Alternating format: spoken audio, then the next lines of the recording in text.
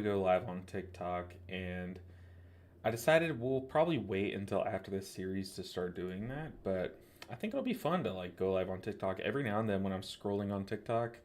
I'll come across like WoW streamers, and I actually really enjoy watching WoW streams on TikTok. I feel like it's a good format for it.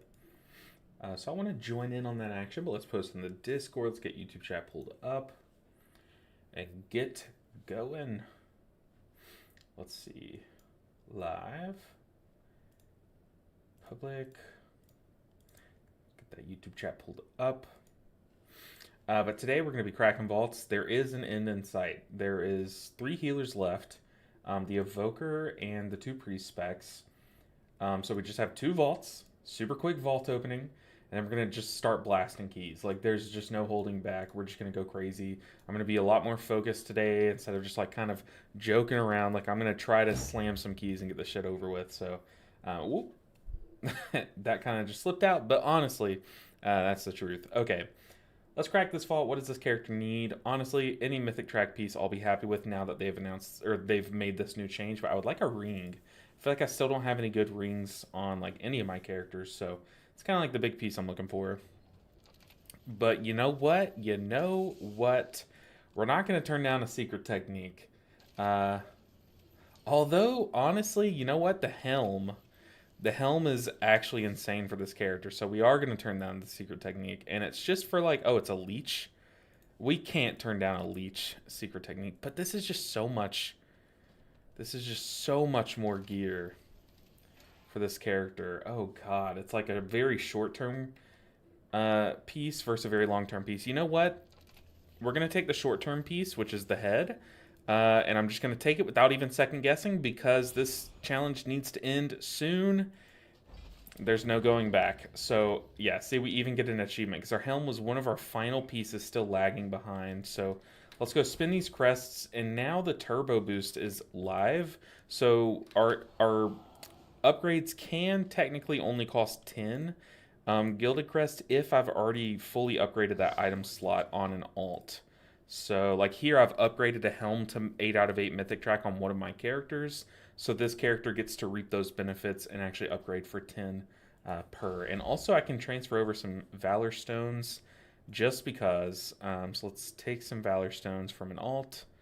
Can I? Can't I transfer? Is that not a thing anymore? Well, rest in peace. Let's see. Dang. Okay, I guess we can't do that. But hey, we have a massive helmet. So, you know what? I'm happy about taking that over the Sleia Secret Technique.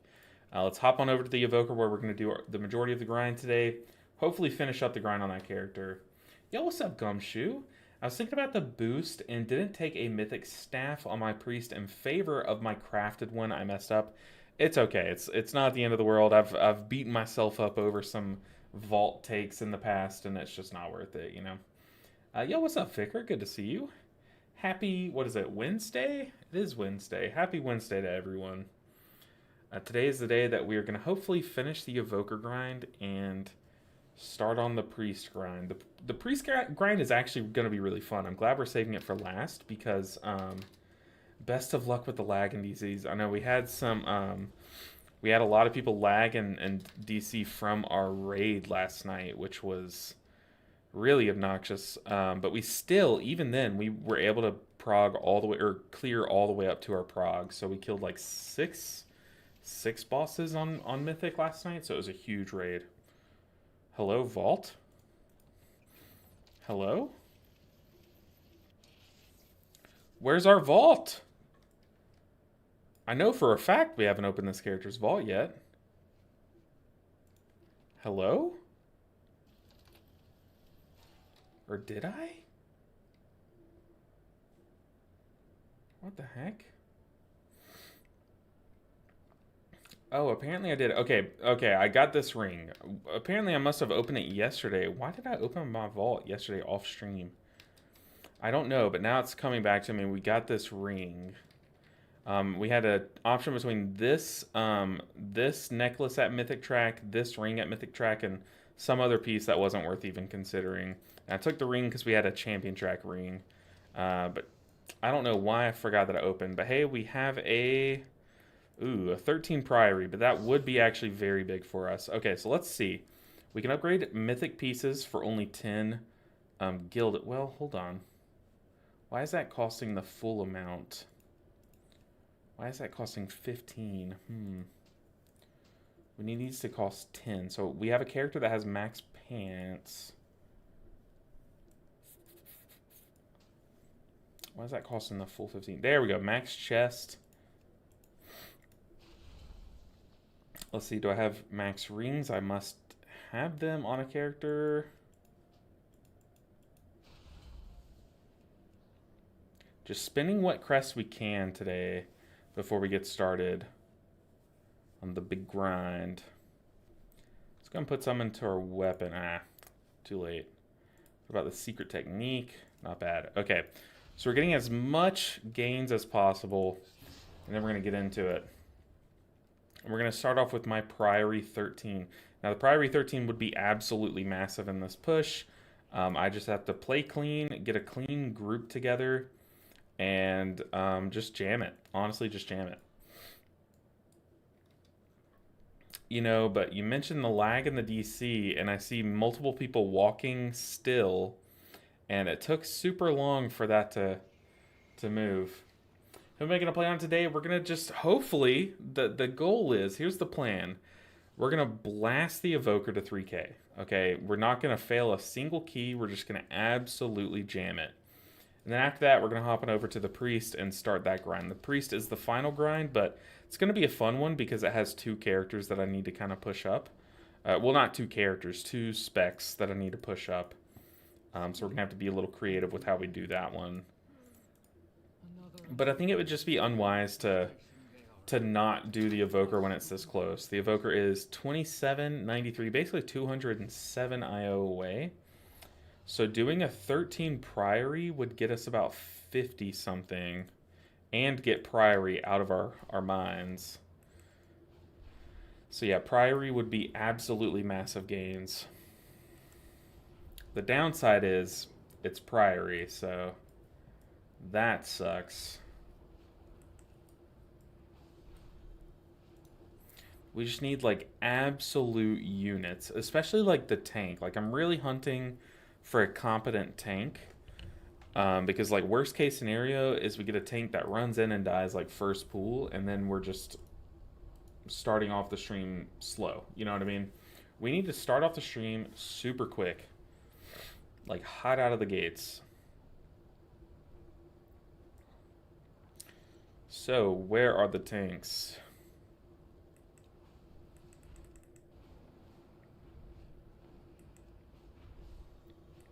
Also, I haven't done any Legion remix. Have y'all been playing Legion remix yet? Because I do plan on it. Like tonight, I have D&D, and I think I'm just gonna be grinding out some Legion remix during D&D. But I don't know. I haven't done it yet. Don't take a pallet. I don't know, man. Something about prop paladins this season. They're just squishy, extra squish. And it's like not even their fault, you know? They just are that squishy.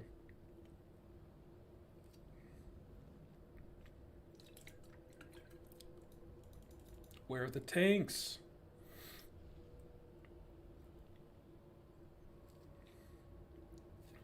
Here's a tank. You know what? I think we take the Guardian Druid because we just need a very sturdy tank. And if there's one thing that a Guardian Druid is, it's tanky. So I'm actually kind of happy with the Guardian Druid. Well, as of now, but oh, my mic is like hella close. But as of now, I'm very happy with the Guardian Druid tank. However, ask me again a little bit into this key. Ooh, okay, so if we take 2 Warlocks, would that make our kicks and stuff like really bad? What's Warlock's kick timer? Did the first few quests I can't speak. Did the first few quests on a druid and got a bunch of bear and cat forms on my live team? Okay, then yeah, I'm already sold. Those few words alone have sold me. I really do want to remake my druid. My druid was my first character and it's named Natra, but I would like to have like named characters that are all kind of, they all have to do with like LB Ninja, you know, to kind of make them more, you know, branded, I guess. But as of now, I'm our only lust, but honestly, that's fine. I think we just grab a Rep Pally and let them go to town. But yeah, I really want to make a druid. I know druids are really good on that on Legion Remix, so I've heard, and I've also heard that it's really good to play a tank at first because they go really quick. So all that says to me is play a druid at first, and then I can come back through and remake or make a monk if I wanted to later on. Yeah, I definitely would love some more cat and bear forms. I also really want a new travel form. I feel like I don't have a good one yet. Like a water travel. So if there's any of those, then I am sold.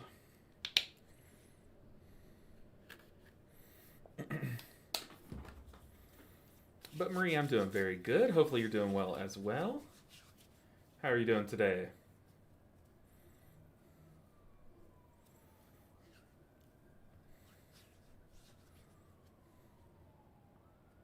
Guess I picked a good class to do remix on. Brother Bear is joining in the remix action. Dude, that is awesome. That is awesome. So you picked Druid. Are you doing are you tanking or are you healing or what? Because I've heard like a lot of people say like don't start your first character as a healer, just do a tank. That way you go kind of fast and stuff.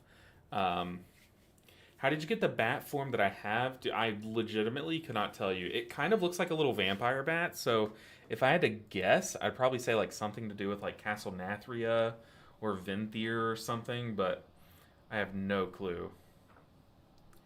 Um, you're doing Feral Druid. Awesome, awesome. Feral Druids are pretty sick. I put this stuff on my hands, dude. This stuff has been a godsend. Like, absolutely unreal. Like, all of my hand pain has gone away.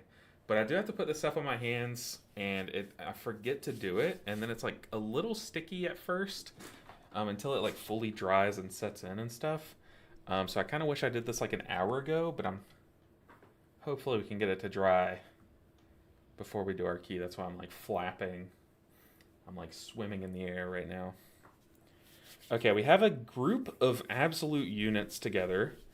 Don't really know how competent this tank is. That's about it. So, putting a lot of faith into this tank. I believe, though. Fully believe. Let's go ahead and jam. And make sure I have my good keybinds. Ready, check.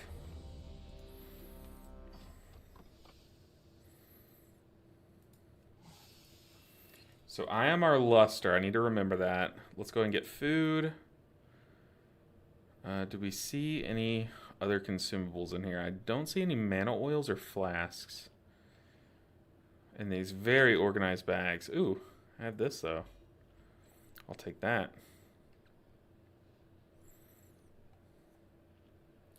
Alright, dude, let's just blast this key. Just absolutely tear up this key. Pull timer, let's go. Let's do it. Come on, tank. Don't die first, pool. And for me, LOS all the important stuff. Also have Zephyr, double defensive. I basically have 2.5 defensives as an evoker. Just gotta use them. Alright, let's break this Priory Curse today. I'm over it. Absolutely over it. I kind of hang back a bit because I really don't want to get chosen with that first bleed. I'm going to lust kind of early here.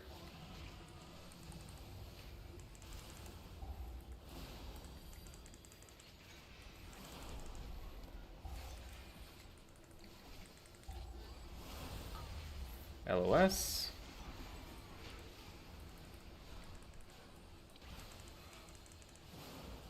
Don't care about my damage.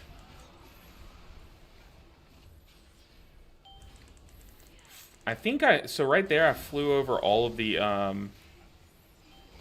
the traps and stuff, and I'm pretty sure I broke all of them.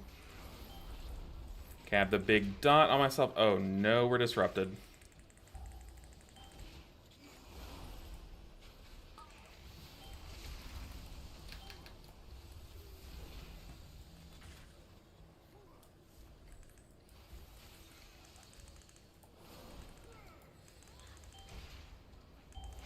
Disrupting shout. I'm gonna LOS it. Ooh.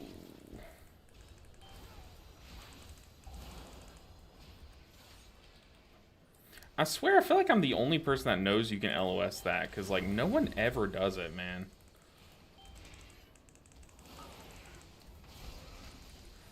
Ooh. I hate this game, hate this dungeon. Oh, boy.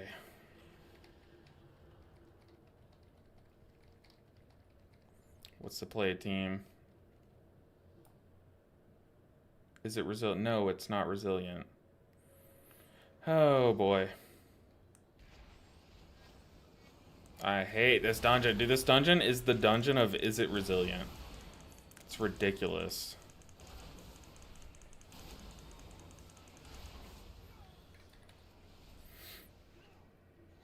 Alright, we're still cruising.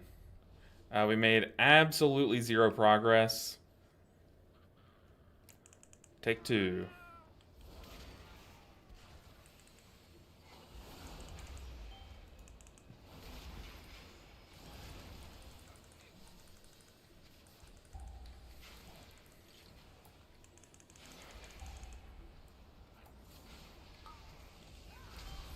Ooh, lovely overlap.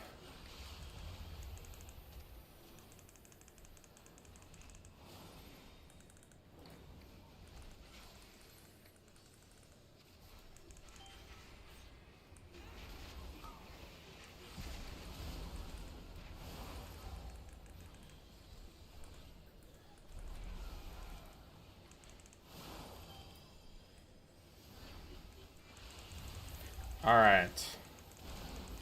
Take two went a little bit better, but it's almost as if we only had 3 enemies to face. Is this still timeable? I mean, we have an absolute blaster in the DPS slot. So, you never know, right?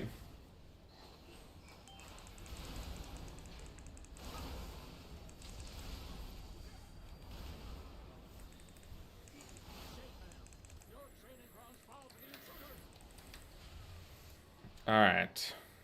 Shake it off, shake it off.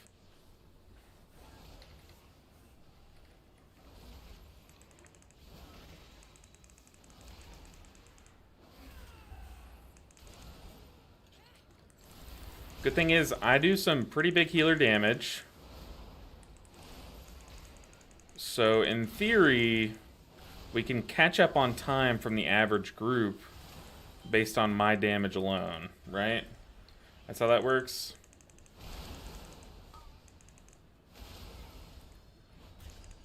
Get juked.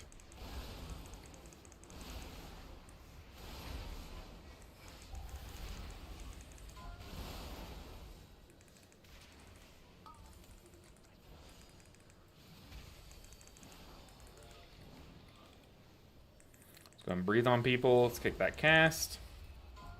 There we go. Now everything's stacked. Let's do some big damage. Comes lunging strike. Put some hots on the warlock.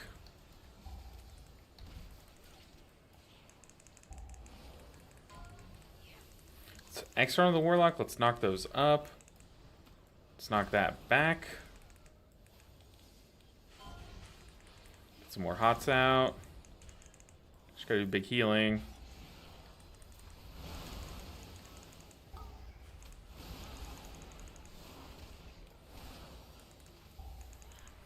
Okay, I don't have my bleed removed. Shamel's about to die, though. That's actually really good. It's looking like this tank's gonna go left.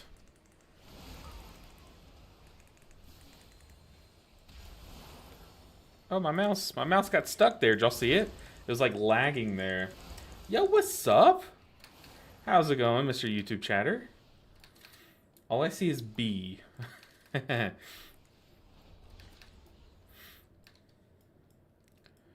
All right. Tot up the tank. Let's do a big cleaving living flame. I target the knight down. See if I can remove this bleed on myself. I can't.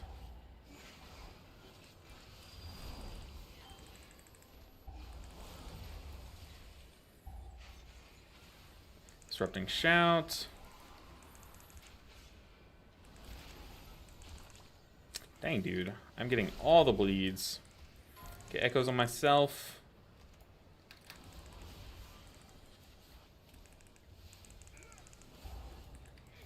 Take that.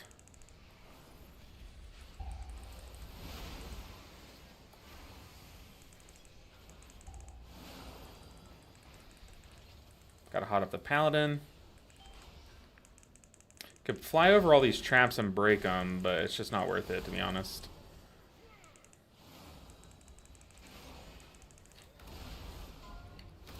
He's asking if he should stop for mana. I don't know his route, so I don't really know if we should.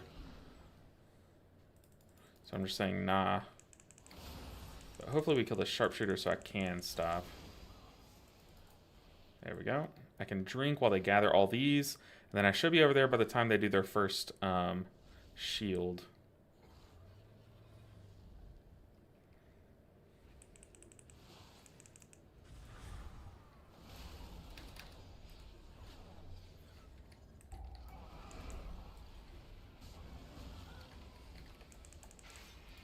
Let's target Amia. Let's get some hots out for Amia. I'm gonna go ahead and stasis.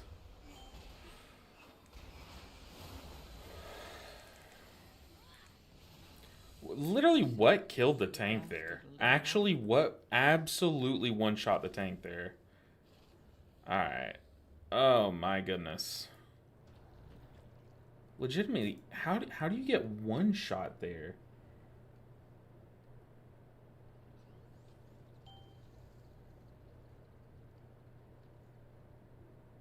Did they all just melee him at the same time? It says he took like a bunch of melees unmitigated, each worth of 1.2 to 1.4 million damage, all within 0.00 seconds.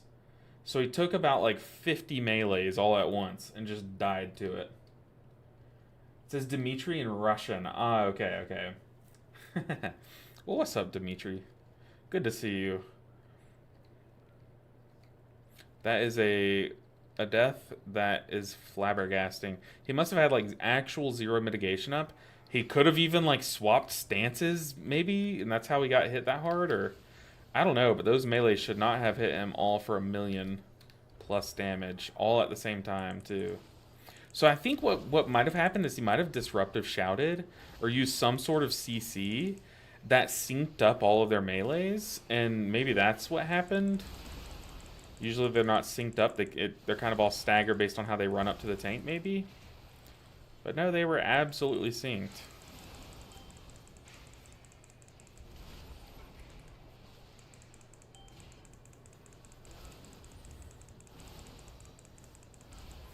I'm definitely going to have to lust boss.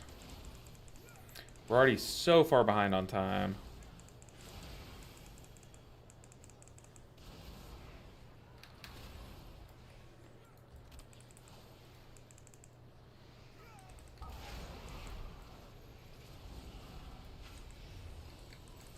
I guess I'll external the tank, maybe? Maybe that helps?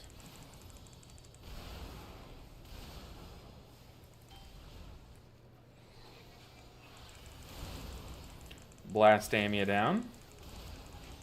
Man, this is crazy. The frustrating part is you absolutely don't have to do that first Giga Pull that everyone loves, not until higher key. I know, right? Like, even in 13s, this key is so timeable if you just split that into two. But people just are so used to seeing the big players do it, you know?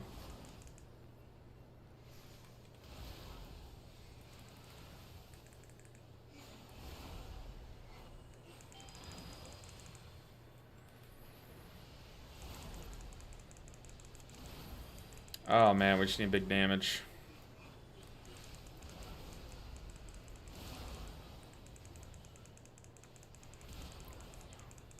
$18.5 minutes.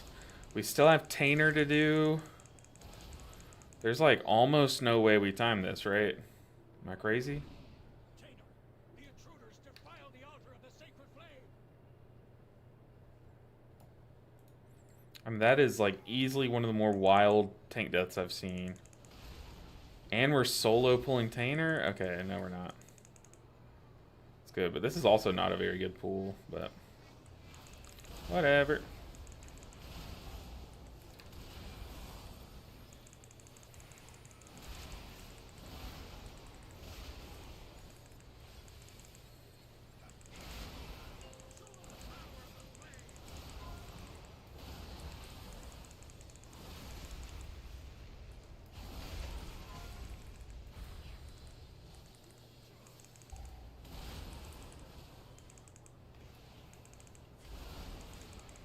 Ooh.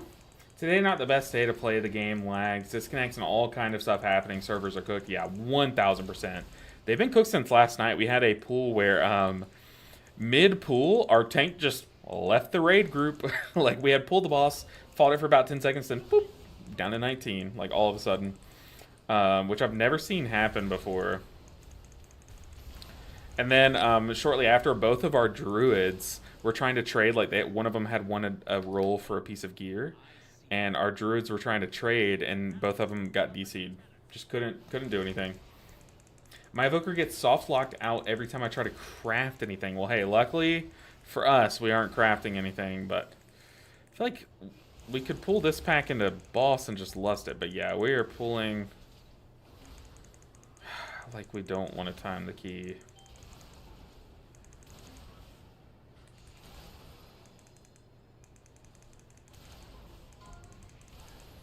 I lust boss here, right? Yeah, we're lusting boss.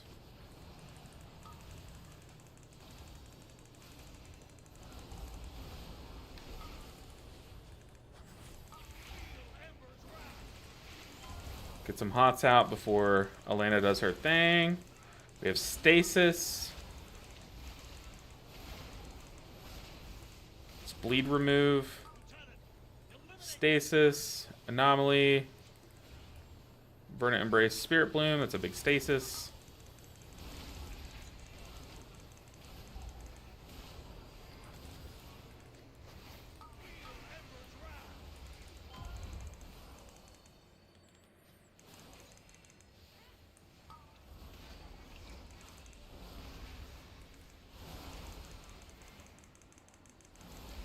Okay, Holy Radiance coming up now. Let's get some echoes on everyone. Let's external the tank. I'm also going to use my heal back button and Zephyr here.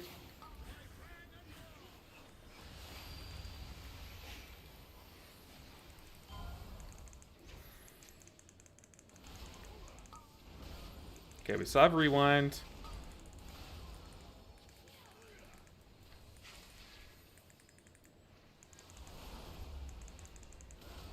Alright, we're fine.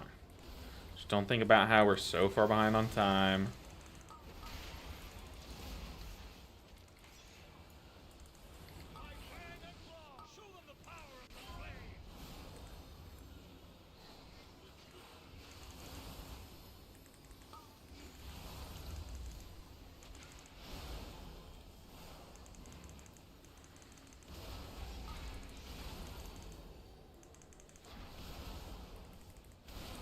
Honestly, this boss has died very quickly, which is good. I mean, yes, we lusted it, but we needed it to also just disappear, and that is kind of happening. Ooh, speaking of disappearing, our tank almost just disappeared there. I'm going to get mana while he's gathering, but he needs to go. He needs to go. I was doing remix last night, got deserter status after finishing a dungeon. It was hella weird. Oh, man. Yeah, this game is weird. Dude, what is that? Our tank just like body pulled and then ran back and LOS using the stairs.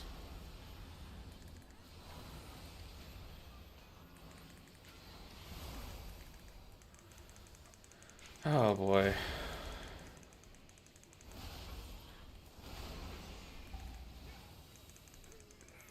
Okay, we have Spirit Bloom and Rewind, and we have Zephyr coming up. Let's go on Zephyr now. Dude, Zephyr's so strong. Spirit Bloom, we still don't need to rewind. 12.5 minutes, dude. This is cooked. This is very much cooked.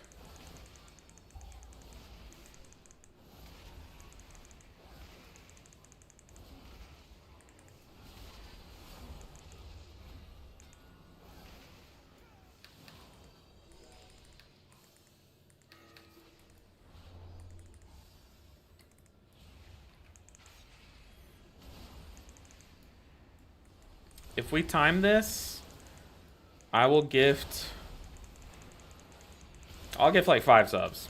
I can't like gift a ton, but I also don't have faith that we're gonna time this, that this is even timeable. So, you know what? We'll do it. If we time this, gift 5 subs. And this weekend, if we time this, I will make 3 new emotes on top of that. So you'll get 5 subs and 3 new emotes for those 5 subs. How about that? Like, that's fair. Let's use our Warlock's positioning to get out of trouble.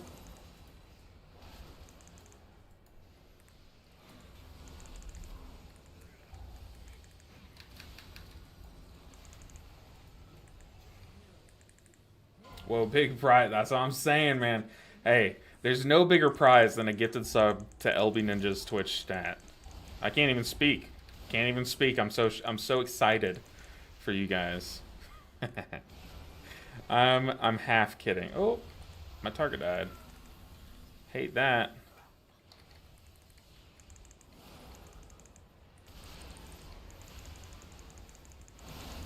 All right, we have 10 minutes.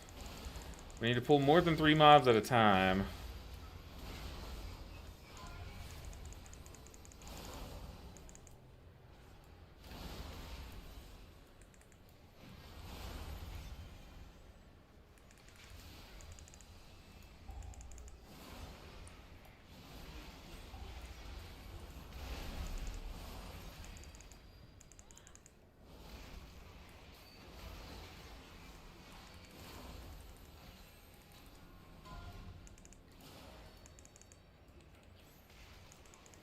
I mean, needed to lessen this expound. I mean, yeah, we did need to, but I kind of knew that my tank wouldn't pull them if we saved lust. You know what I mean?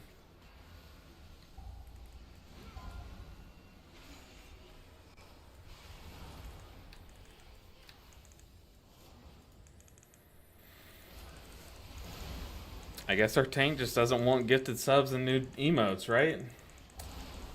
Guess so. Oh.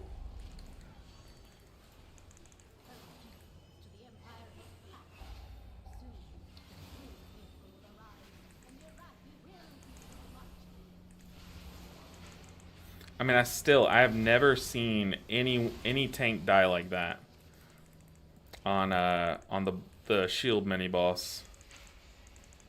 It's crazy stuff.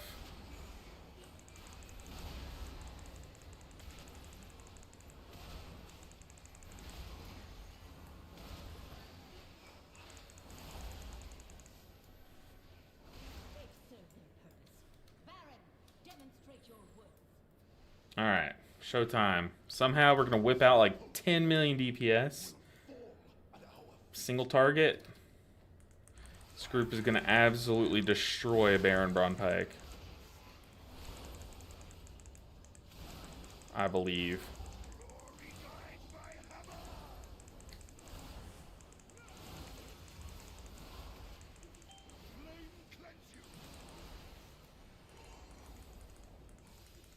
Spread some echoes.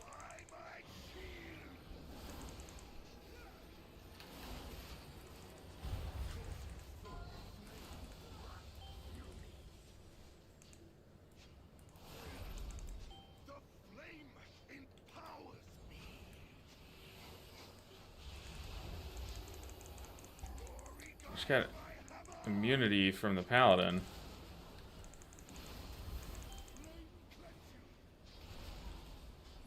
We have stasis for this one.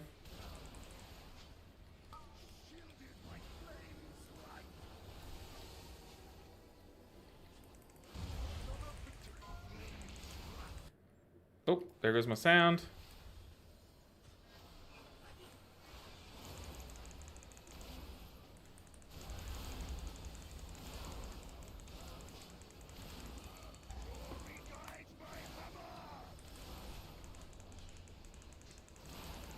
I have stasis for 8 seconds. It's about to fade. It'll probably hit right as the shield goes, which is actually kind of clutch, man. So there goes stasis.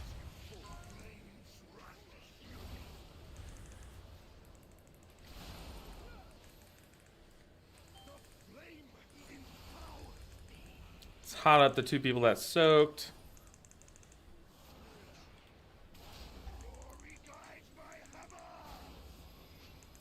I mean, do we even finish this key? Like, should I just... The tank's not low item level. They just, like, legitimately got... So, you know the pool with the little mini-boss that shields itself that'll reflect back at you? You know how you pull, like, 20 little soldiers at the same time? Well, all of those soldiers meleeed him all at the same time, and he just died. They all hit him for about 1.4 million damage. And he literally got one-shot by 20 hits, all within a point, like, 0.00 milliseconds of each other. So, a wild way to get one shot, but it was like, I say one shot, like, obviously it was multiple hits, but it was all at once. And we checked the death log, and it literally said less than a millisecond of each other, you know? So, just a crazy death.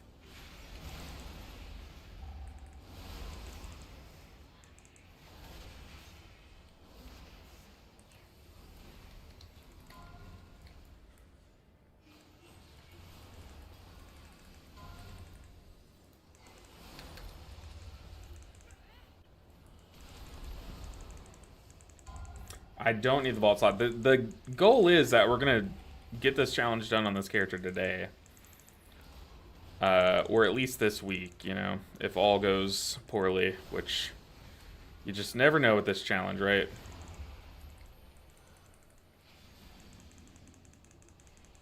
Yeah, there's no way we time this key, but honestly, if we get any amount of IO from it, then I'll be happy, because then I just don't have to come back to this dungeon. But the reason why we are sticking it out is because I don't want to do Priory again. Honestly, I'll have a Priory 10 in my books. Like, I don't care.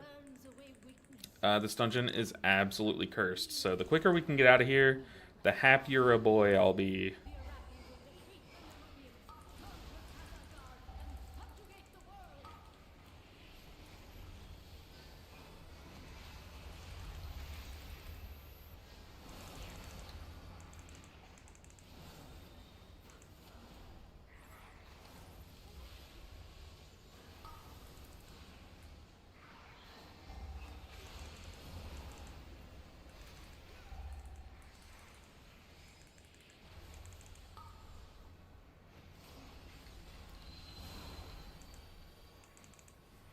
Alright.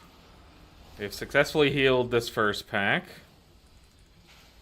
Yeah, like, so abandoning this key, what that would do for us is it would give us, oh boy, it would give us a plus 12 Priory. So anything to try to not have to come back to this dungeon again is a win in my books. I simply wish you had lasted a little longer. Like exhibit F of why I don't want to come back here.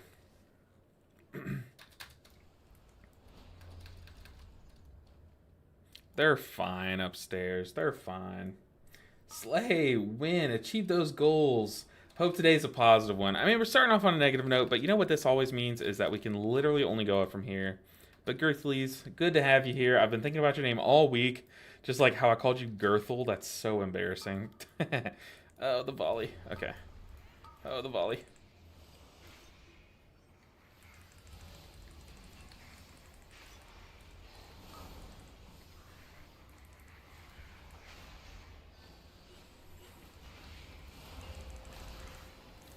But let me tell you, man, I am so excited to never have to go into Priory again until they make it give it its third season. Hopefully not soon. Started the season on Prez, got to like 2.7k or something. Then switched over to... Ooh, hold on, let me heal this. Switched over to Druid. Prez was fun, it felt really strong, but also just bad. So bad when I'd screw up. Druid just feels so easy by comparison. Yeah, Druid you feel like you could never screw up because you just have infinite hots just rolling. That tier set goes crazy. Yeah, the spec. Also, you have a short cooldown kick. Ooh. Tank's like, we're timing this. Over my dead body. Well, Tank, you might get your wish, buddy.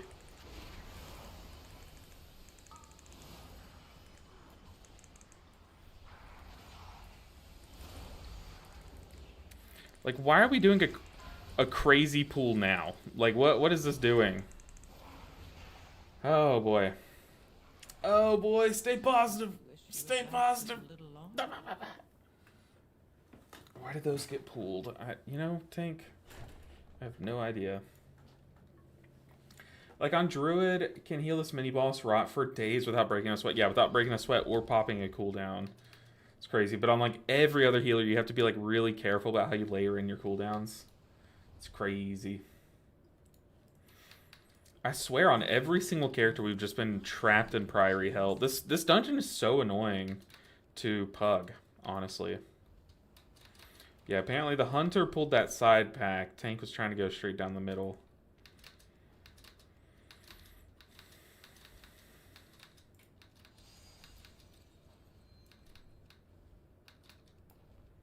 Yep, we're just trying to finish this dungeon. Trade in our key.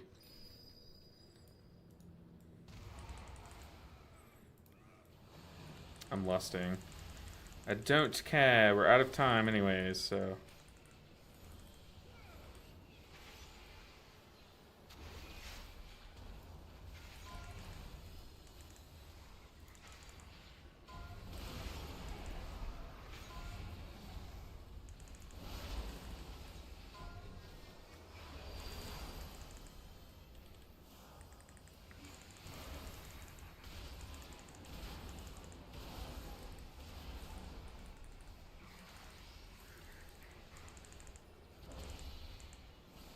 Like, you can do insane healing on this spec, right?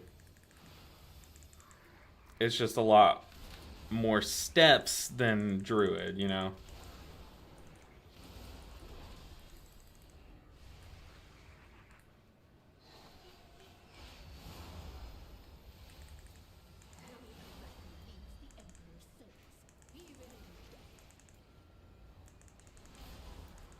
Dude, where were these pools the rest of the dungeon, man?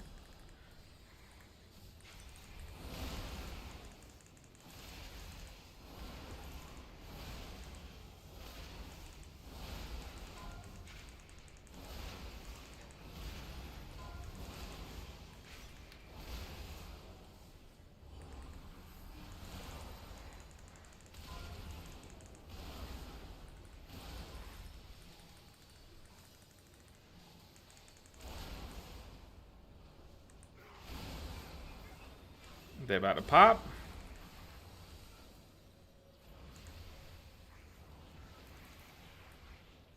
There we go. 99.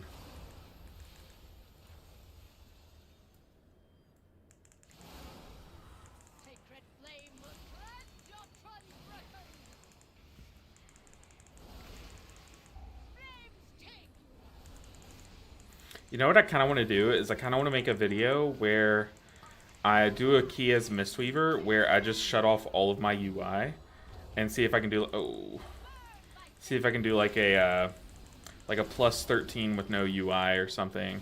Just like legitimately me, my character, and everyone in front of me.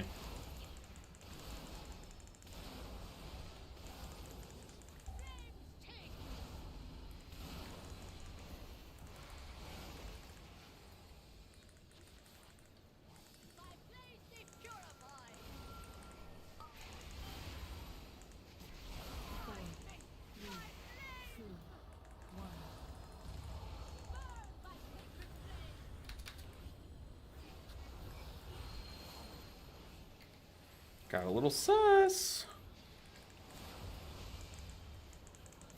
Mouse over dispels on actual characters. Yeah, well, I was thinking like, I kind of want to do a bit at the start of the video, like, you know, what dungeon could I do this in? And it would have to be a dungeon with, like, low dispels. But, like, I also might turn on... Oh, God, this is going to hurt. I might have to turn on, like, to where I can see players' health bars above their head. But I feel like Mistweaver would be really good for it because, like, you don't really need to see health bars too often when you're doing your just, like, punch-kick rotation. But, like, not being able to see how many Jade Empowerment charges you have, like, having to keep up with everything in your head, I feel like that'd make a fun video, you know? Kind of just showing, like, what it would be like if you had absolutely no information.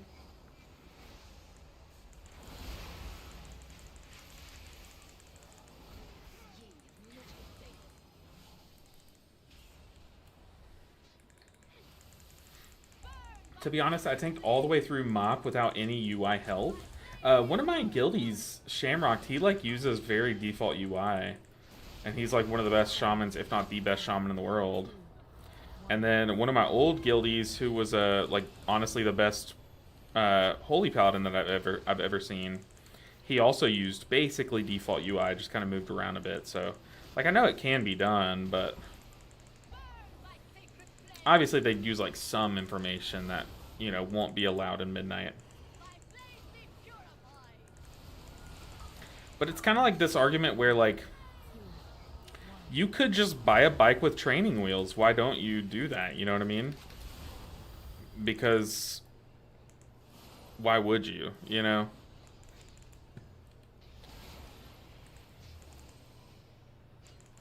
Yeah, this tank was hit by every single blind on this boss, too. That's kind of crazy.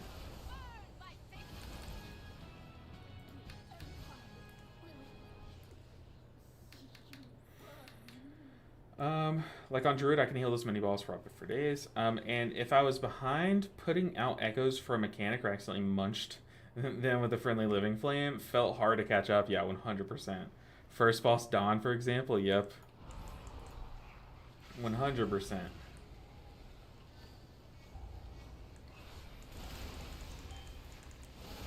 That's fine. We got our Priory hell out of the way. Then we just move on. We start actually getting some grind done on the other dungeons, and we're good to go. This is our warm-up key. We got 0 IO for it, which is kind of expected. Amount of avoidable damage taken. I'm bottom on the charts. Does that mean that I took a lot more? I'm pretty sure that means I took a lot less. Yeah.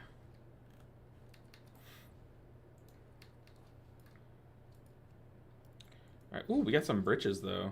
Ah, we don't need them. Alright, what did our key become? We have a 12 Gambit, which might actually be an upgrade for this character. It's not. Oh my goodness, what is our luck, dude? I feel like this happened last week. Our key just kept bouncing between Priory and Gambit. It's pretty unlucky. Let's look for... what do we not need? All the Tazavesh dungeons and Dawnbreaker, basically. All the Tazavesh and Dawnbreaker. Let's look for 13s. We don't see 11s. Healer roll available. Filter to 1. IO. Okay, we don't need those. Dawn 12. Floodgate 12 would be nice. So all the Tazavesh and Dawnbreaker. Priory 12 could do. Floodgate 12. Let's just come back to Priory later on. For my sanity's sake, we're going to skip out on Priory for a bit. Hey. There we go. We're in one. The moment I used DBM and Weak Cores, I immediately understood why there was a gap between just knowing the mechanics and manipulating them for your favor. Yeah, 100%. But then you can't go fast, LOL. Those training wheels would prevent any fun turns. True. Big facts. But I think that'd be such a fun video. Like, can you heal a dungeon without, like, any UI? Like, any UI at all. Just knowing your character, knowing what buttons you've pressed, knowing what resources you have available, like having a hunch for when your defensive's up, you know, that kind of stuff.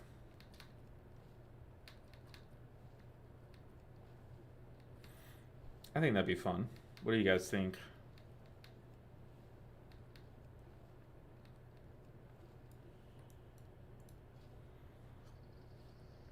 Oh my gosh. Let's hope we don't get replaced by Juicy Pussy. Pussy. What a name. Also afraid to port over to Floodgate in case I do get kicked and replaced, so we're just gonna fly.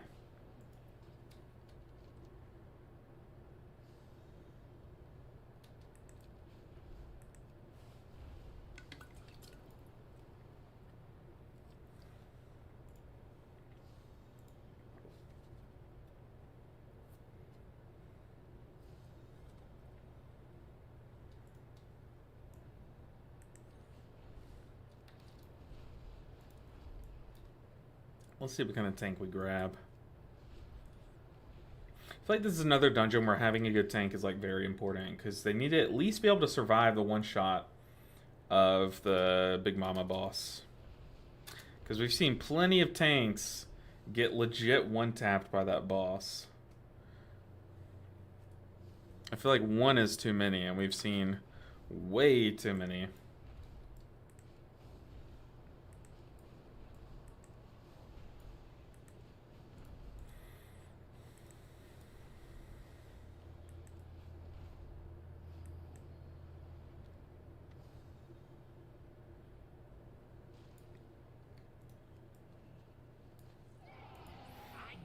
Would totally be doable on DPS. Heals with no UI though, that's a lot of eyeball work. Yeah, for sure. But I feel like that would make it a fun video, right? And like what I could do is have the UI kind of showing for you guys, like maybe in like a corner somewhere, but have like a sticky note over my over my screen, so that I couldn't see it. You know, I feel like that could be good.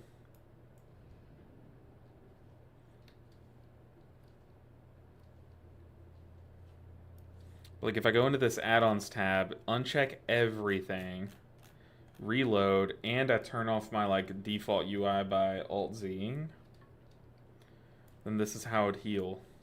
Let's see.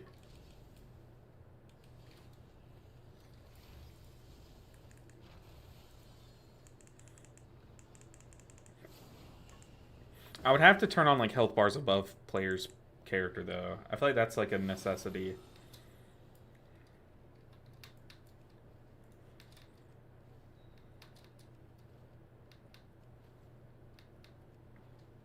No DBM, just counting down time between mechanics. No, I'd have to hopefully have the pacing of the fight down, but also watch the cast bars of the boss.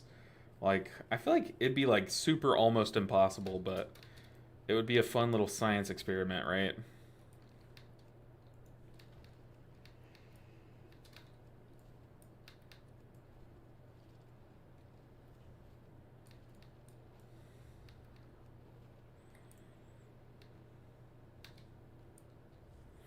Dang, dude, tanks are non-existent.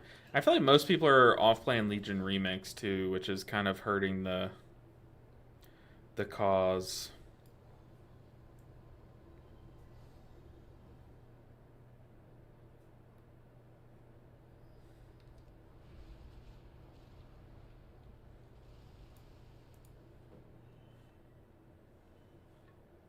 The heck?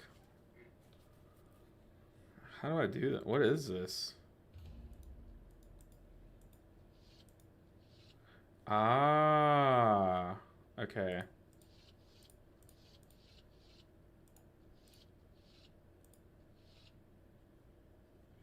Hmm. I've never done a puzzle like that. Oh, so I have to filter the water into these locks? I'm guessing? How does one? That can't be right, right?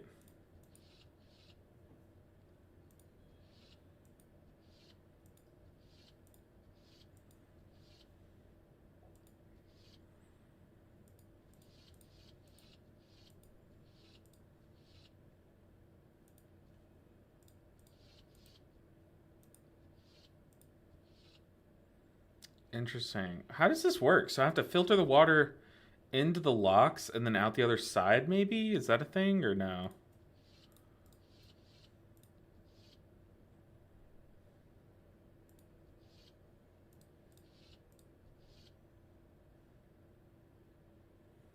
Hmm.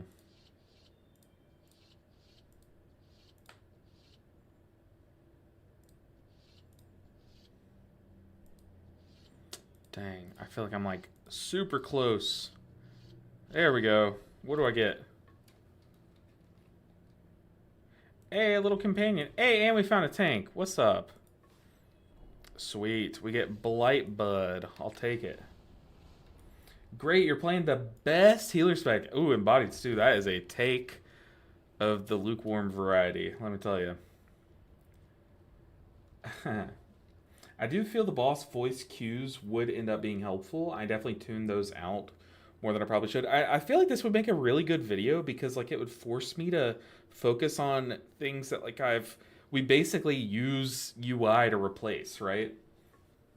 That's something I'm excited for with Midnight visual mechanics. I hope you can look at a boss and know what's coming.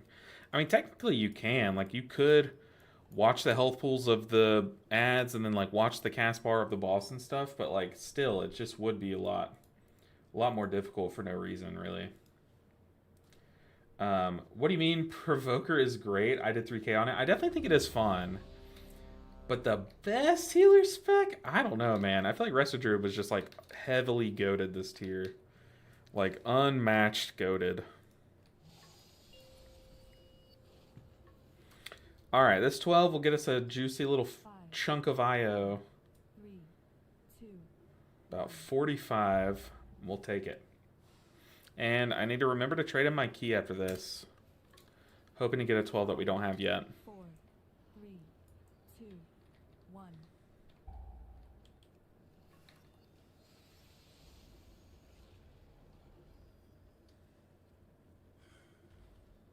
Alright, it's showtime.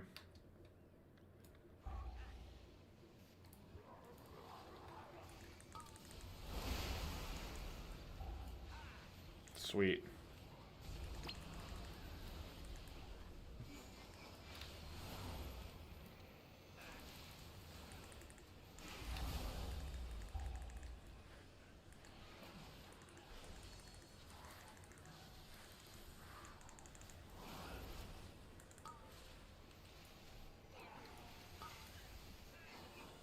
I feel like my mouse is like getting stuck. Like it'll be like I'm trying to move it down to health bar and it does like one of these, you know? I feel like there's just some crazy lag going on today. Is it because it's just a new patch, or is there like something with Legion Remix just like drawing power from the rest of the game, you know?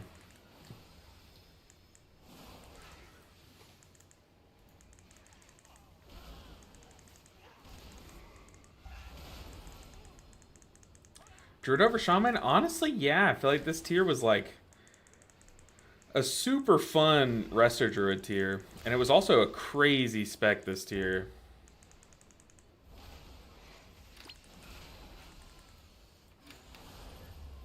It's the remix messing up the servers, you think?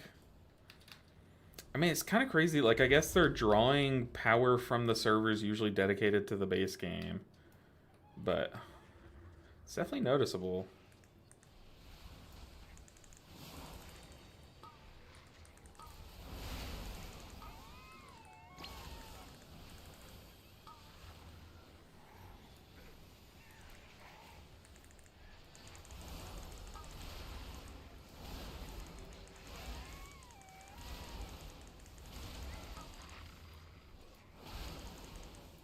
I can't freaking find this one caster in there. It's whatever. I'm not even going to worry about it. I'll just stun everything. That'll be my contribution.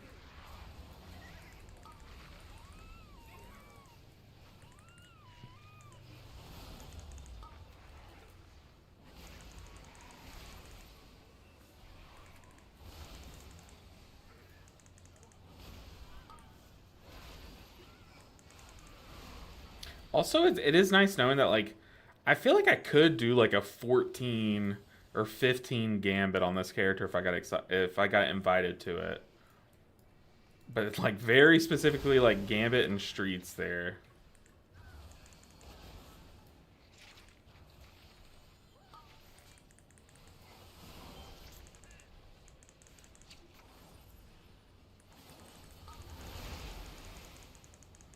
Do some big damage.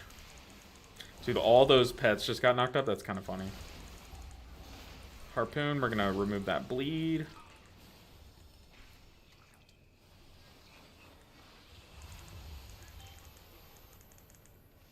I will say, it's like, it's always so shocking how much value you get on this spec just by having a bleed remove.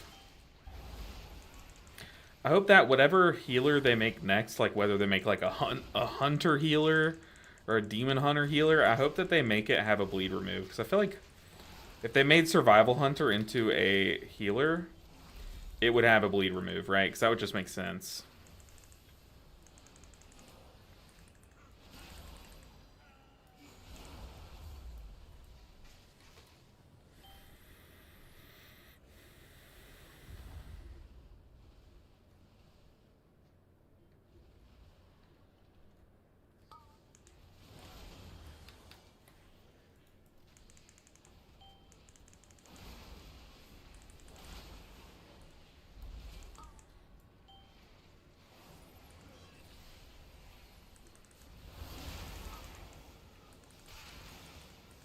There we go. Another super huge bleed remove. We'll take that. I do have my deep breath ready, but I am not going to fly over these bombs. Pretty sure that's something that I did like in season 1. Like it just flew over all these bombs and died. I was like, what killed me? I feel like I remember editing a clip of that. No! The warlock is stuck.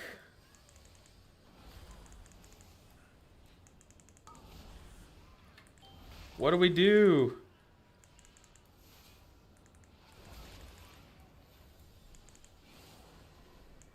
Oh, he's out. He's out. I don't have rescue.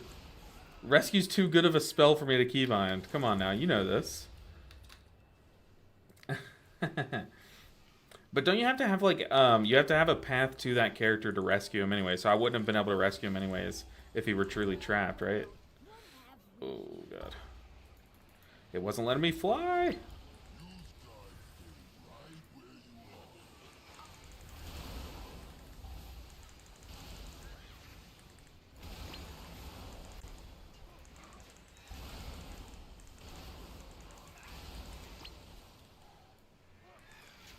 Just bathing in the blades, DH. Bathing in the blades. How much you want to bet that that DH was sitting in a blade just so he can, like, finish his I-beam channel or something? Like, so he could greed DPS. I know for a fact that that's what it was, even though I didn't see it.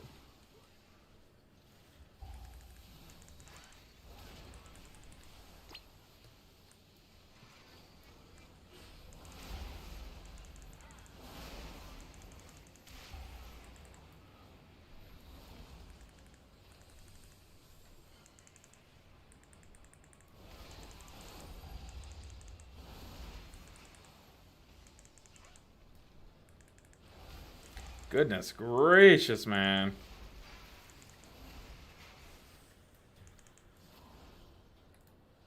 Let's tap our food. A new camera, not a new camera, just a new angle. It's crazy how many like comments the new camera angle's gotten. I feel like it just looks a lot better, like honestly. And I've turned on this overhead light as well, like to couple with this ring light. I feel like it just looks a lot better. Plus, like, it's a lot less aggressive on my eyes. Even though it is literally more light, it's kind of like, it's just allowing, how do I explain this? Like, having another light in my face is really taking away how overpowering that one light was. You know what I mean? Because when it was just one super bright light, like, right in my face, it was, like, really overbearing, like, super aggressive. But now there's two lights kind of blasting in my face. Well, I do remix. I do plan on doing it at some point. The goal is to just finish the series. Oh, you don't need the perfect dispel. Come on.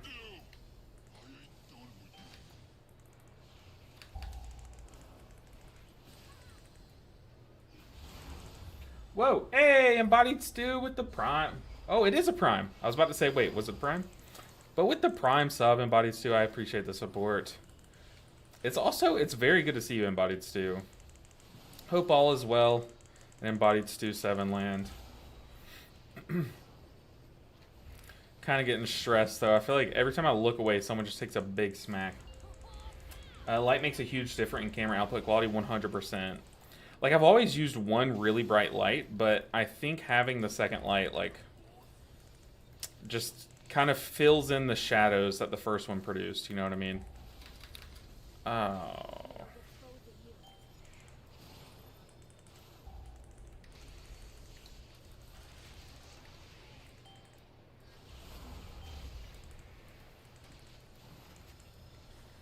Make sure there's no bombs anywhere, because I just dispelled early. Okay, I have a bursted spirit balloon. In fact, screw it. We're going to burst that. Pop my defensive.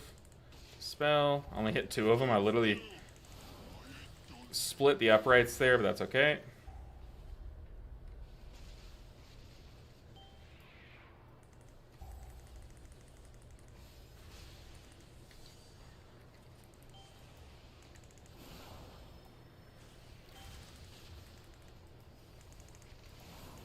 Oh, this boss always, it like never fails to stress me out. Get some hots on the party though. I'm just gonna fire breath actually screw it. We're hitting both.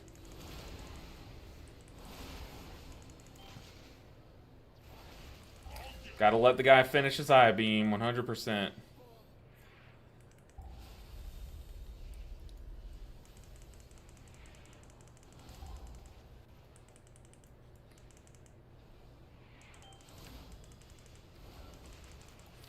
Alright, we had an annoying early death on this fight, but we are cruising. Following you since Dragonfly, I know, man. It's a name I haven't seen in a bit, so I really hope that like life is being kind to you. But dude, you've been here from the beginning, like the first time we did this series, so it's very very good to see you. The remix hype hasn't really hit me. Yeah, I mean, honestly, like I'm someone who just like I am appealed to by Mr. Pandaria a lot more than I'm appealed to by like Legion.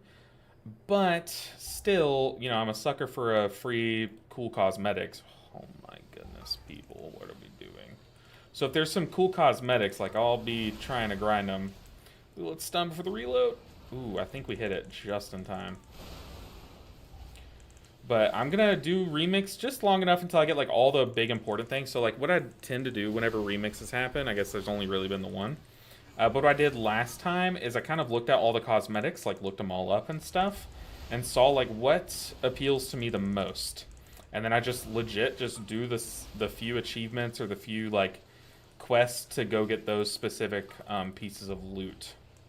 And then after I get those pieces of loot, I stop playing it. So to me, it was like it's a lot of fun because like in that amount of time, like usually I'll be able to gear up, or not gear up, but level up like maybe 2 or 3 alts to 80. And then that's fine with me. I get 2 new alts to play with, and like for example, like I got my Demon Hunter, my Warrior, both of them, and my second Monk are from Mop Remix. And whereas before I didn't have any of those things, right? So now my plan is to kind of like recreate all of my healer alts and make them with new names. So basically I'm getting a free name change. Was watching your Priory after the fact. After the first boss, the tank ran ahead to the pally room. You looked down to read chat. Tank died and respawned next to me. Oh god, is that where the paladin died? That's awesome. Do I lust here? I think I lust during... we're gonna just send it. I don't care. We're sending it.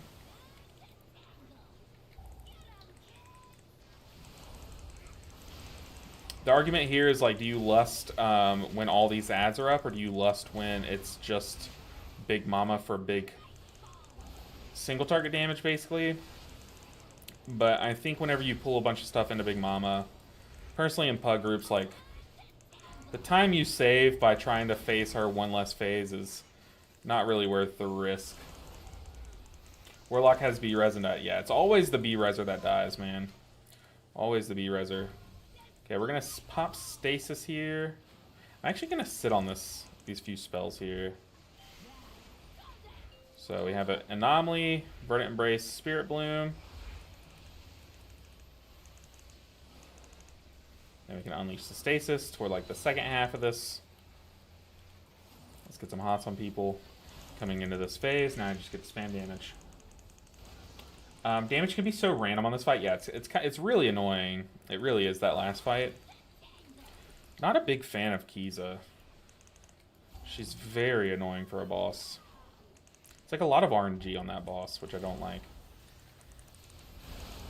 Because of course, if one of your DPS like gets hit by the charge and survives it, you know they're going to be the one that Kiza shoots next. You know what I mean? Like it's always super toxic. And keep these echoes on for as long as I can. Hopefully, no one takes any like random smacks of damage. And then before this intermission phase, I'm gonna reversion to put reversion on everyone, because then they'll take bonus healing. Oh, there's that smack of damage. Lovely. Dude, this Warlock is hard trolling. He had the, you know, that thing that silences you, and just turned the boss around last second. It's crazy.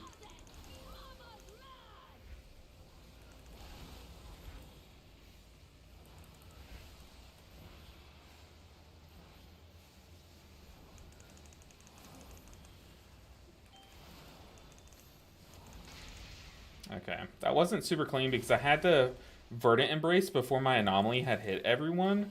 So not everyone got the life bind. So when I was doing my Emerald Communion ramp, not everyone was life bound, so it didn't really hit everyone. Also, I need to...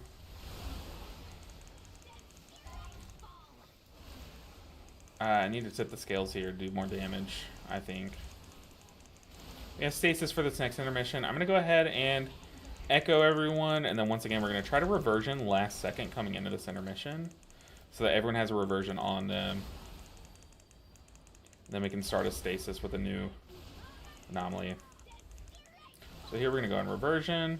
I'm going to go ahead and stasis now. It's definitely early, but we can sit here and do damage to kind of sit on the stasis. I still need to cast 2 spells into the stasis. So now let's do that.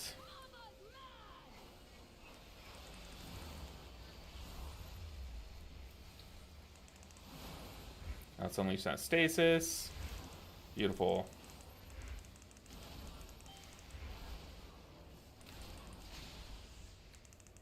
Okay, what do I have for upstairs? I have tip the scales, which I just used. So, don't have tip the scales. Whoa, I pulled my thighs. They're thick. I'm sorry. Just gonna get some hots out. Yikes.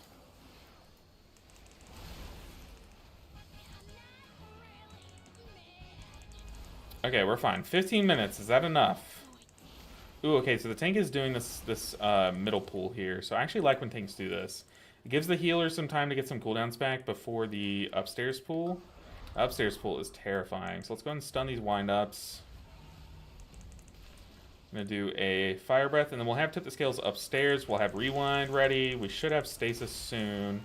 But I might rewind the first one, stasis the second one, because if I rewind the first one, then it'll be up sooner, so it'll be up for like the swamp face, for example. That's what we care about most.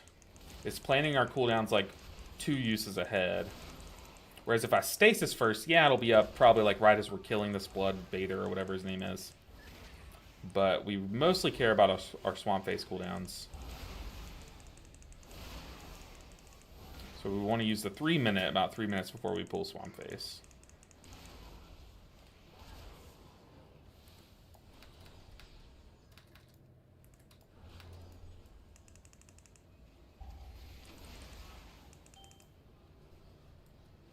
Where's this hunter, man?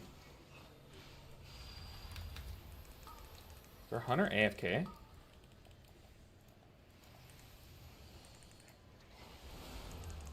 Okay, now we'll have stasis, reload, and try to stop that. Oh, I couldn't get there in time.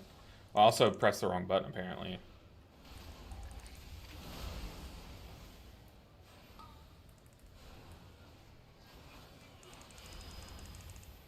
Huge. Then we can unleash the stasis for the next one. I'm pretty sure they're 30 seconds apart, right? What specs do I have left? I have this spec, which is about 200 IO away, and then I have the 2 priest specs. They're both about like 1,000, a little over 1,000 IO away, but once we get one done, then the rest like kind of falls into place, you know what I mean? Because then once we have like more IO on the priest, then we'll get invited to more, and like it'll just be a lot easier on like the holy priest because we'll have done the disc priest already. Okay, while they click the things, I'm gonna drink.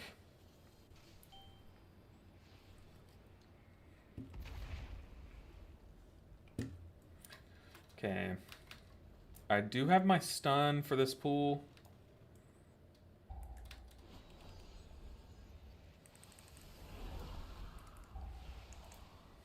Let's go and stun. Spink damage. Oh, oh.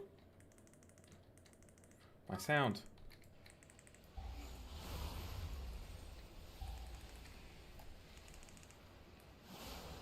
Oh, where are these AoE stops, man?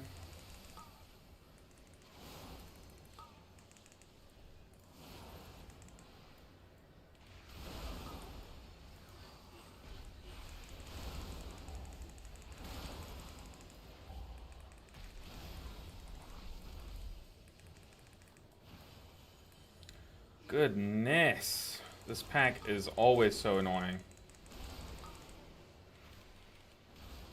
Millions dead. 11 minutes. We haven't even started on Swamp Face yet.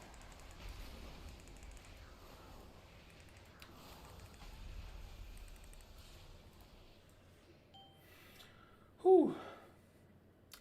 Dream Breath is such a cool spell, but it feels meta press. Yeah, you know what's crazy is in our raid groups, we have one of the best Pres Evokers in the game in our raid group. If not, like, he is insane. And his top healing source is always Dream Breath. And I'm like, how is it not like Engulf or something like that, you know? But nope, his top source is Dream Breath. So we're only gonna get one more Lust here. So I don't know. We just save it for final boss, I think. What's the death timer penalty on a 12? I think 15. Oh. I think 15. Could be wrong there, though. I would love to be wrong. Alright, let's have a clean Swamp Face. Should probably wait to Fire Breath before the damage phase.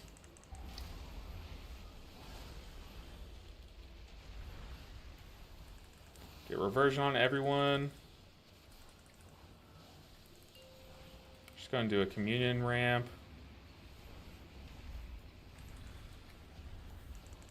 Ooh, that canceled my... Brother. Canceled my one thing, but that was... stupid death. Now I'm tethered.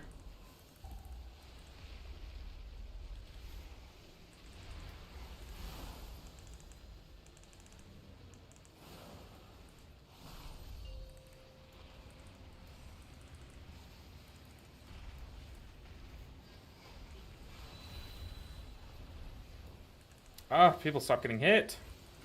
Killing me, Smalls. Okay, we have a rewind, we have stasis. Let's stasis this one.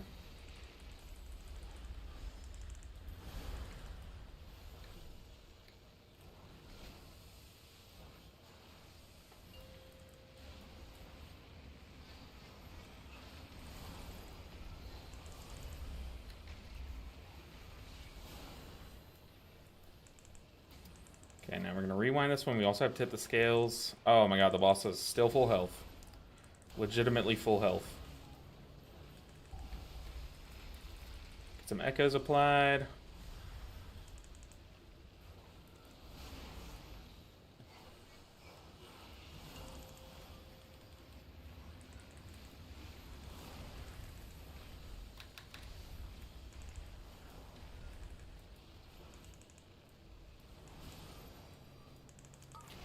Okay, I'm gonna have to use my... I'm gonna save my tip the scales here, and I'm gonna use my dash before this big damage phase, because I'm gonna need to cast Living Flames while we move.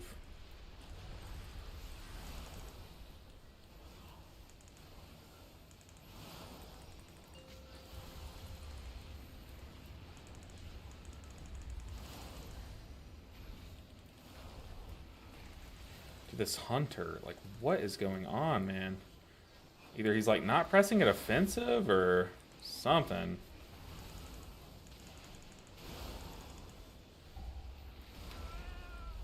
Okay, we got Zephyr back. It's good because I'm kind of low on cooldown, or kind of low on mana.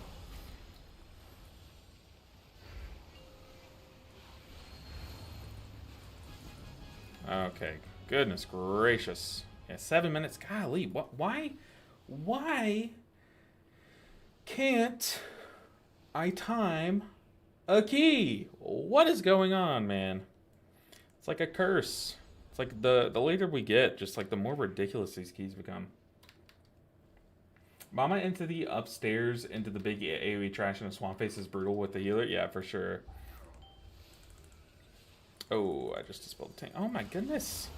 We're standing in every mechanic. It's crazy. Killing me, Smalls. We're gonna have to, like, do a big lust pool or something.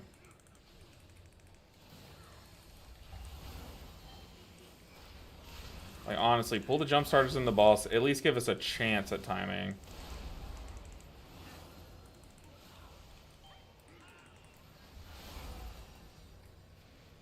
I just feel like there's a severe lack of cooldowns being used by a certain individual, or not cooldowns, but defensives being used by a certain individual in the party.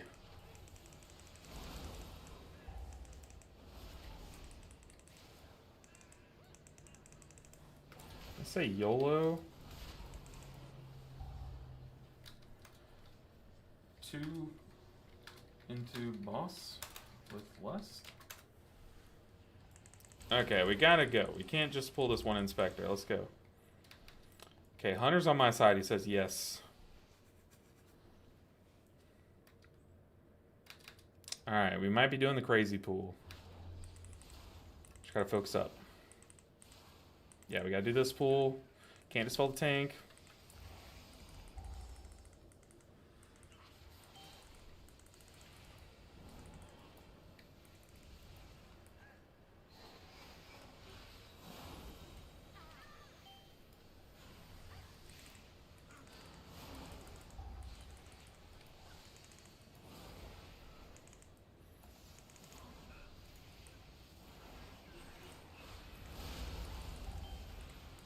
I am focused. What? That would have been a clip if I said I am focused and immediately jumped to my death. Would have made a banger clip.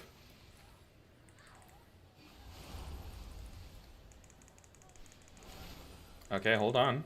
If we successfully heal this, we can time it. It's a lot easier said than done, though. Let's go and just tap our mana food, get a few ticks.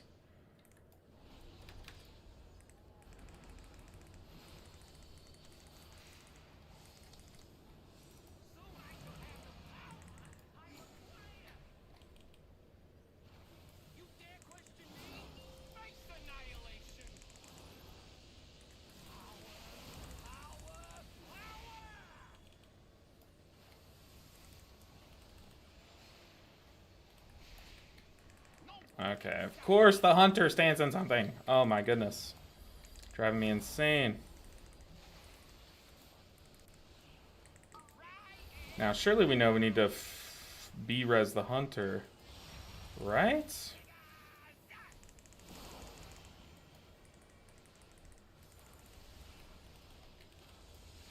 Oh my goodness.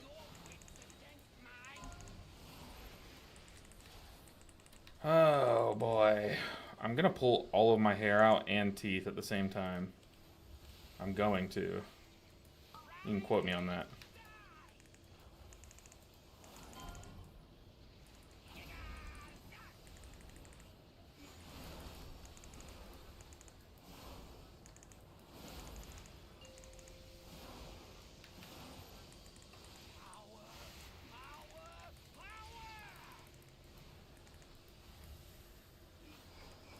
It's crazy because the 2 times that we've had to do this pool, I've been able to heal it.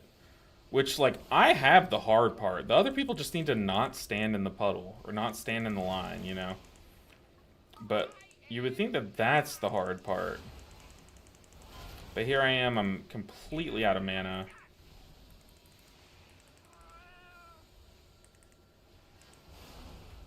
Kind of just have to let my hots do their thing.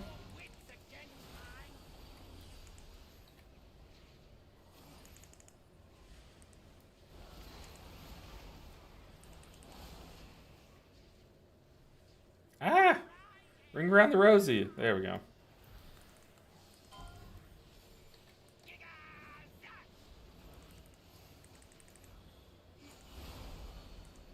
What do I have here? I have a rewind. Rewind and a spirit bloom. Probably no mana for anything else. I can external me and the other guy?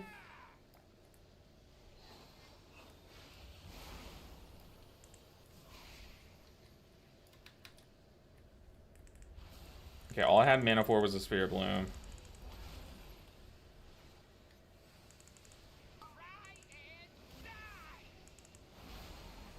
I can't be doing damage here either. I don't even have a defensive here. I'm dead. Yeah. Let's see. The hunter said, too much things on me, circles, lines, all in closed place. What? Oh, goodness. A friend tried disc and he was baffled at barriers like a free Lumithard. Yeah, honestly, it's crazy. Well, see, I don't even play the shield barrier. I still play the mitigation barrier, and even it's crazy. Your failure sustains me. Oh boy. The tank is like, it was kind of a silly idea, but I'm down, dude. It was the only way we time this key is if we pop Lust, blast the jump starters, and then blast the boss, but we just needed people not to die.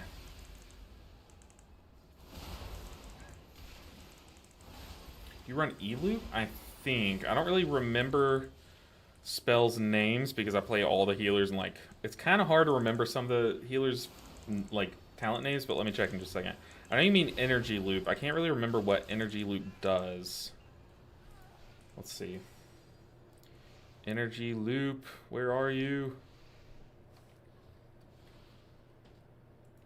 Loop. Oh, that's Lop. Loop. Oh, I don't. I don't play energy loop. I did for a while, but I've legit never had mana issues up until like this key. You know what I mean? Jumpstarters in a boss is a wild request that ain't gonna work. We've had it work before. And like honestly, the only hard part is the healing. And like as long as everyone else stays alive, it's really efficient because you pop Lust and do it. It's obviously crazy to do. But yeah, we just need everyone to live. And of course, not everyone lived.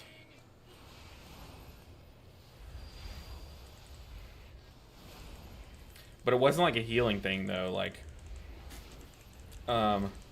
we healed through it. The hunter got hit by a line from the boss. That's kind of why he died. And then the warlock went to try to res him, which I thought you could soulstone from anywhere, right? And he died trying to res him.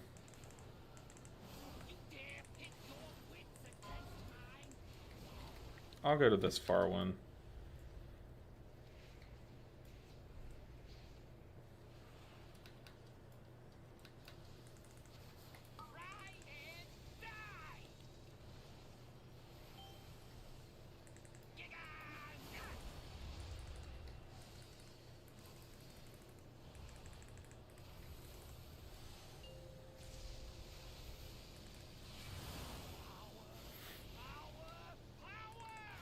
And I used to play Energy Loop, and I did like it. It just, I think the reason why I swapped off of it is because since I swapped to Chrono Warden, you just, like, you don't really get that many opportunities to use it, you know what I mean? Like, even, like, right now, it does kind of technically give you infinite mana, you know? So it would be nice. There's no complaints about infinite mana from me.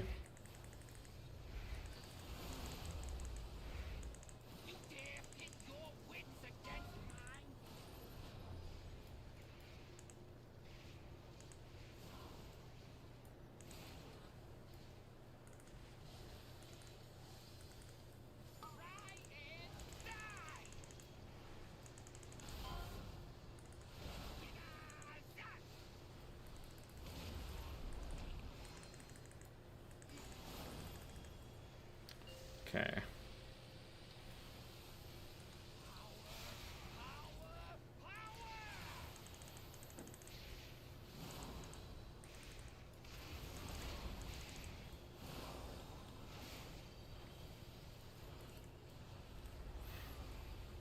Oh, don't want to be in that. Dang, I had to cancel my channel early. My understanding is it starts to become pretty necessary on high level keys. I'm sure, because I'm noticing that I do have to use a lot more mana. But then again, like, I'm healing people that are just not popping defensives, like, on these mechanics, dude. It's crazy.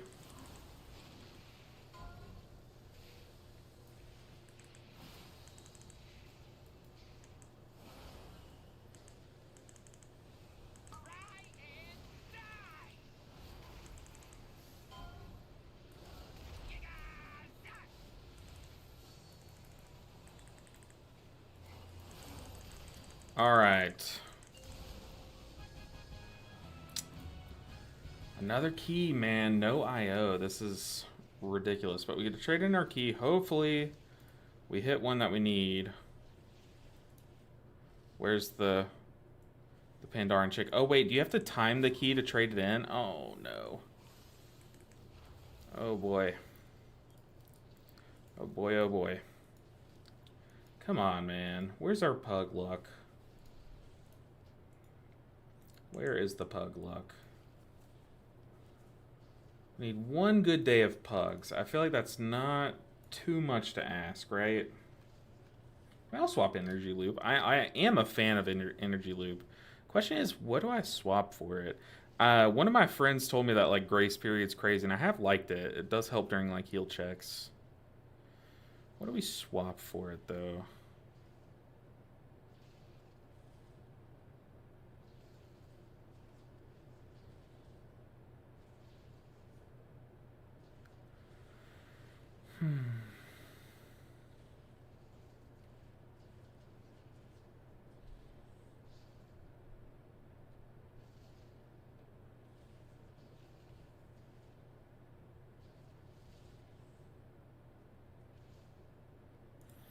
Screw it. Time of needs often drop, do you think? Time of need. Ooh, interesting. Dude, hey, Jumpstart Jacinda boss is a wild request. I'm not denying that. Time of need being dropped. I really like time of need.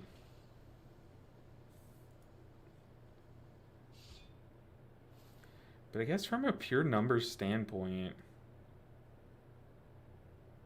where even is time of need?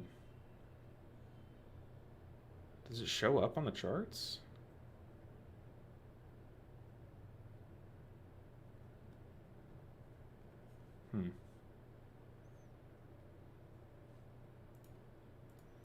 Alright. Just keep it going. Eventually we'll pick up some steam. Halls. Halls of Atonement's a fun dungeon.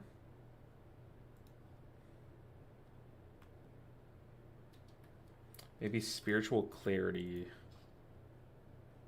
Spiritual Clarity. Where's that? Clarity. I like Spiritual Clarity. It's really low Spirit Bloom. Yeah, the thing is I was using yeah, no, trust me. Yeah. I know Spirit Bloom's supposed to be like up at the top 100%. It's nice. Let's see. It's a nice save to have for sure. Grace Period is just a lot of buff for your healing. Yeah, for sure.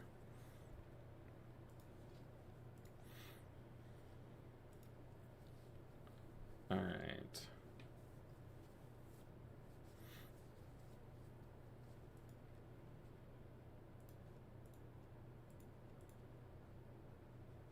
All right, we are fully sitting in queue.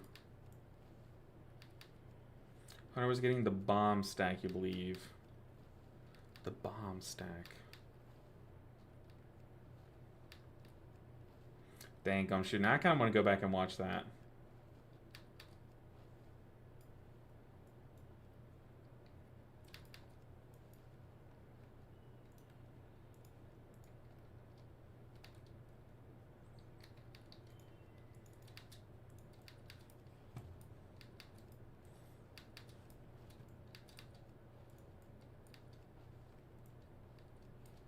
Do you know you can make Renewing Blaze into a full-on combo? I'm not fully sure what you mean. Do you just mean like with Lifebind? Is that what you're talking about? Like very similar to what you do with Communion? Because I know people do that a lot with, or they used to back in the day with Flame Shaper.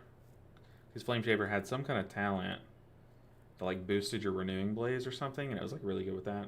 Anomaly, Verdant Embrace, Renewing Blaze, yeah. Mini lay on hands. I mean, it depends on how much damage you take, right? It's like you would need yourself to be under some heat. Really want to do a Halls of Atonement. Okay, screw it. We're just gonna blast our key. It's not gonna get us anything, but its odds are just better than what we're doing now. Right, because it matters how much damage you take. So, Flames last around you. Yeah, 100% of the damage you take is healed back over 8 seconds. So, it definitely depends on what you take. Especially if you're running the 4-second Renewing Blaze Hot Talent. Let's see. Is that not under the... Am I getting it mixed up? I thought that was in Flame Shaper. So, let's see. Renewing Blaze. Oh, not Blazer. Renewing Blaze... Cooldowns reduced. Renewing Blaze restores you more quickly, causing damage you take to be healed back over 4 seconds instead. Oh, okay, see, I'm not running that one. Ooh, okay, we get a 3-stack of DPS. I am down. People want their 12 Gambits, dude. 12 Gambit is quick. Yes, we finished the Pally. The only healers that we have left are the 2 Pre-Specs and the Evoker. We're going to hopefully just, like, 2-chest this Gambit and kind of get a reset. I feel like that is kind of what we need here. I do not want to prop Pally, though.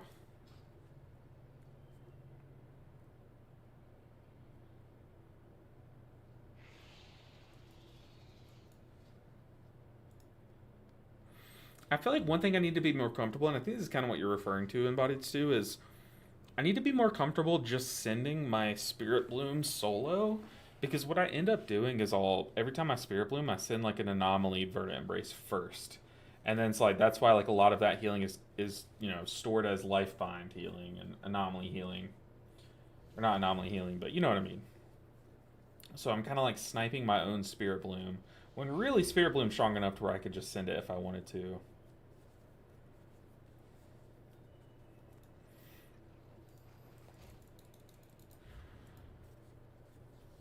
Especially with this build, right?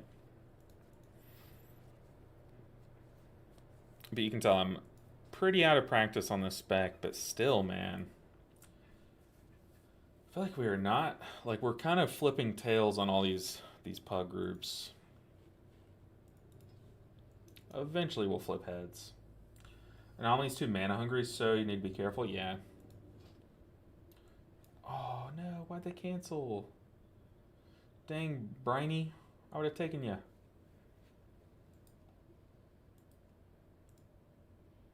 This guy want to tank it? You ever watch Crive? I don't. Whole different game at like the plus 20? Yeah, I don't. I'm sure it's crazy, man.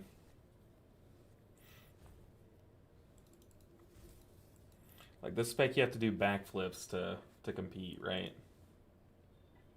Anomaly, Verdant Embrace, and a Dream Breath is GD combo, and you'd want Tip the Scale Spirit Bloom, yeah. On its own is great. I think what I do is I still do Anomaly, Verdant Embrace, Spirit Bloom, and that's not good. I need to get more in the habit of sending Dream Breath as that spender. Because Spirit Bloom literally is strong enough to be its own thing. Okay, I guess we'll get a prop out, and let's just blast this. Let's get in, get out.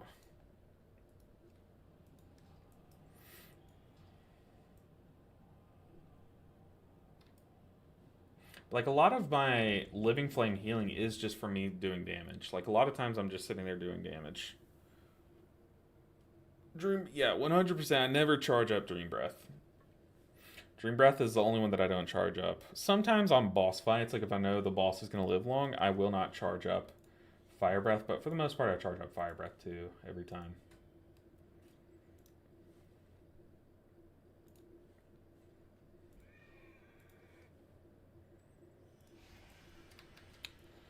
All right, we got this. We got this. Let's get some IO from this. If we do it quick enough, okay, we redeemed the hydrate. I got my actual water here.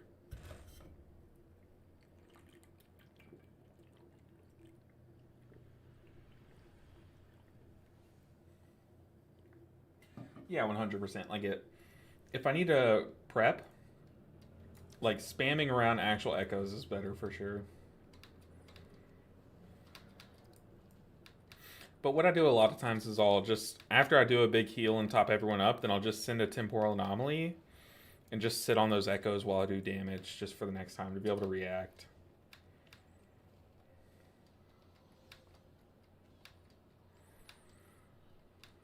Get that IO. But the thing is, I've already done a 12 on this dungeon. At least I haven't done a 13, but I've done a 12. If we time it quick enough, then we'll be able to, we'll get a 14 that we can hopefully get one of these keys on. I swear if we get a 14 Priory, I will cry. You're going to start the highest HPS healer soon. Ooh, who is that? The highest HPS healer. So many different comments can be done? Yeah, 100%. This spec definitely is interesting, for sure. You talking about Holy Priest? Is Holy Priest your highest HPS healer? Look, if we just keep bashing our head against the Evoker wall, we might be forced to hop over to the Priest. The Priest is definitely, I would say it's a lot easier to blast on. Like I could literally play Oracle Disc Priest keys in my sleep. I think it's that easy. Still don't have a ton of haste on my Priest, so like the Void Weaver does kind of fall behind a bit.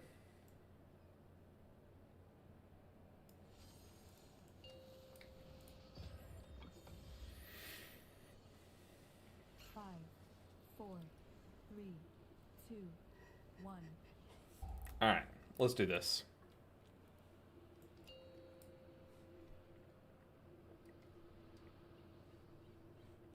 Maybe I need to bring the music back. I need to be listening to music because I was, dude, on the Druid and the Paladin pool. While I was listening to music and playing, I was cranking like it was insane.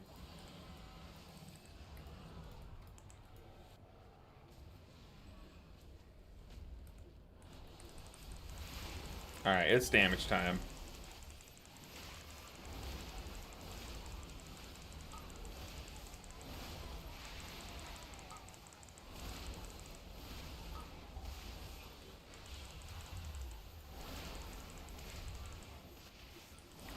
Easy 5 million DPS. Love to see it.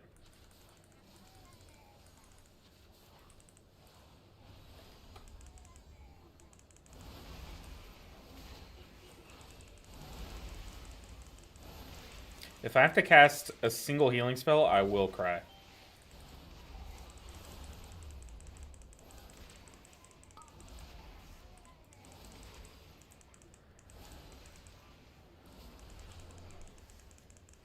Next pull, I have to hit the scales again. Crime has this thing he does occasionally where he stasis. He puts Echo, Verdant Embrace, Spirit Bloom after echoing the one other DPS. And release gets instant full Lifebind Spirit Bloom after one echo. Real fast setup. I'm not really following, to be honest. But that's the beauty of Evoker.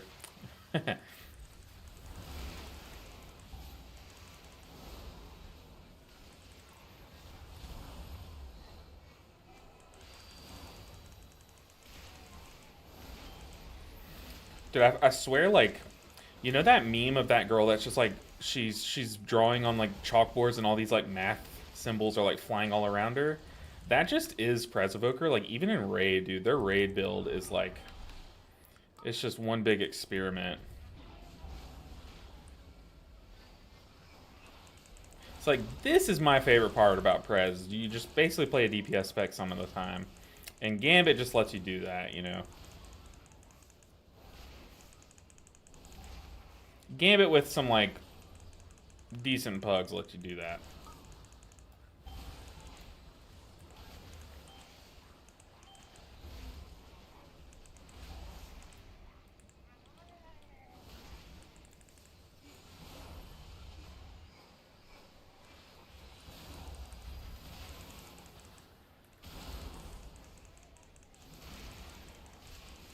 Some of the combos I had to think about for a while to get them. I'll have to read that, like, later. You know what I mean? That's the empowered echoes in order to Spirit Bloom hit super hard.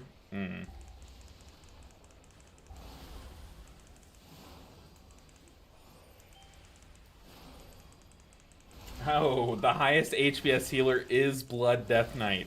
You're so right. You know what would be funny is like as a one tier, if instead of doing Discipline Priest, I did Blood Death Knight as the 7th healer, that would be hilarious. Like, that would be so good.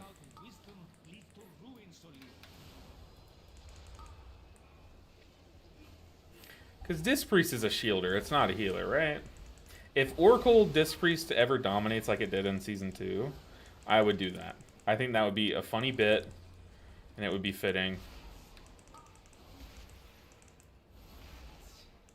See how your wisdom fares against the might of the Titans.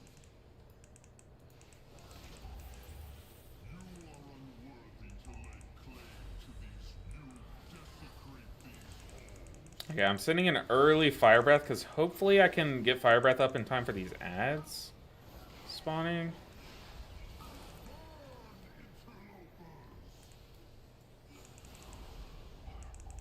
I'm saving Tip the Skills for the ads. Although a lot of the damage might be wasted into the phase where we solve the puzzle, you know?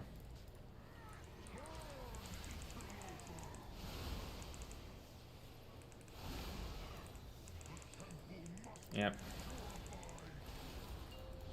I'll click. You go do your thing, Paladin. I'm gonna stretch, man. Ugh. Oh, goodness. Good stretch. Good soup. Good soup.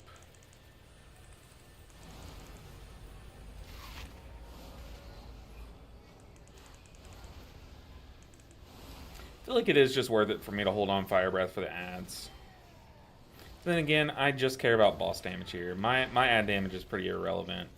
Like, sure, it looks nice on the meters, but it actually means nothing.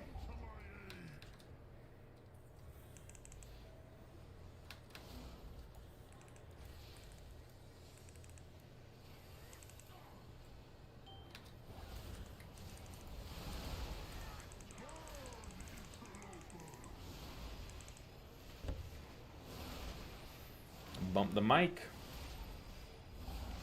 Yeah, Gambit as Presovoker is one of the most fun things. Oh, we had a frontal hit. We had a frontal hit.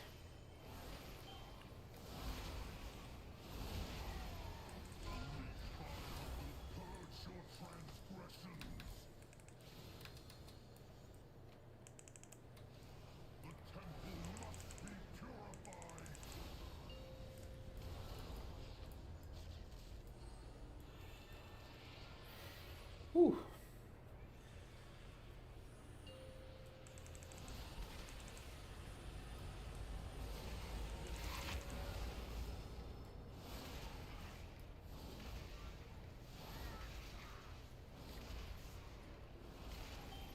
I wonder what I haven't really paid attention to like MDI or anything, but I know they're doing like trials right now, right?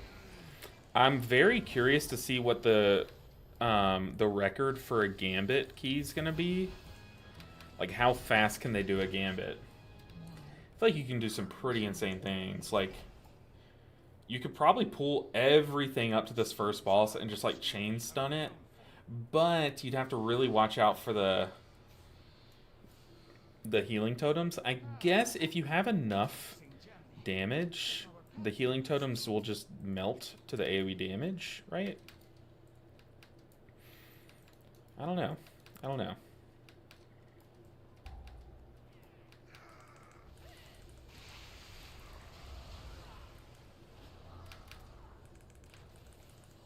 Oh, you have a talent for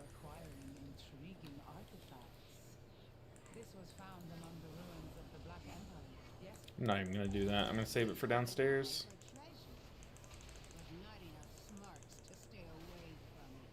Apologies, Captain. Please direct your grievances towards my associates. You lot meddled with the wrong buccaneer. Our captain is a dragon.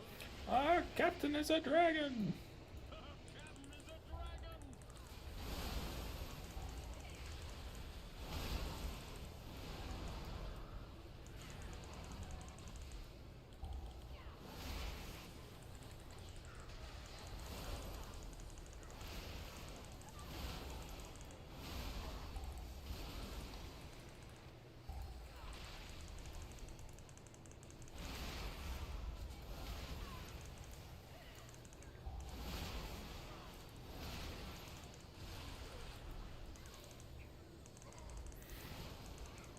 Yeah, Gambit is just—it's a chill dungeon, man. It really is. I guess up until this boss.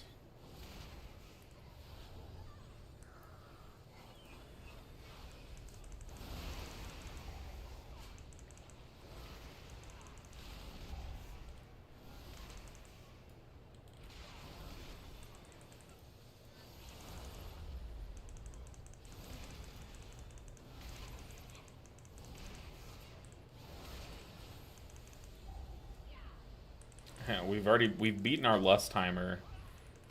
We don't have lust for a minute.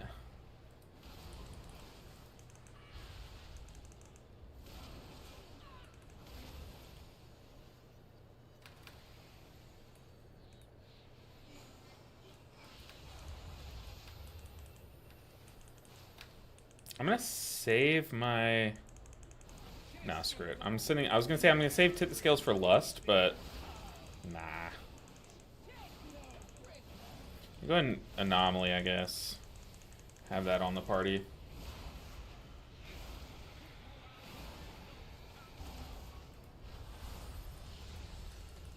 Oof.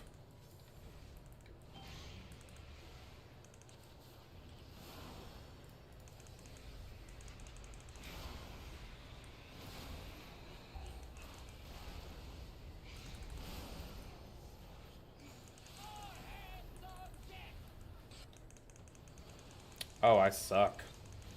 I suck. I baited far. Yikes.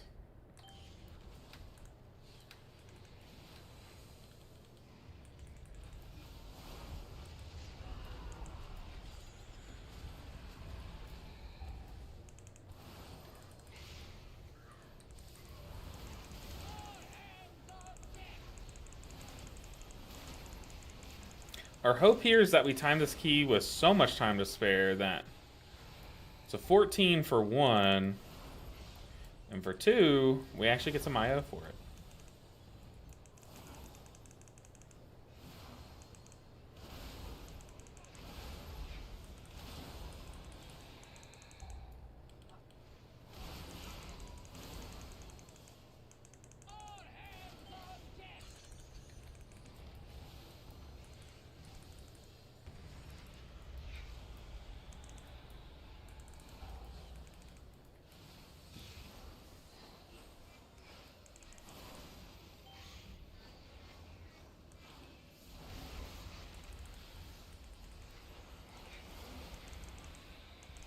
He's out of my range.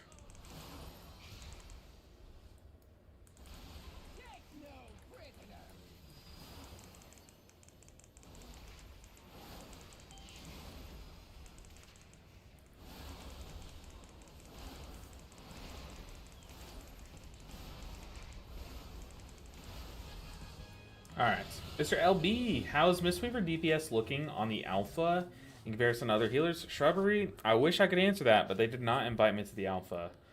They sent a lot of invites to a lot of the bigger creators, and then a couple of invites to the smaller creators, but this is, if we can sign a petition, a change.org petition to allow more small creators on the alpha, I would love that. I would absolutely be tirelessly testing a lot of things, including Mistweaver, all day and night. I mean, you know, I don't really think it's a like rude. They could literally have just never heard of me. You know what I mean? That's definitely a possible outcome, a highly likely outcome, by the way. But I know some like other similarly sized creators are also pretty bummed that they didn't get invited either. That I've spoken with recently.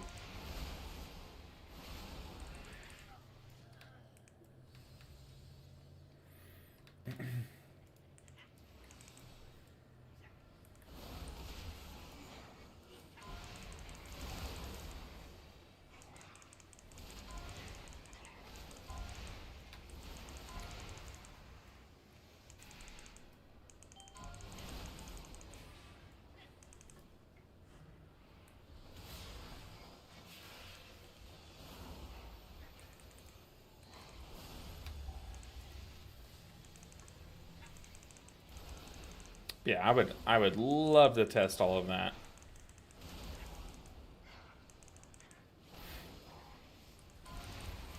But I like to give the benefit of the doubt. I really do think it's something like that. Like there's a very high likelihood that they just don't know who I am. And like I've never seen any of my content, you know.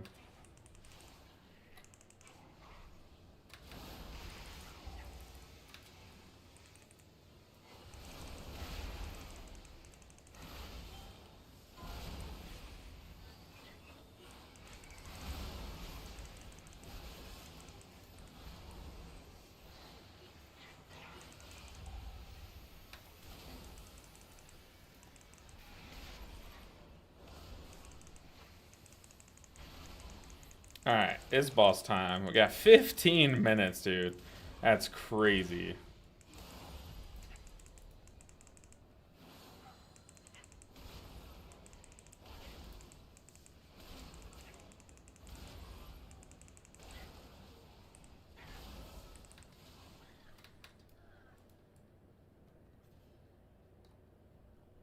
Uh, Priest, can you... Oh. Slash B, Priest, you do soaks. Peace. Okay, so we were 1% short, so it looks like we're going back to kill this guy. I'm asking if the priest can do soaks just because it is like really annoying to do soaks as the evoker. Damage isn't important. Prez is goated, yeah. Dude, Prez damage is insane.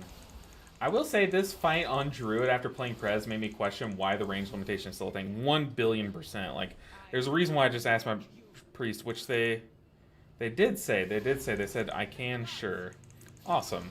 Yeah, this mechanic, you literally just jump around constantly, and it's just a nuisance on the Prez.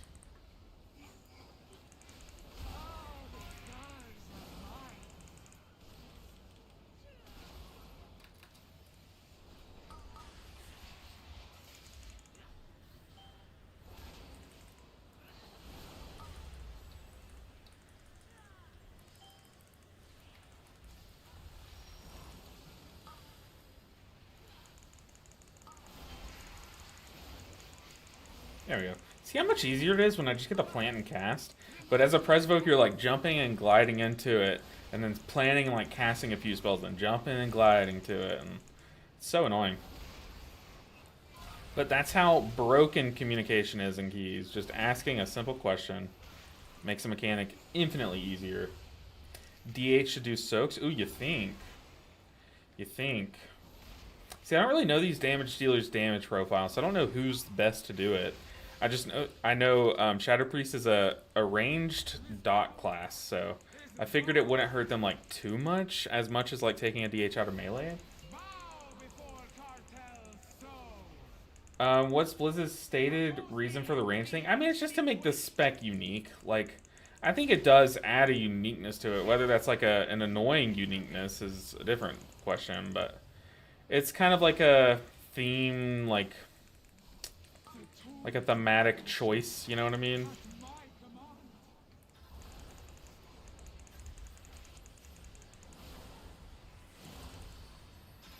Like, it does kind of fit, like, the dragon. Like, you can only reach as far as your breath will go, you know? But it's like, why make the breath not go farther, you know? The power of the first ones.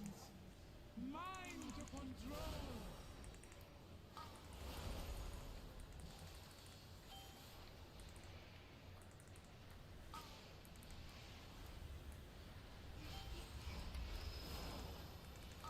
The tools of creation.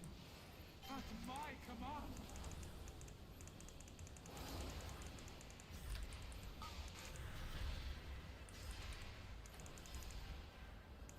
Bow before cartels sow. You are nothing. How dare you hinder me?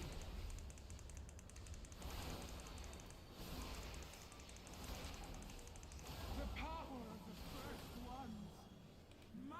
I mean, it's also like a theme choice to make them like super mobile. Like they're jumping all over the place, like to heal everyone. Which, you know, love it or hate it, it's cool, I guess. But it's kind of annoying having to fly all over. I can feel them, all the tools of creation. At my command. Interesting. So the priest is waiting till after the sparks do all of them, unless we're planning on not. We got hit by a fracture. I have to Zephyr rewind? Oh, yeah. Bow before cartels sow.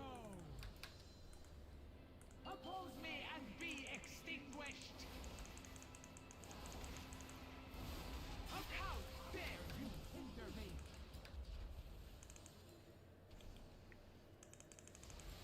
We didn't even get a third lust here. We killed this dungeon so quick. It's kind of crazy. At my command. My Dang, 0 IO. Dang, we've gone for 2 hours and not gotten a single IO point. Killing me. Killing me, but what key do I have? I have a 14 Dawnbreaker, which, hey, unfortunately, Dawnbreaker is one of the few... Why do my keys keep bouncing between these few? It's kind of annoying. Kind of annoying. Idea, make us unique by giving us 100-yard range. Okay. Now we cook. Now we cook. But yeah, I think flavor plays a big part into it, for sure. Alright, now we have 14 Dawnbreaker. Goodness gracious. Will this be the key that finally starts our momentum?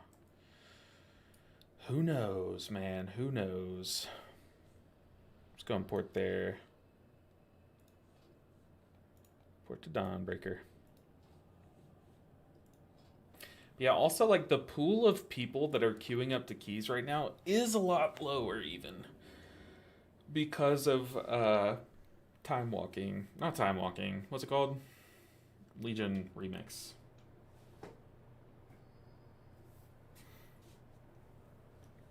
But it used to be a lot worse, Graham. I don't know if you played back in season, like, 1 of Dragonflight, but it was awful. It was so bad.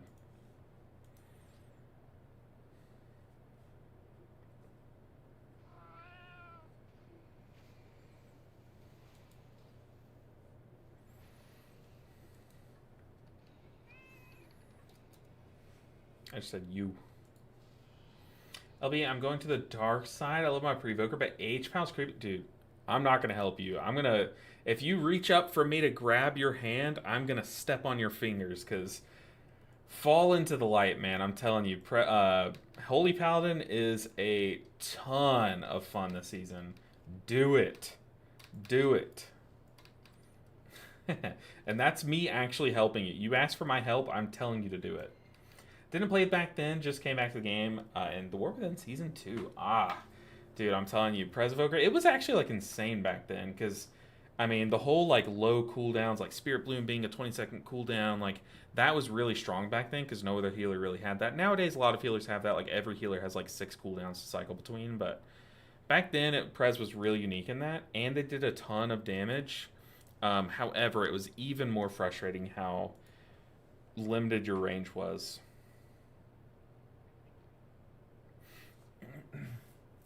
This is not a safe space. Nah, I would, it's for your own good. It's definitely for your own good.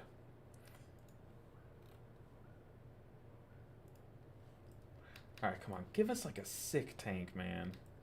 Like, I want like an insane tank. That's not a prop paladin, ideally.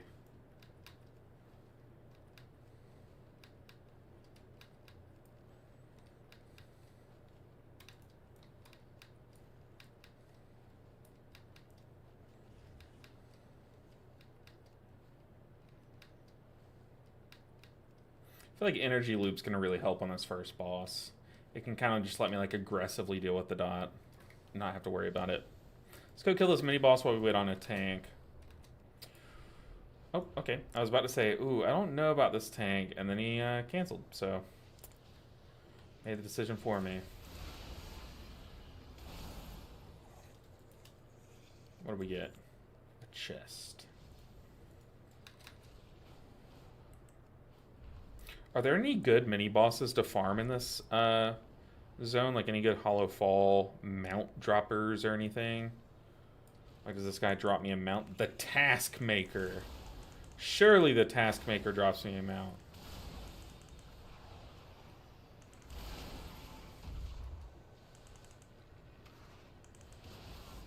Come on, Taskmaker.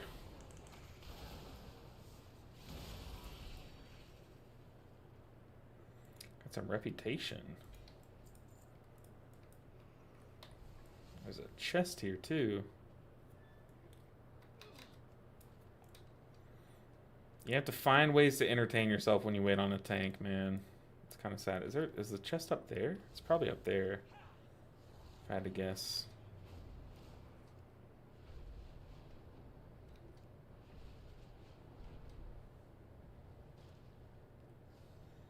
Where's this chest, man? We fly over it? It's right here. Surely.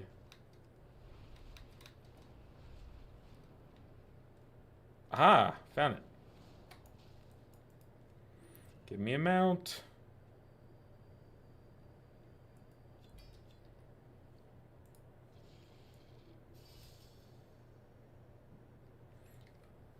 Interesting. Which tank do you like healing the best on Prez? Ooh, on Prez, definitely Brewmaster. It's specifically Prez as Brewmaster, though. I kind of hate healing Brewmasters on every other healer, except for, like, maybe Resto Druid. But, yeah, Prez and Brewmaster are like a match made in heaven. I love double staggering my tank. It's so sick. However, in general, I really like healing Prot Warriors. I feel like their health bar just moves super steady, because they have so many like different unique cooldowns to cycle between, and it makes them like always have a really good tool for the moment, you know? I think Guardian Druids get one shot outside of their cooldowns, we're finding, and Prop Paladins get one shot left and right, man. Vengeance Demon Hunter's health bars just move too much, so yeah, I definitely think what did I say? Prop Warrior's my overall answer, but for specifically the spec, I definitely think Brewmasters deserves a shout.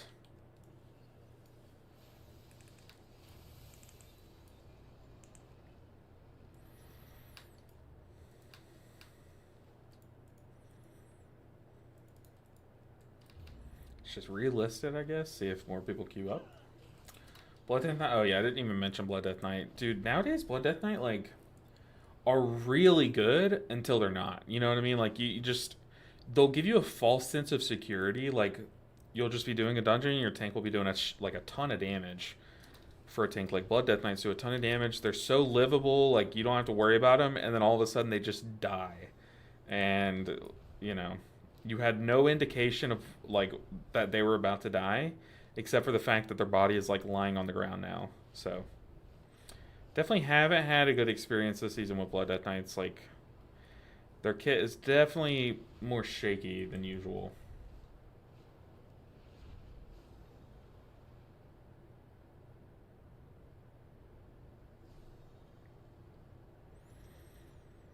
Oh, dude, this is such a cool area. I know this is where you fight the final boss, but such a cool area.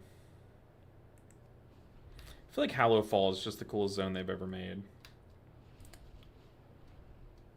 A great overall view is to watch our runic power. I mean, it's fine. It gives you a good indicator, but like, still, like their cooldowns the moment like their runic weapon falls off too, or their rune weapon falls off, like they instantly become way more susceptible, like in an instant on some pools. But the same can be said for prot warriors and their oh, speak of the devil. Prot warriors and their little like melee hit reflecting thing. Shield block, I want to say. All of the prot warrior spells sound the same. They got shield block, shield wall, shield bash, shield other bunch of other ones. Big shield. Brew and Blood Death Knight are worse at big pools. Elusive Brawler is not made for Mythic Plus, yeah. Well, the thing is, like, Brewmaster loves to do big pools, though, because their damage goes crazy on big pools, but they just aren't, like, as well equipped to handle them. The chest appears to be locked. Perhaps there's a clue nearby as to how to unlock it. Do y'all see any clues? This looks suspicious. There's a clue nearby how to unlock it.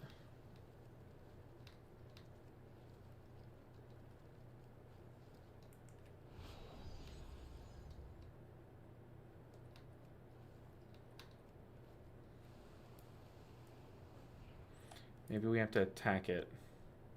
Maybe there's like something that every class can do.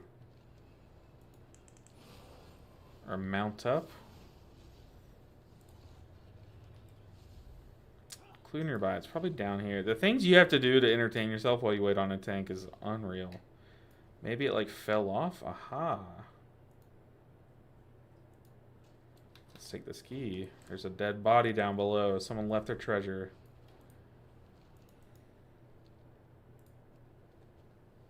I'm so smart. A jar of pickles? I don't want it. The heck? Jar of pickles. Turns a companion pet green? Interesting. No, they have runic power equals, okay. No runic power equals press oh damn buttons.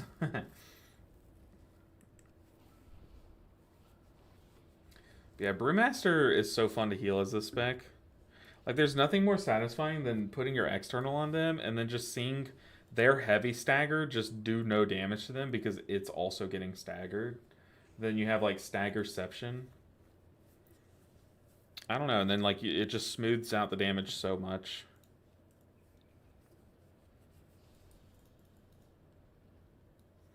Alright. I'm just gonna take this guy, but I already regret taking a prop paladin. If he gets one shot once in this key, I'm gonna scry. Scry? I was trying to say cry and scream at the same time. I was about to say I would cream. Cry and scream, but then I said scry, which was the other way to combine those words. I'm glad I said scry. But I also did tell you that I told you the other word, which is much worse. Ayo? Hey, yo, what's up, MRT? Good to see you. Bad time to come in, though.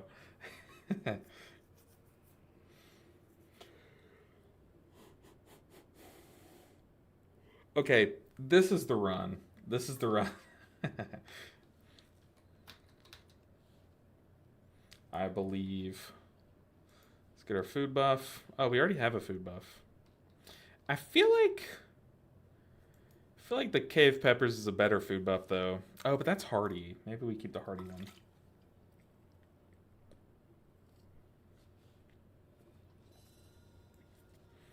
But the cave peppers give us stamina, too. Forcing myself to get some keys done before losing my day to remix. Definitely going to be playing some remix tonight, and I really we're so close to the finish line of this challenge. We're just hitting a brick wall. I really want to finish this challenge as soon as possible so that I get to enjoy remix in a timely manner, you know?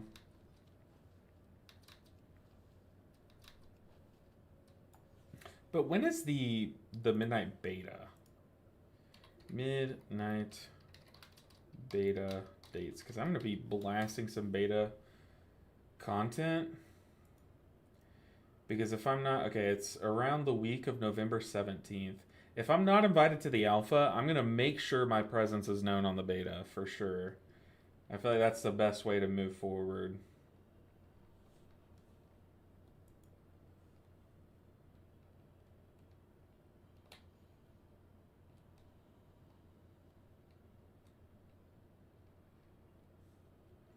Wait, so it's saying midnight is going to be dropped around like June 30th? I thought it was going to be February. What the heck? Still have half a year until midnight? That's crazy. Beta that soon? I mean, honestly, it's better for me because I'm not in the alpha. So ready check. Let's absolutely destroy this. Make sure you're using defensive pets. I think that means that I'm going to be the luster. And that's what he's kind of getting at here. 5, Okay, if I go completely silent mid-dungeon here, it's because I'm giga focused. We have to time this key. That'd be so massive. 5, 4, 3, 2. Yeah, we need a soon beta so that I can join in the content race. Oh, that curse blade.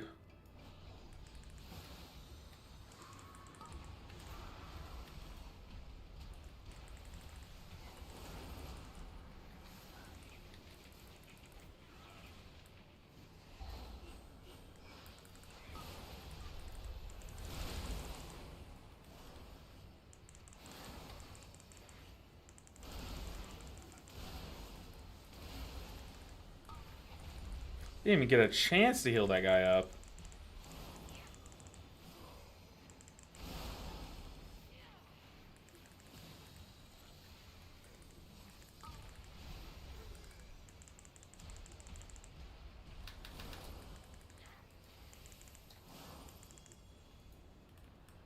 This paladin, what on earth is he dying to?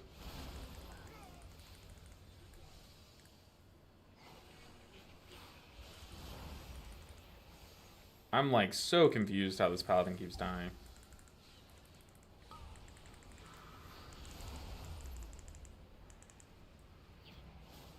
What is killing this paladin?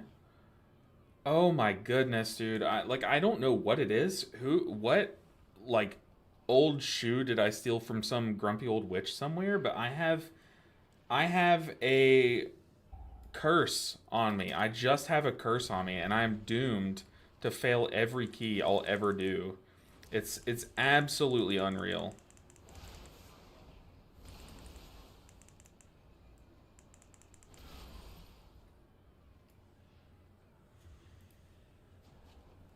I mean, it's like hair pulling. Ah. Oh my goodness.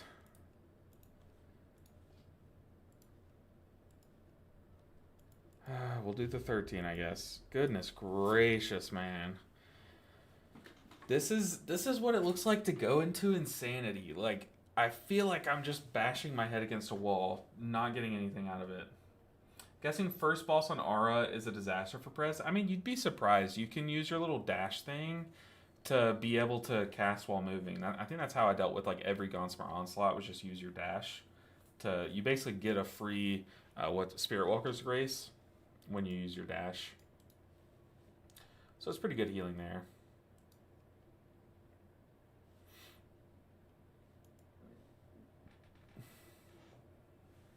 On or before June 30th is just their legal. Oh, okay, no later than day. Oh, okay, whew, goodness, because I was thinking February is like when it's gonna come.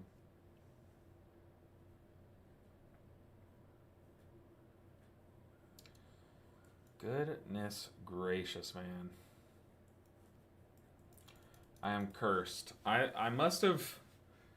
I don't even know. I don't even know what I did, but I think I stole some kind of like ancient trinket from some family of witches, and until I return it, I just will never time a key.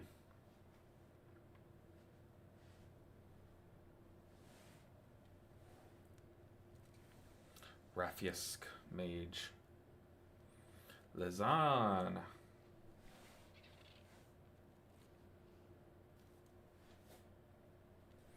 Give me a tank. Give me a gamer tank. Like, that tank was kind of going crazy on the damage. Take a shaman. Haven't had a shaman in a while. An Ellie Sham too.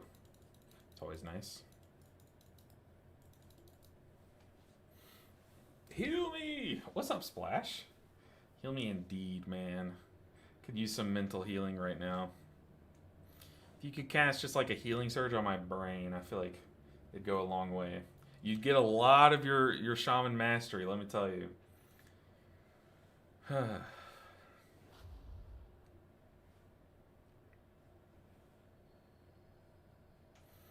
Alright, give me the juiciest prot warrior that wants to do multiple keys in a row. I swear, like, everyone and their mom is playing Legion Remix. Which I knew, like, you know, it was risky not streaming Legion Remix today, because it's kind of obvious that, like, most people are going to want to watch Legion Remix, but I felt like a lot of people are going to be playing it, and they might not want to also watch it, so just getting, like, a variety of content would be good. Like, you can have Remix up on your main monitor playing it, and then, you know, normal WoW up on your other monitor. But also, we have a challenge that we're still in the middle of. Tanks. Dude, this is so cursed. We've been going for 2.5 hours. Not a single IO point.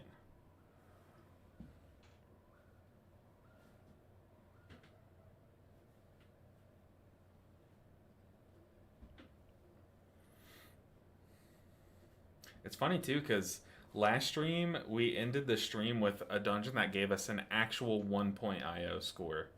Like, we only got 1 point from it. Which I didn't even know how that could be possible, but we found a way.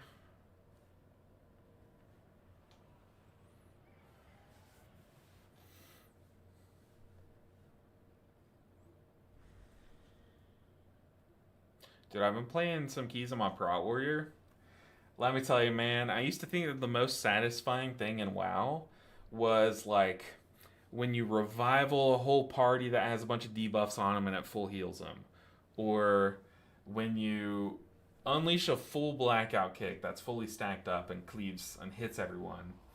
You know, I used to think that those were the most satisfying things, but Prot Warrior, when you spell reflect a Wicked Bolt and it does 15 million damage, oh my goodness. It's the best thing ever. Dude, hey, if Reef Nerd wants to come tank, he is more than welcome to. At this point, it's so much more about just finishing the series. Dude, Reef Nerd cranks it, for sure. Started to experience Resto Druid. Alt for my Disc Priest. Is that your build talents on YouTube video you still have good? Yes, except I traded out the Treants talent, the one that you summon the little Treant guys, for something. I just got rid of those because I hated pressing that button. And it made it feel so much smoother. There's a Prot Warrior. Easy snipe on the Prot Warrior. Played with him on EU while he was on NA, by the way. What? How does that work? How could y'all do that? Dude, I would love to get Reef Nerd in here. We did a key with Reef Nerd the other day. I saw there's no 2 Rejuve, for example. I was playing 2 Rejuve. Someone wanted me to try out something else. I forget what build we ended up on, but I was kind of like trying a bunch of different things. But I did like double Rejuve, and I did like it with Abundance. I feel like that combo is still pretty solid. Because you just like crit the mess out of your regrowths. But I forget what we dropped for the Treants. But really, it was more to just get rid of the Treants. During season 2, they messed up the queues, and he came on his priest, and then his druid. Interesting.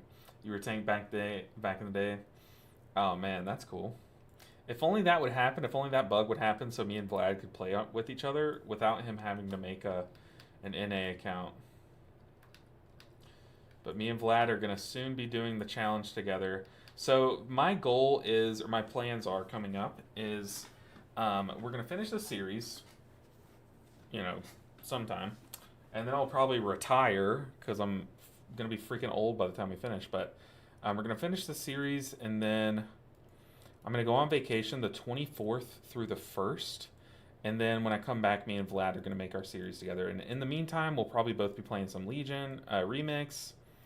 I'll hopefully get some videos cranked out. I need some good video ideas for when I'm out of town, because I have to pre-prep a bunch of videos whenever I go out of the country and have them posting while I'm gone, just to keep consistency up.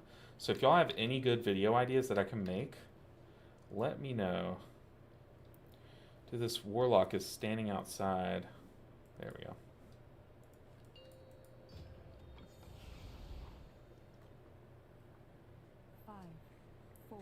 Yeah, I've never heard of that happening before, Stu. Like, you know, you hear some weird bugs, but I've never even heard that one. I feel like it's a pretty simple bug. I'm surprised I haven't heard of that happening.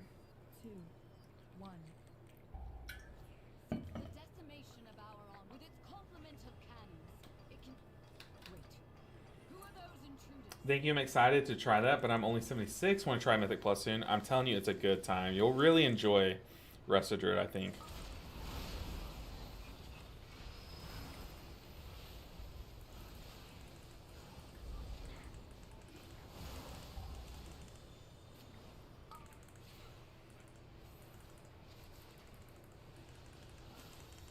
Ah.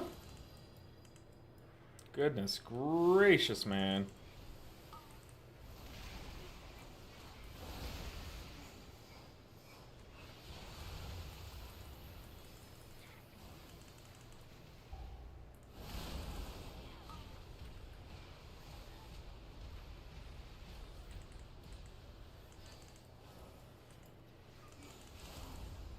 Okay.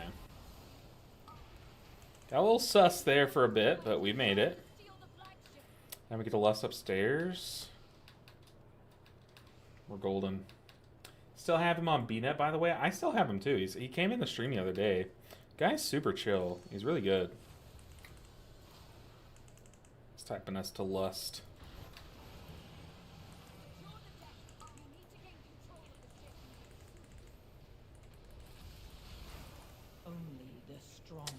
Ah, I hate this dungeon, man. You just get like random casts on you from like other ads.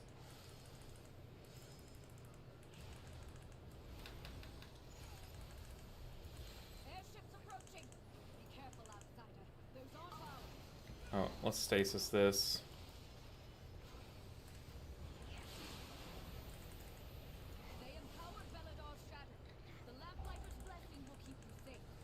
This dungeon, so I feel like this dungeon pool is like, you know those games that were designed to troll you? Like, you know, it looks like you're safe, but then your character jumps, and then like a wall appears and you bonk your head and you die. You know what I mean? Like those like troll games. I feel like this dungeon pool was a bunch of those. There's just like so much random crap that just bugs and annoys you. Need to learn Ardruid and try it out. I've been putting it away so much because cat weaving and switching forms in general. It definitely is annoying. Hey, what's up, Hunter? Honestly, today's been kind of a dud so far, but you know what? We have time to bounce back. This guy is pretty annoyingly, like, typing directives and stuff, so hopefully he calms down, but we have been streaming for 2.5 hours and don't have a single new point of IO, just to kind of, like, put it into perspective.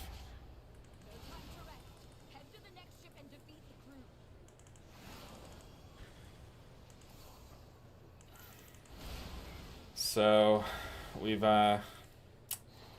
not doing the best today, but that's okay, that's okay. Rome was not built in a day. My sanity was not destroyed in just one day.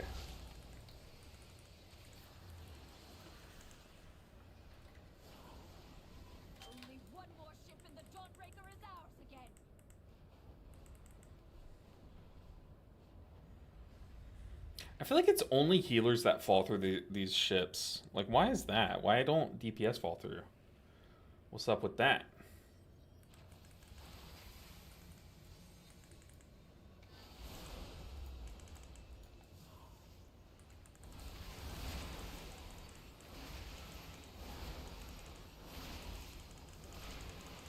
I have not tried Legion remakes. I really like want to for sure, but I really just want to finish the series first. Like I feel like that's just so important. Is just it's been a months long series and we're just like hitting a brick wall.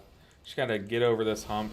And you know what? I probably could just load up my Disc Priest and like get some IO on that, but we're committed to this Evoker. We gotta get this thing out of the way, man.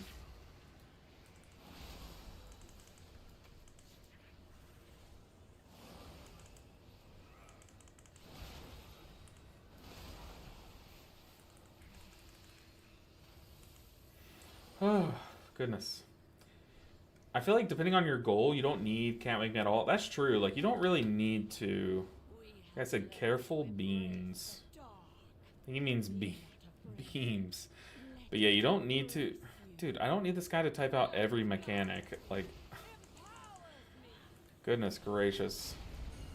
Although, here I am backseating the bait.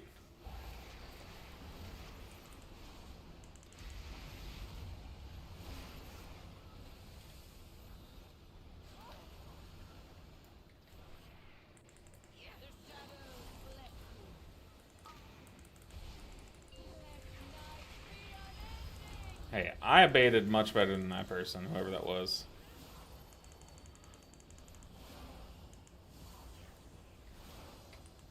Do some disintegrates in the downtime, get some echoes out.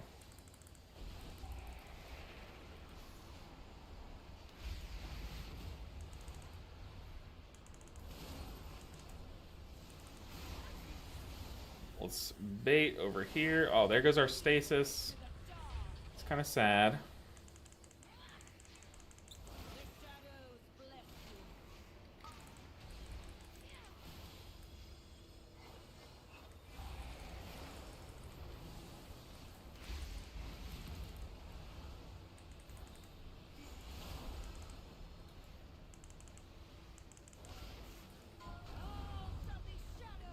Okay. First little phase out of the way. Deep breaths. Wild in a 13, the fact he feels he needs to type it out probably means he's seen some stuff. I know, for sure.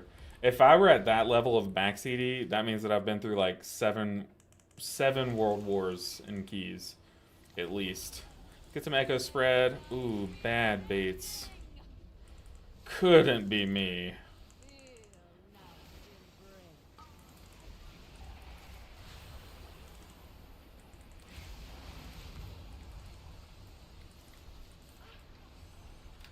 Ah! Not even scared.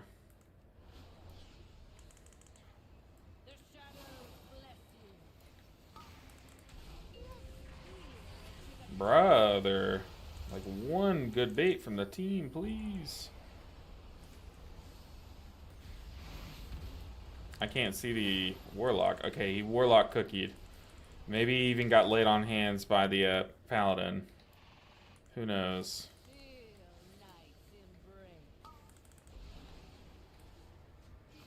I'm like so spaced out for my party here. The rewind.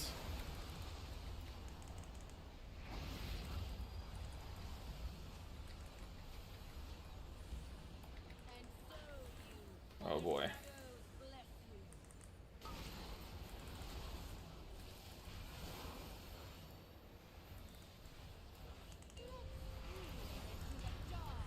Dude, I'm making some pretty cool Evoker plays, though. It's a shame that the rest of the people were kind of not doing any mechanics, though. Galaxy Brain just trying to bait on the other side. Exactly, man. Might have looked like I was running scared and might have let out a little girly yelp of a scream. But no, man, I was just doing the most gamer mechanics you've ever seen. Clearly, right? Could go disco disco. That's true. It's true. I do have the disc in pretty good state, though.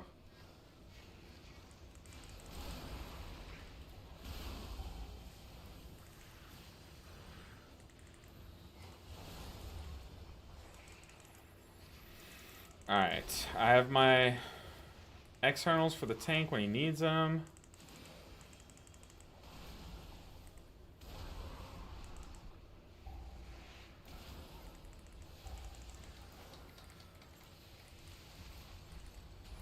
What on earth? Survival wasn't necessary.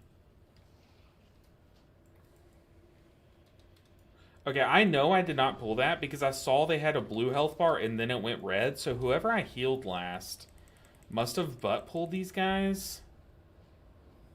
And I just get aggro from it. Oh, this is so cursed. Just wipe.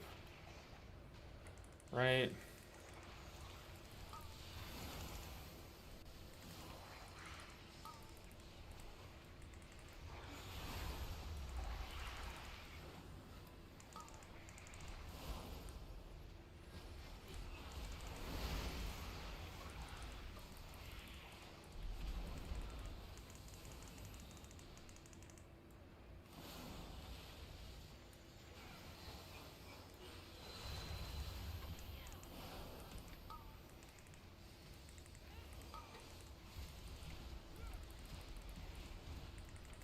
Okay, maybe don't just wipe. Hold on. See, this guy's typing to interrupt. Like, what are you on about, man?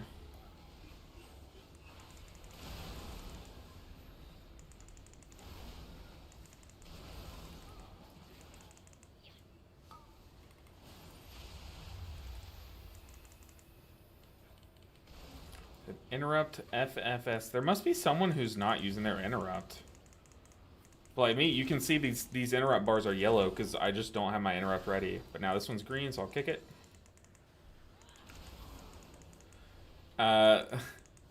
So the warlock said interrupt for F's sake, and the tank was like, dude, you're literally the lowest. Yeah, for real. Our kicks are a long time, dude. Calm down. Kicks are not what got people killed there, I'm pretty sure.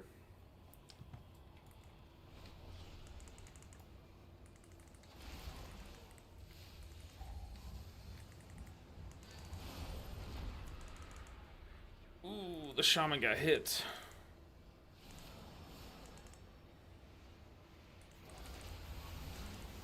Just gonna cleave off the warlock here. Shoot some chrono flames at the mini boss. It's probably really bad.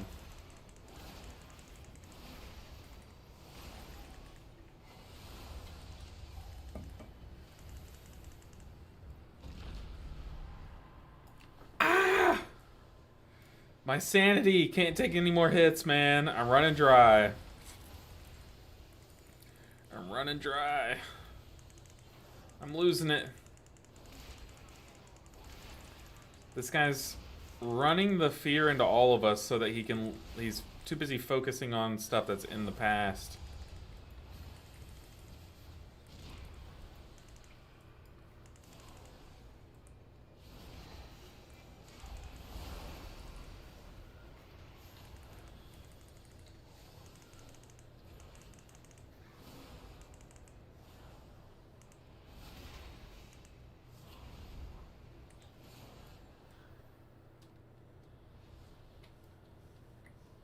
Alright, we just need people to stop responding to each other. It's not that deep.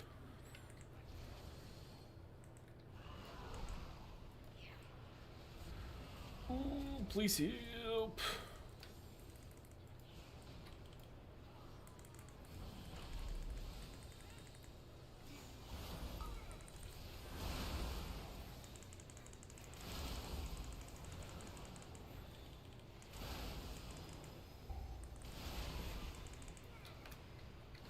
Oh my gosh.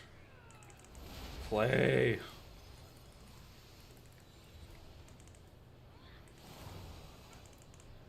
Said 1.5 second cast on an interrupt, lol, keep the excuses. Tank said, what excuse? I have by far the most interrupts. You're literally playing a prop where you have an AoE interrupt. What are you talking about? Calm down. Stop typing. Play the game. Golly, man. So a lot of people think, this is a pretty common misconception, but a lot of people think that in order to get better at WoW, you have to get better at playing WoW.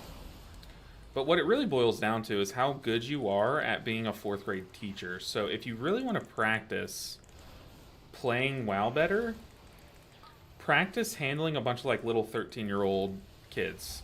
And then you'll become actually much better at Mythic Plus. It's a lot of people don't really, you know, think that that's the case, but that's actually how Mythic Plus works.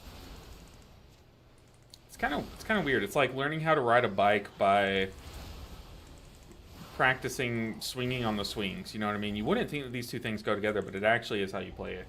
Children, children, chill. I know, right? It's crazy. Whoa. That hail I couldn't see, and it barely missed me. Alright, let's disintegrate, get some mana back.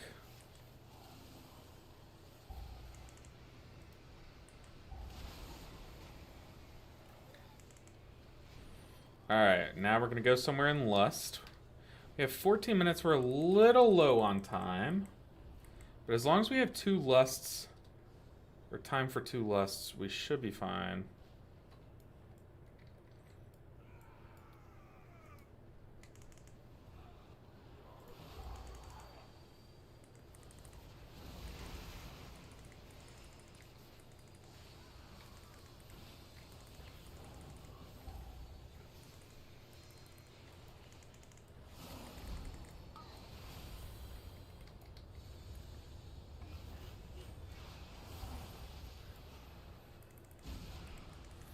Oh, this Warlock got hit by 2 stacks. We can save him with our external and a bunch of heals. Oh my goodness. Oh no, we did everything we could to keep him alive, and then he just died at the last second to the final tick. Oh, that's lovely.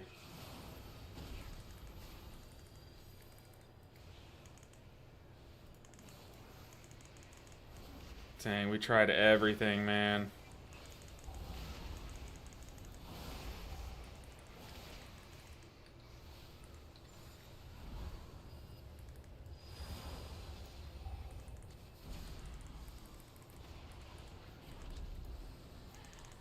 What on earth, man?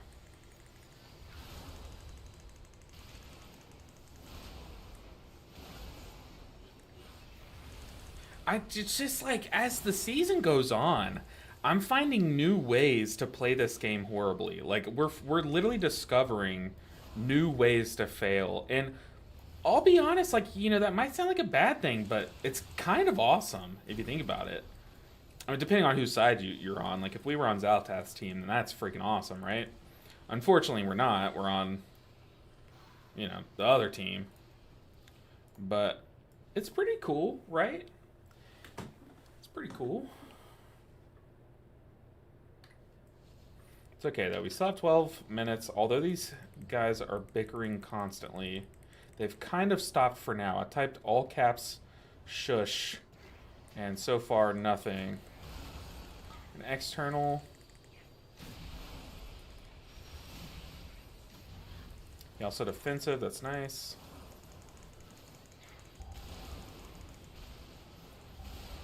Gonna pop my normal defensive, then I'm gonna wait a bit. And then now I'm gonna do my renewing blaze thing.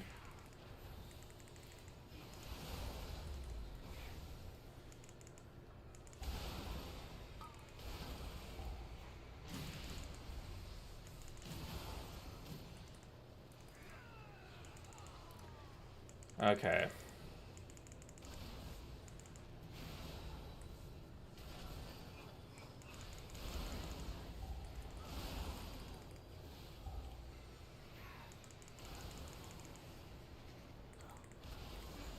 Gonna external the Warlock because he got it twice in a row. I feel like that's just unlucky.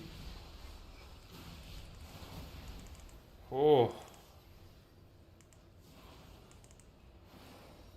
Oh my goodness. Poor guy.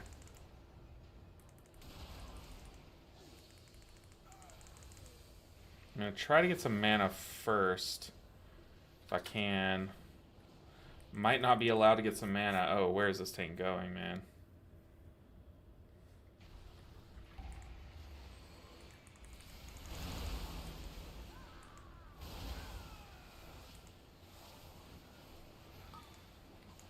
I I don't know where our shaman went. There he is.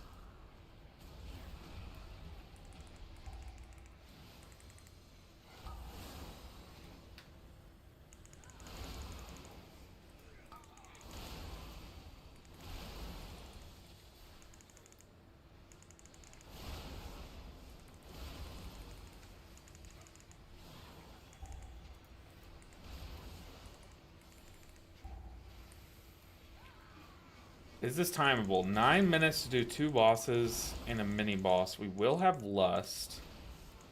It's definitely timeable, but we can't afford any deaths. This next boss. I'm gonna have to stasis the first one.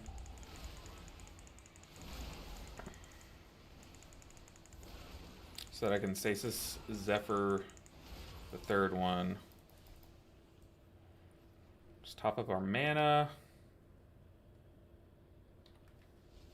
Okay, we have all the percent we need. I'm here, let's blast tank. Just no stupid orb shenanigans, please.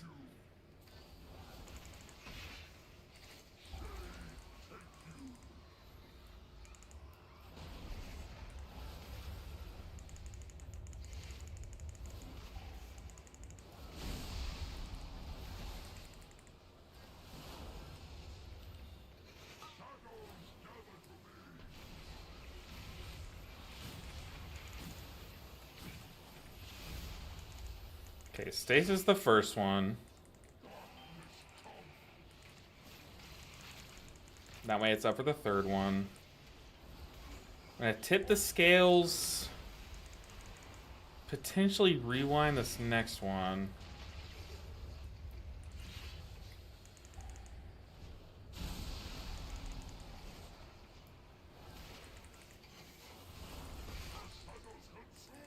Actually, you know what I can do? One of these. This way I'll get to Zephyr, rewind, stasis the next one.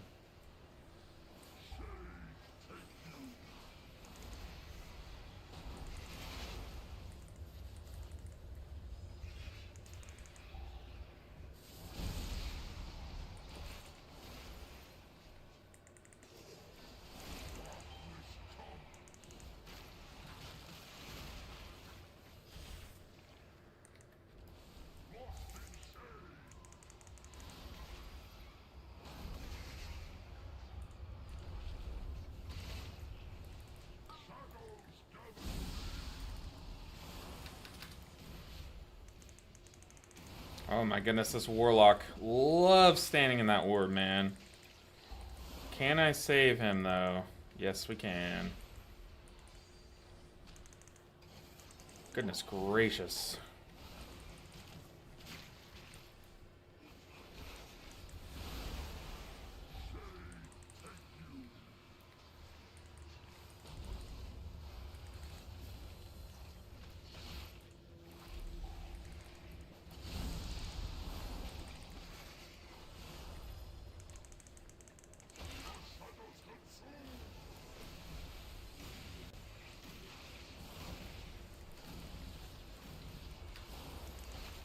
Okay.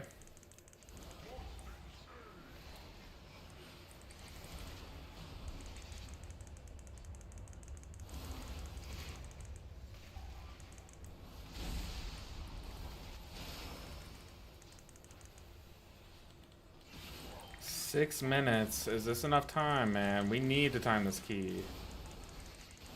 Gonna knock up.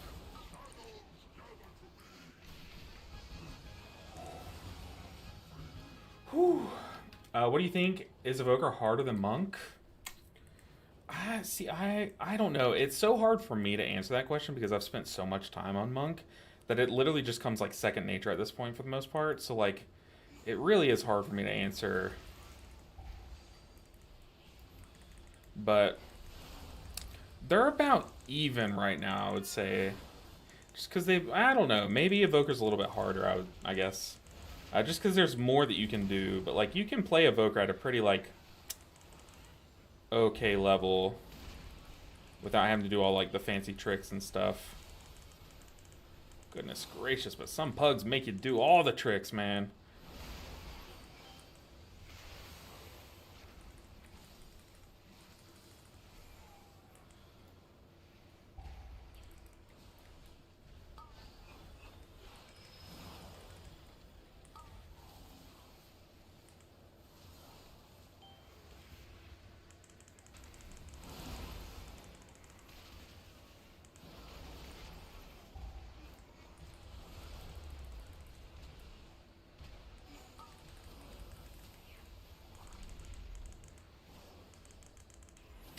4.5 minutes. Oh boy. Alright, come on, team. Come on, team. 4 minutes. We will have less downstairs.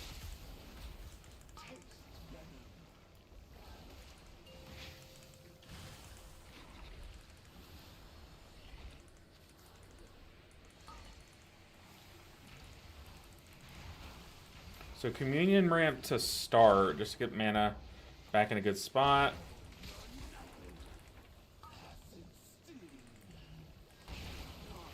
And external the warlock, because I feel like he's the one that will find a way to die. I believe.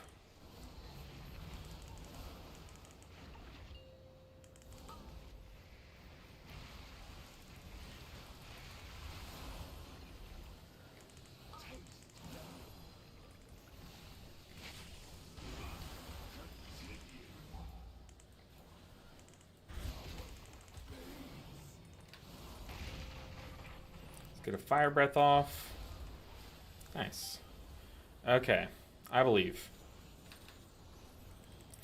We do have the far spawn, so I'm gonna fly through an orb here just to be safe. Get this one under the bridge. And we're just booking it.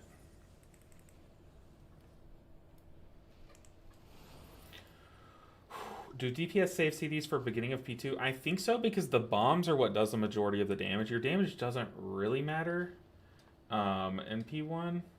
Yeah, I think Twitch had a little bug there, because it says Seribot is here, so I think Twitch might have, like, bugged a little bit, like tweaked just a tad. Which is a huge shame.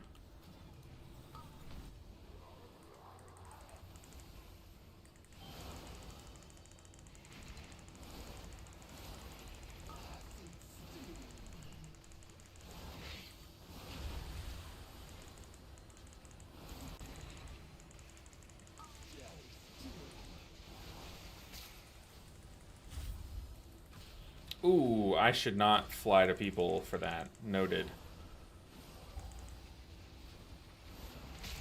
Dude, this guy in his backseating is crazy. He said lust on land. Like, yeah, we're gonna lust when we land. Come on now. Don't need you backseating.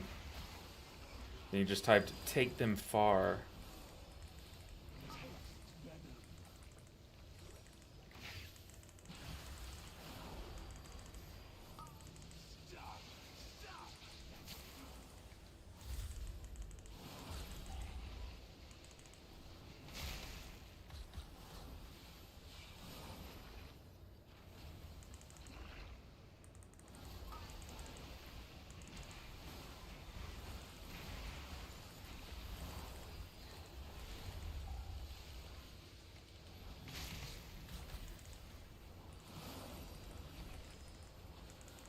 Okay, we have a minute to do 1%. Oh no, the backseater.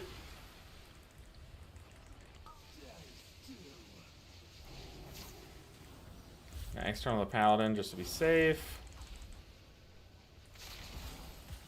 Spread some echoes.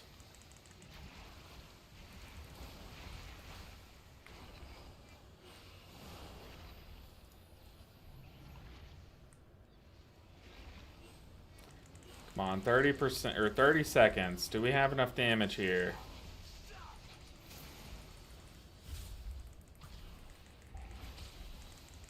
External the warlock.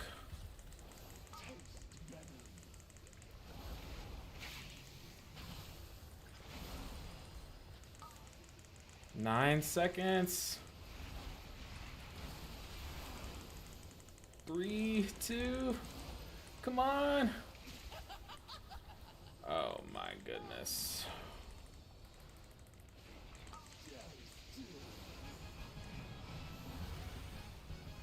Oh my goodness. We literally didn't time the key by just as long as it took them to sit there and type a message.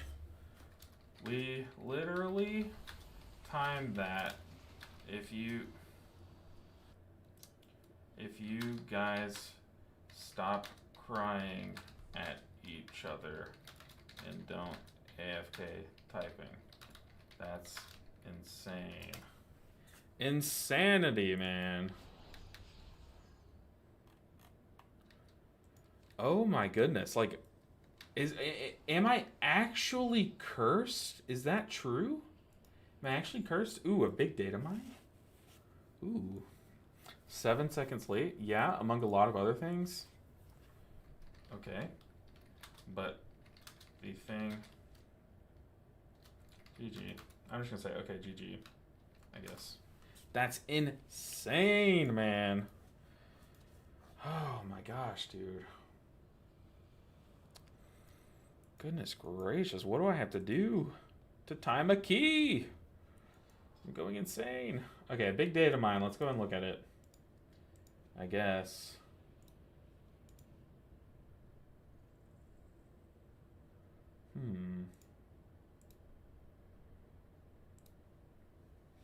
See if we can find it. First look at Datamine Midnight. Ooh, you talking about the tier sets? Datamine class tuning for phase 2. We're literally getting phase 2 alpha data mines. Okay, let's look at these healer data mines. Let's skip to monk first.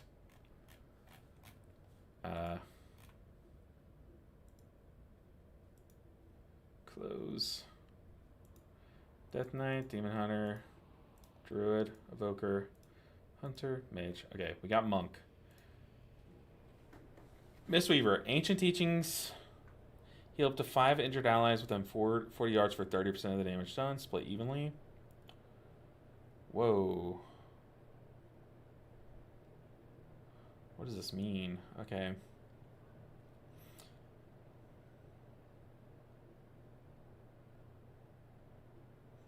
The hell does that mean? So buffing the core passive. Is this just them baking it in baseline? I'm guessing. What is that? Talents. Battle meditation. Mastery increased by 3%. Verse increase. So they removed this. They removed battle meditation. Okay. Chi Harmony, because no one was going to take the verse mastery one over the haste crit one anyways. Big Stomp is back. Oh! So big Jadefire Stomp. 4 times damage on Jadefire Stomp. Did they take Jadefire Stomp out though? Or are they just buffing the, like, legendary? They're adding Jadefire Stomp back in? I am so confused.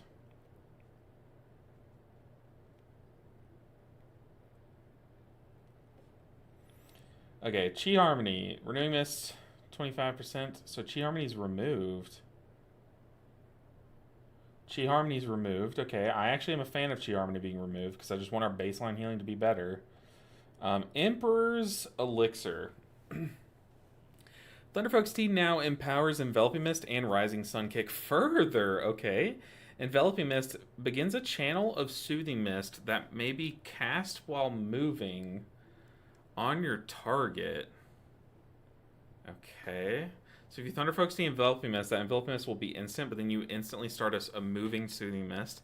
It's kind of goated, I guess. Kind of cool. Rising Sun Kick. You release a Jadefire Stomp. Okay. Hold up. That's sick as hell. So if you Thunder Focus Tea or Rising Sun Kick, you just shoot out a Jadefire Stomp? Whoa. Okay. That's what we're talking about. Okay. Now I get it. That's sick. That's awesome. That is awesome. Oh, okay, so they're also removing Flowing Spirit. So I'm guessing that, like, Emperor's Elixir is going to replace Flowing Spirit. No, wait. Yeah. Okay, Emperor's Elixir is probably going to replace that, dude. This version is really cool. The like Fist PV Rising Sun Kick version is really sick. This version's not as cool. Wait.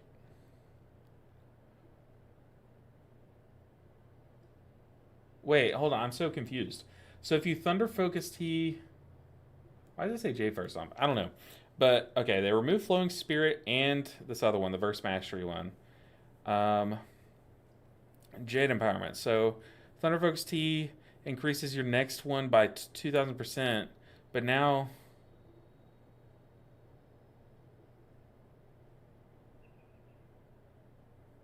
Wait a second. Hold on. This sounds like something that I hate. Okay. Wait. Okay. So now Jade Empowerment's no longer a proc that you get that does like a ton of damage. It's now just permanently it makes your Jade Empower or your Jade Lightnings. So this is just for like casters now.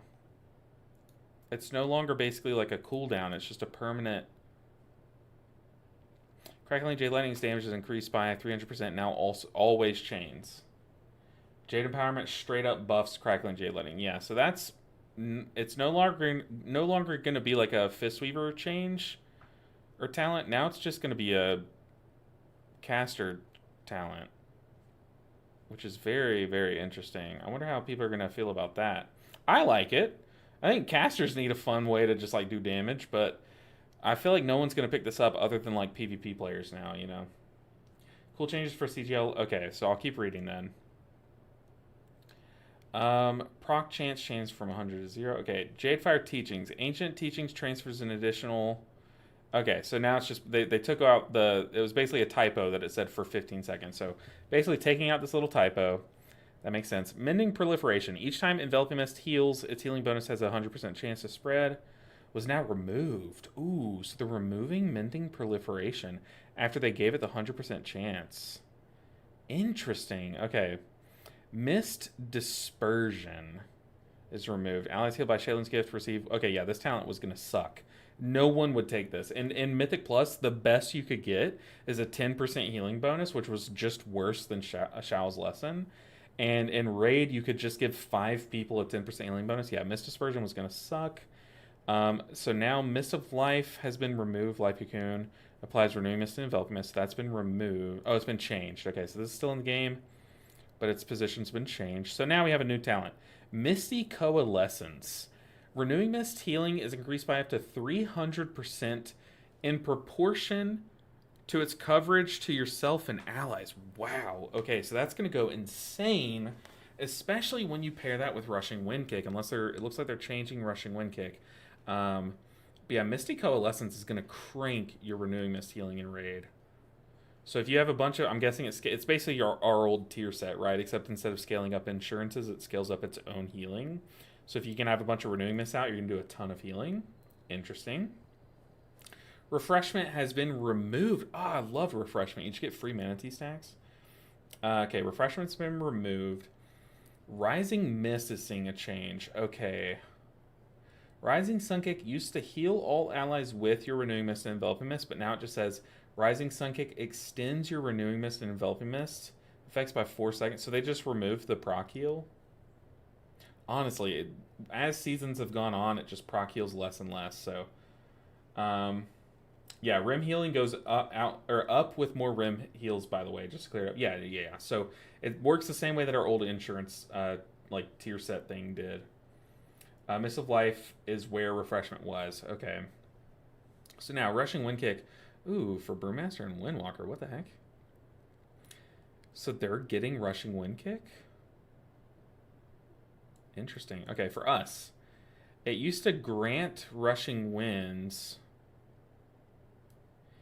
but now it just does a proc heal. Heals up to 5 allies affected by your HOTS for an amount of spell power. Okay. So I was about to say, dude, Misty Coalescence mixed with Rushing Wind Kick is going to go insane. But now they're removing the Rushing Winds effect, where whenever you Rushing Wind Kick, you just gain enhanced HOTS. And now they're just adding a little proc heal to it. So they're basically moving the proc heal from Rising Mist to a more juicy one on Rushing Wind Kick. And they are, because like, look, the proc of Rising Mist was 23.94% of your spell power. Now this is going to be 10 times that. So it's going to hit a lot harder. It's only going to hit 5 allies. Up to 5 allies. And now you're going to gain the, like, basically perma Rushing Winds with Misty Coalescence. So I don't know, dude. That sounds pretty sick. I wonder how this is going to scale up. So, like, is it going to be 10 or 15% per person? So who knows, man. But honestly, that sounds pretty sick so far. Okay. So they've moved the T talents. Are the T talents no longer on the capstone? Uh, Emperor's Elixir is Capstone. Okay. T talents have moved. Way of the Serpent. So what have they done to this? So allow cast while moving, modifies damage healing done, value 50. So if you're moving, is it going to be 50% less effective? Is that what this is reading as? T talents are where the stat buff talents were. Okay. Interesting. So how do they change this? Regularly Jade Lightning maybe channel while moving, but movement speed is reduced by 50%. Modify. Oh, it removed the modifier. Okay. Interesting. And now it gives you a crit chance. What? The heck is this saying? Gives you a crit chance. All in all, dude, I really want to test this. I really want to test a new Thunder Focus T talent. Emperor's Elixir sounds sick, man. Dude, I will fight for the Emperor any day of the week. So now we're going to be, when we Thunder Focus Tea or Rising Sun Kick, we're going to Thunder Focus Tea, Rising Sun Kick, shoot a giant Jade Fire Stomp. Rising Sun Kick, shoot a giant Jade Fire Stomp. So it's going to go crazy in damage. I think this is awesome, dude. I think this is awesome. Yeah, that one is confusing for sure, but they do these kinds of things all the time. Like they'll just add in random words. But I don't know, man. They're basically removing the cooldown aspect of Jade Empowerment and just making it perma, which is giving like a it's giving the caster monks something to do. And they really are creating a actual they're actually showing love to a caster monk playstyle, which I'm a fan of, but like it doesn't it's not, so far I haven't seen anything that's going to push it over the top really. Not going to make it like too insane. But now caster monks basically, you think of like Fistweaver versus caster in a dungeon.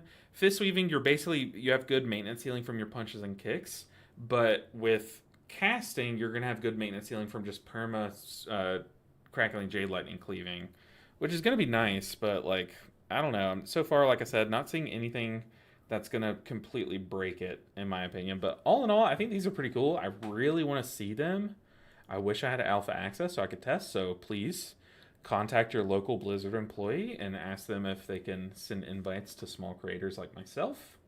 T Talents and Focus Thunder plus Smash of Harmony Focus Thunder Focus Tea extra charge get you mad Jade Fire Stomps. That's true, dude. That's gonna go insane. So all in all, dude, that sounds pretty awesome. I think Midnight they definitely heard a lot of our feedback, but I am really concerned about the caster monk changes. I feel like people were upset about them showing love to caster monks, and now they're showing even more love to them. So who knows what that's going to be like. Oh man, but going back to that key, dude. Missing time by 7 seconds, and we literally sat there for like 10 seconds while they just typed at each other is absolutely disgusting behavior, dude. So tragic. We literally have been live for 3 hours not getting a single point of IO. What is this, man? I'll be playing like all night tonight during D&D, I guess. Because we got to get this challenge over with. At this point, it's like, do I say screw the whole like only do it on stream thing and just like do it and get it over with so I can play Legion and make other videos, you know? Because already, I mean, we can even see, I feel like less and less people are watching the series, like the video series. So like, is it time? I don't know.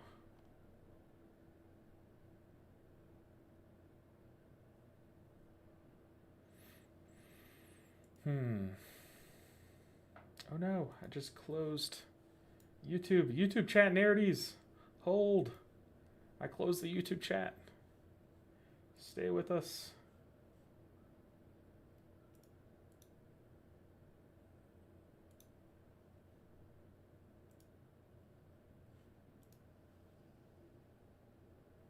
Alright, YouTube chat's back up.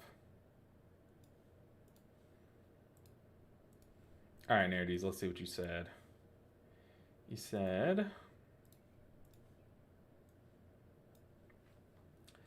I feel like they could have avoided the whole caster versus melee debate from the start just by giving each celestial its own spec. That's what I've been saying for literally years at this point. Like, make Fistweaver and Mistweaver two different specs, and then you just avoid a lot of the issues. Then you can have certain people that just want to play Fistweaver all day get to play Fistweaver and make videos on that, and then not even have to think about the Mistweaving side of it. You know what I mean?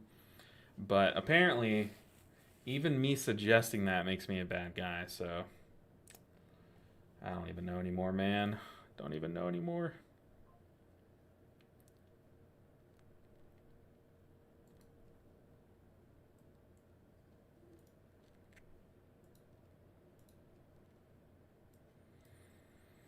Hmm.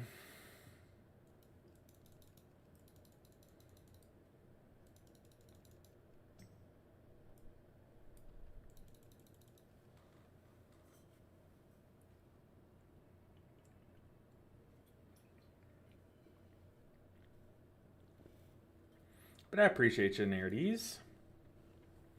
I can probably take that clip of me kind of going over. Oh, dang, I was going to get that tank. Take that clip, post it as a video for tomorrow, or even tonight.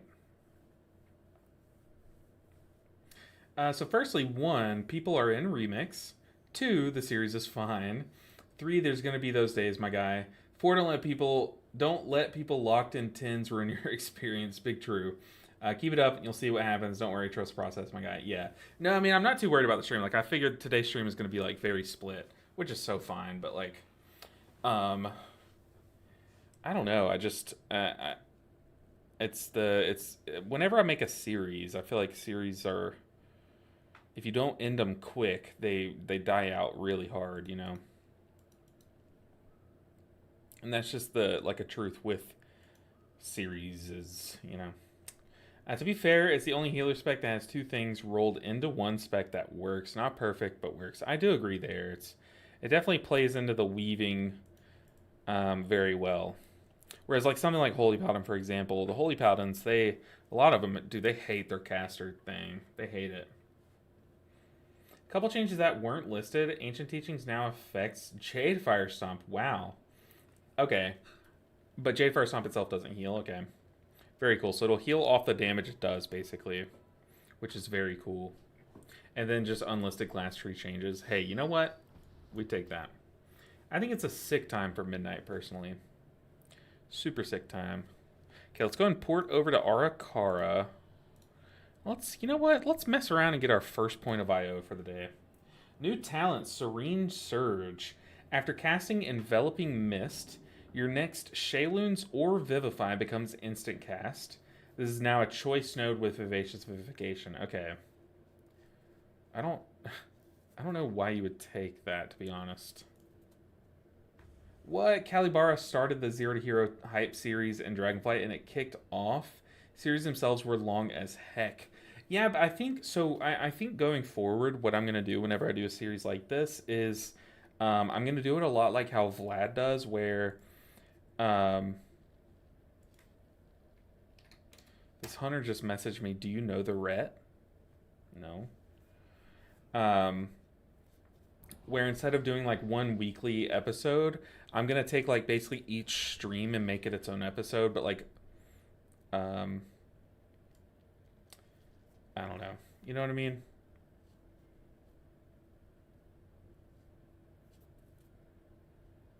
So this guy's saying that this Ret Paladin only plays healer.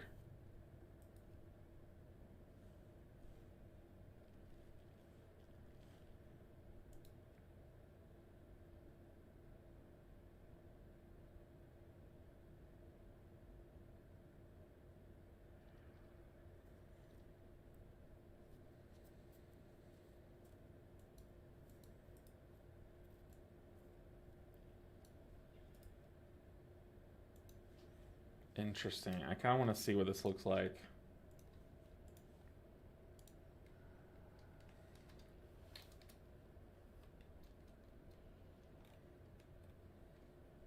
I mean, if this guy's played like some Ret, I'm fine with it.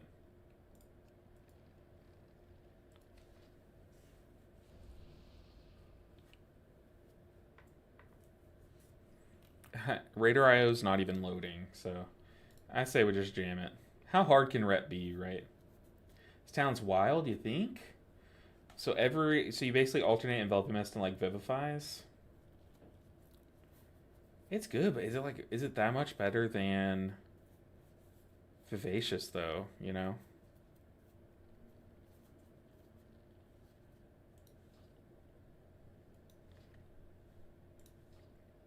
Okay. Let's just ready check and pool. Started playing Mistweaver because of you. Don't give up on me now when I'm going to the Pink Princess Holy Club. Oh no, never giving up. Never giving up. I think that doing the series in the way that I'm doing it really slows down my content output. Is kind of the big worry, which is very, very hard on a small channel like mine. You kind of have to consistently upload, and when I will have to spend an entire Saturday and Tuesday editing one video that gets less views than an average video, it's like, I think why the videos are getting a lot less views is because of the inconsistency, and the YouTube algorithm is then showing them to less people. So, like, I really think, when we do series like this in the future, we're going to have to do it in a different way. And I think that's fine. In Raid, yes, you think? I mean, with like a conduit build, it could be cool to like do a quick cast, envelop, and mist, vivify.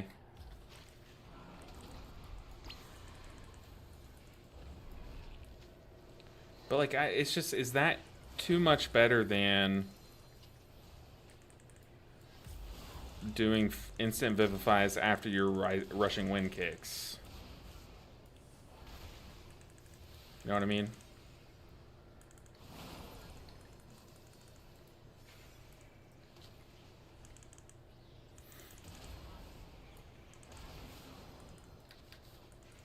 So far, the Ret Paladin, who has never played Ret Paladin before, is doing just fine, in my opinion. Oh yeah, I was about to click Lust. Very nice.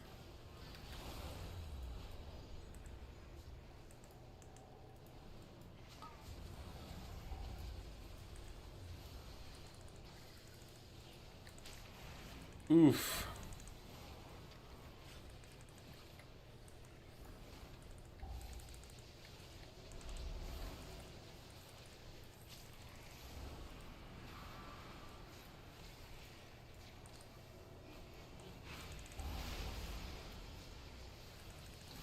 I think it's kind of annoying when like one DPS player inspects another and then messages the leader like, hey, do you know this guy? Like, to me, that's more annoying than this guy trying out Retniki, you know? And I say trying, but yeah, like I said, dude, this guy's cranking for a healer player. Healer players are just the better players, though. So we got to keep that in mind, too. Redeem to stretch. You know what? I do need to stretch. So let me kick this web bolt, and then... Oh, let me dodge this frontal. And then...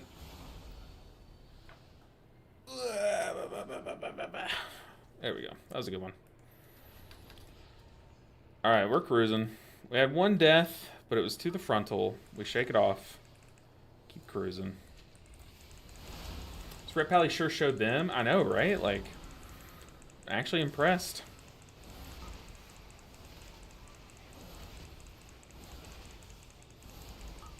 Insane talent for caster monks.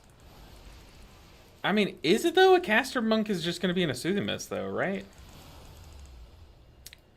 Like, is that crazy? Oh, hold on, you just messaged me a new one. While no enemies are within 15 yards, you heal every 3 seconds. How much does it heal though? Where are you seeing these talents? Is there another page? I need to see.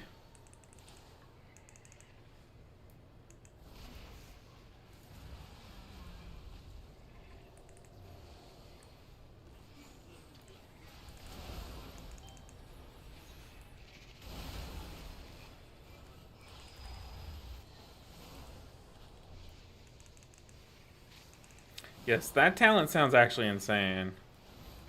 Depends on how much it heals, though, but... 300% of your spell power. What the heck?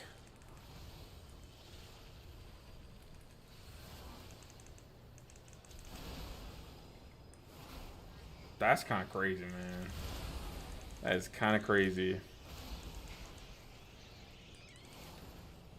30 seconds after you finish the data mine, WoW had uploaded full patch notes. Okay, I'll definitely make a video on it and post it like right after we stream, basically. Because that is definitely video worthy. So, do y'all like when I make those patch note videos when I focus them solely on Mistweaver, or do you like when I do like go through all the healers' changes? Because the upside is like when I make a video just on the Mistweaver changes, which usually when there's changes that are important enough just on Mistweaver, then I think it's good to make a specific to Mistweaver video. So like if they were to like hyper change, like fully rework Mistweaver, obviously they would get a video to themselves. But if, you know, there's just like 3 listed changes for each spec, then I'll just make a let's go through all the healers changes coming, you know, that style video. But what I think I might do is go ahead and, like, after I turn off the stream, go ahead and record a specific to Mistweaver video and post it tonight, and then record me going through the rest of the healers and upload that tomorrow, maybe. I like both of them personally. I don't play other healers, but it's interesting to see Mistweaver in comparison to the others. Yeah, true. Interesting. As a Mistweaver, you do like them. Do you like it when like, if Mistweaver gets its own video? You know what I mean? Like, I'll spend like 15 minutes talking about just the changes to Mistweaver. Or do you mind when I do videos where, like, it's a 30-minute video, but I talk about all the healers and, like, timestamp each one? Like, which one do y'all prefer? Or, like I said, would y'all mind if I did a video where, you know, I kind of do both? So, like, I upload tonight a video of me, like a 10-minute video of me, or maybe 15, just talking about the changes to Mistweaver, and then tomorrow uploaded a video on the rest of the healers. Is that something that would be okay? That way it's 2 separate videos, but then they're, you know, I get to kind of focus on each one. Would that sound passable to you?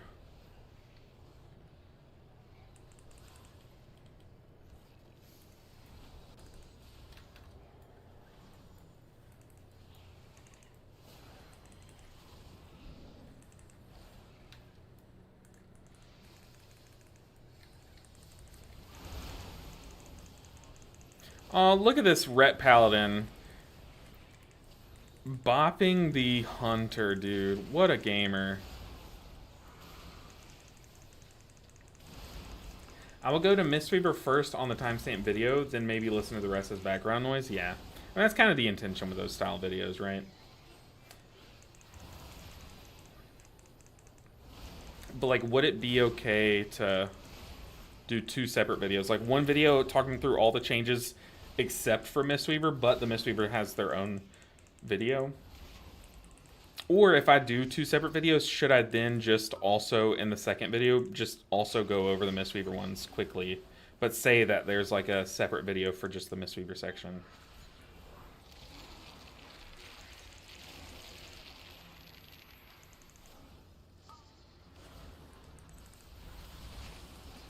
Go and spread some echoes for this intermission. Ooh, I got a dispel. So what we can do is we can use our dash so that we can cast while moving. And then we can communion while moving from that.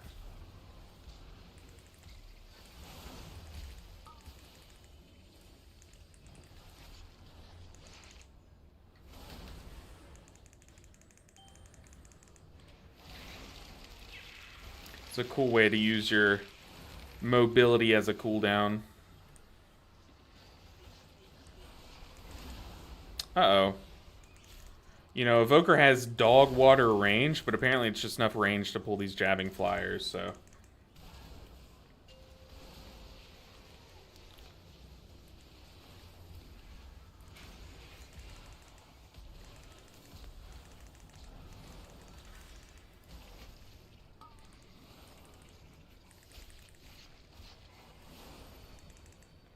Let's do one of these.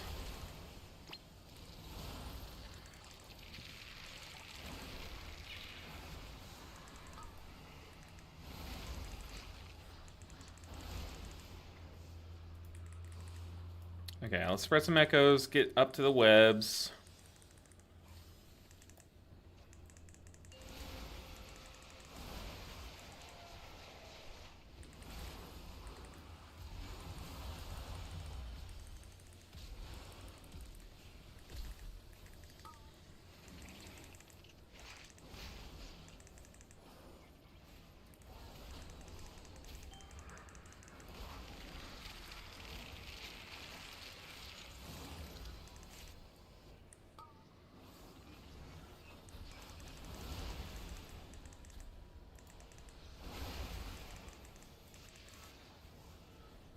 Get some echoes on people.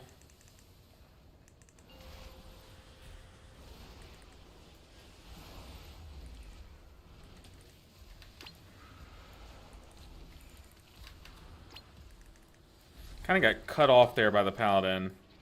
But it's okay. He lay on hands me, or not lay on hands, but he word of gloried me, I think.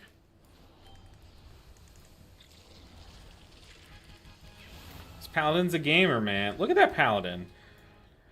After this dungeon, I'm gonna send a message to this hunter. So for those just joining, the hunter sent me a message and was like, "Do you know this paladin?" I said, "No." He said, "Well, he only has IO from healing. He's never played Brett before. You should look at it." It's crazy. They put 6 new talents on our class tree. That's insane. Don't make yourself work. You don't need... Just use that extra time for other videos. Most of people use timestamps. I mean, I don't think it would be like extra work. Maybe just like a little bit more editing. But I think it would overall just make a better product. Because then like people who only watch... Well... I don't know. Maybe I do just make it all into one video. And just maybe I just say in the title like Mistweaver, caster Mistweaver's gonna go crazy or something like that. Yeah, definitely can't wait for the beta. I'm gonna be playing so many caster keys. And look, if I have built my audience in any way, it's, you know, I built most of my audience from back when I would play caster keys a bunch. So I definitely do want to like chisel out that part of the niche. So like if I could, I would love to like maybe season 1 of Midnight just be the highest IO caster monk or something, you know. That would be really fun to me. If like everyone else is sticking with Fistweaver, then me just over here casting, that would be super fun. Will you play WoW Legion Remix? I do plan on it. I do plan on it, Speedy, but you know, I planned on getting a lot of IO today, and we have not gotten a single point of IO, so plans are just plans. So, will I be able to is a better question. Oh, I think that's kind of what you were asking. Will I play it? It depends on if we're able to. How about that?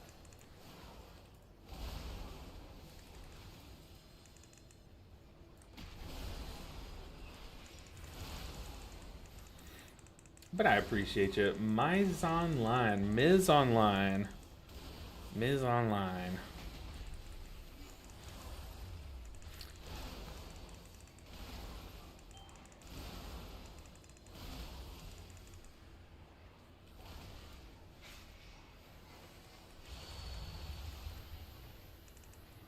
Look at that. Bop on the hunter again.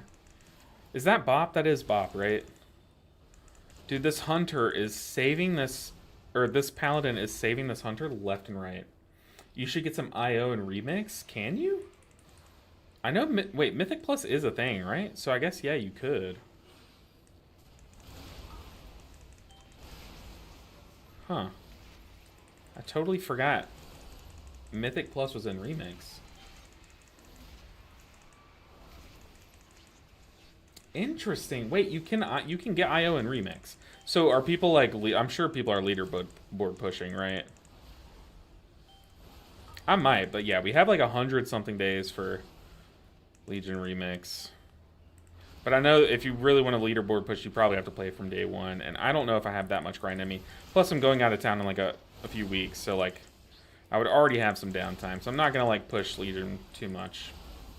You don't know? I've heard people say that Mythic Plus was a thing. I just don't know too much about it.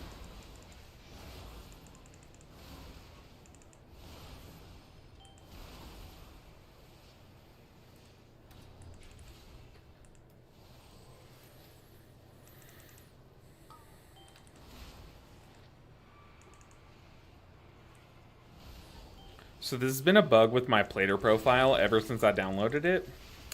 But for some reason it says when these guys cast their like alarming shrill or whatever it's called, it says that they're casting a heroic leap. Have y'all noticed that? I'm sure someone's noticed it, right?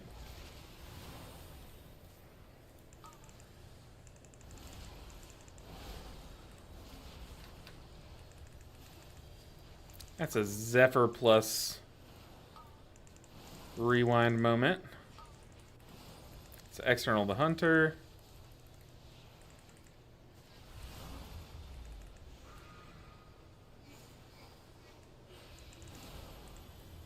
Oof. Hey, we survived 2 rending volleys, though. It's crazy. I'll wait for boosters too lazy to level up. I've heard leveling up's like pretty fun in it.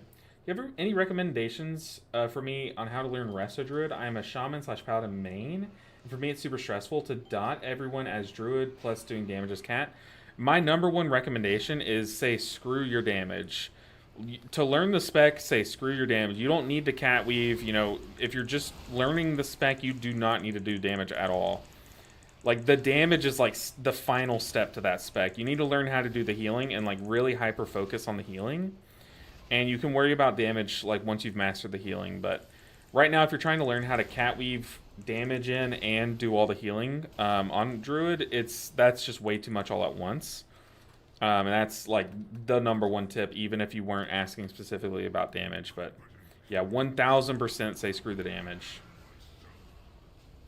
I think no matter who you'd ask, they'd probably all give you that same tip too, so definitely screw the damage.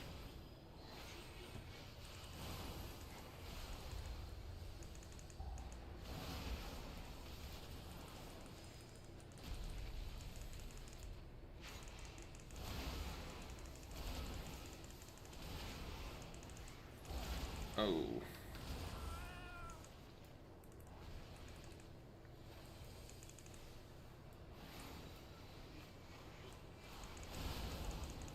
Yeah, of course, Fabian. I mean, it's just true. Like, the cat weaving is so complicated. You put in, like, so much more effort, like, triple the effort for not really too much damage in return. So just for, like, your first few keys, like, literally don't even try to do any damage. Just, like, maybe put Rake on the boss or something. And Rake and then shred a few times so you can rip at 5 stacks. And then hop straight out of cat form and go back to healing.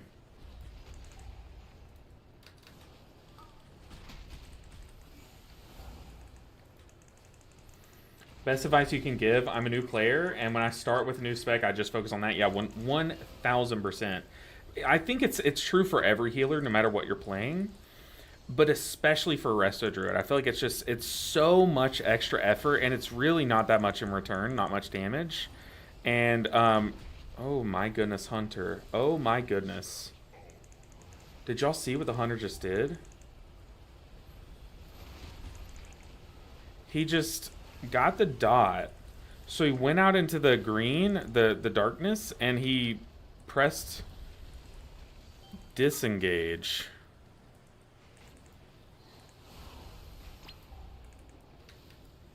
What on earth, man? Look at this paladin word of glorying me. It's crazy.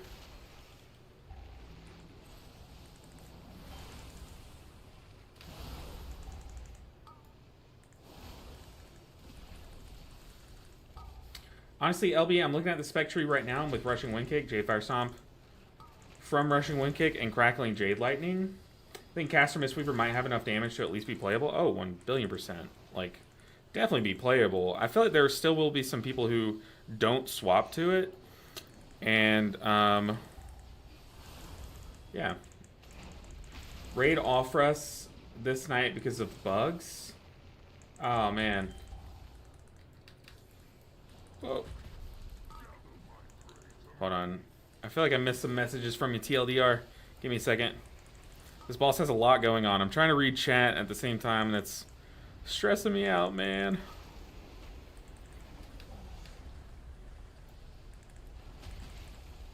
Yeah, the game has been extremely buggy. My guild was still able to... we still were able to get 6 out of 8 Mythic last night. Like, we killed 6 bosses on Mythic. And our raid leader was out last night, so we were down our raid leader, and the game was super buggy.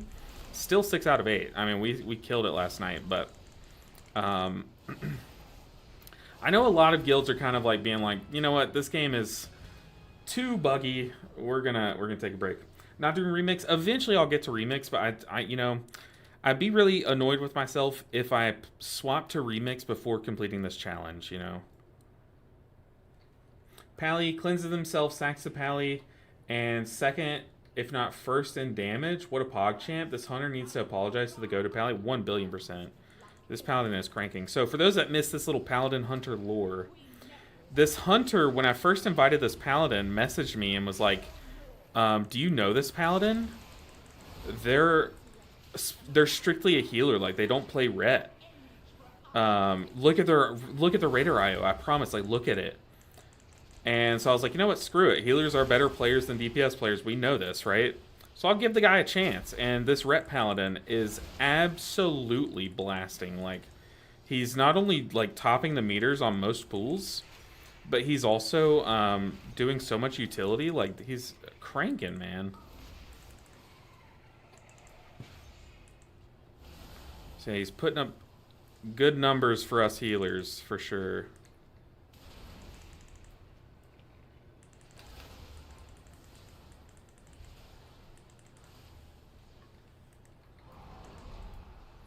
Alright, don't spawn a swirly under me while I fly. Nice.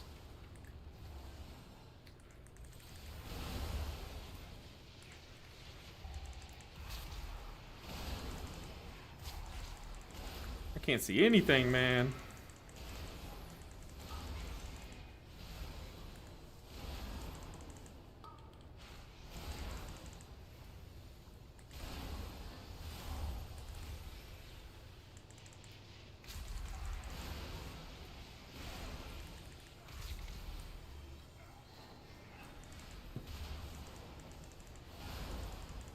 But yeah, I do definitely want to play Remix a lot. Like, I really do. But, you know, it's kind of a thing where if I stop the series now, it'll ruin the consistency of it, and then, I probably would never come back to it because I'd be having more fun in Remix. So, just trying to do what's best, and I think a lot of people want to see this series have, like, a finale, you know? So, I aim to please.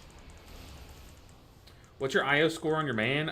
So I pushed my main to about 3,200, and I haven't done a prog key on my main in months now.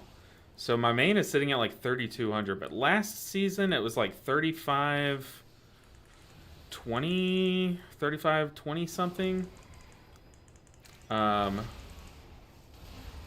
Yeah, but this season is just 3,200. So I have a bunch of 3K alts and a 3,200 alt that, see, at this point I call my main my alt, I guess. It was a Freudian slip. I think that's how you use that, right?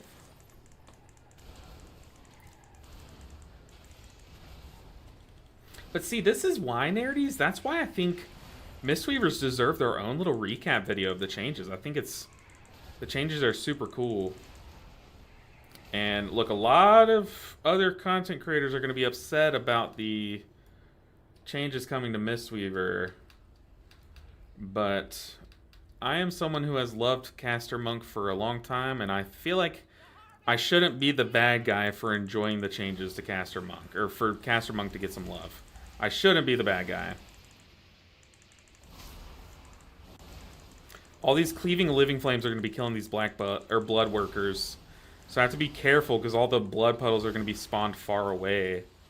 Just because these guys are going to be killed the moment they enter combat with me. So like, look, they're all these blood puddles are at the entrance of the room. So you know what I should do is I should stand over there like opposite to the tank.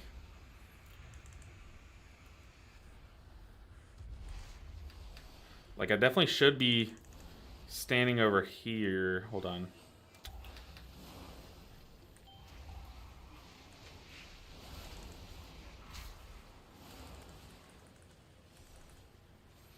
This way these blood workers will have a chance to walk out a bit before my cleaving living flames hit them. Screw it. I'm going this way.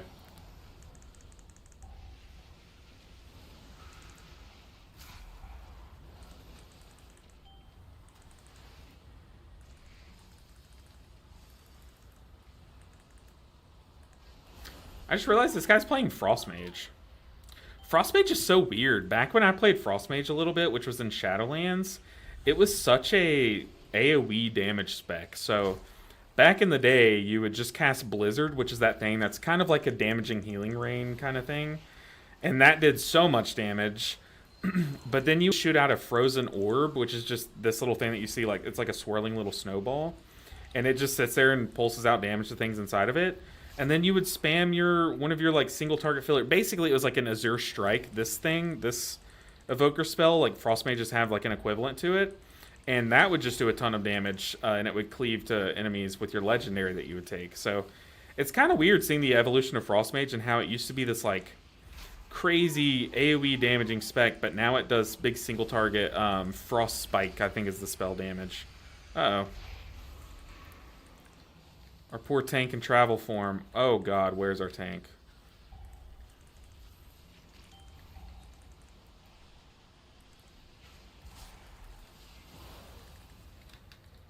Screw it, I'm rewinding.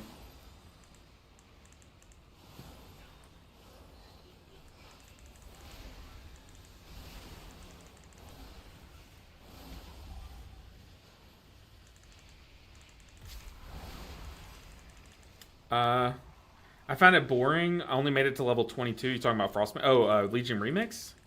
I found it boring? Really? I've heard a lot of good things about it. Like, a lot of people are having fun with it.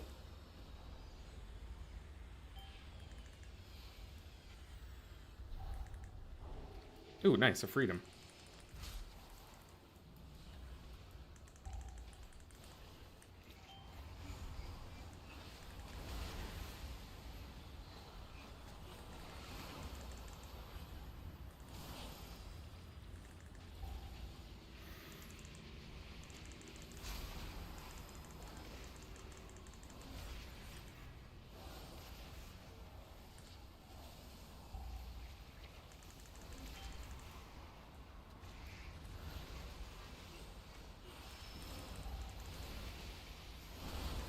Commit! Nice. Finally, we get some IO today. That is absolutely insane. And we get a sack brood with speed. There's no way, man. Get a sack brood with speed. Finally get our first bit of IO. Dude, someone else got the sack brood too. We got 2 sack broods there. Me and the mage each got one. Remix is boring, but I want all the mounts. See, that's the thing is I think it is boring.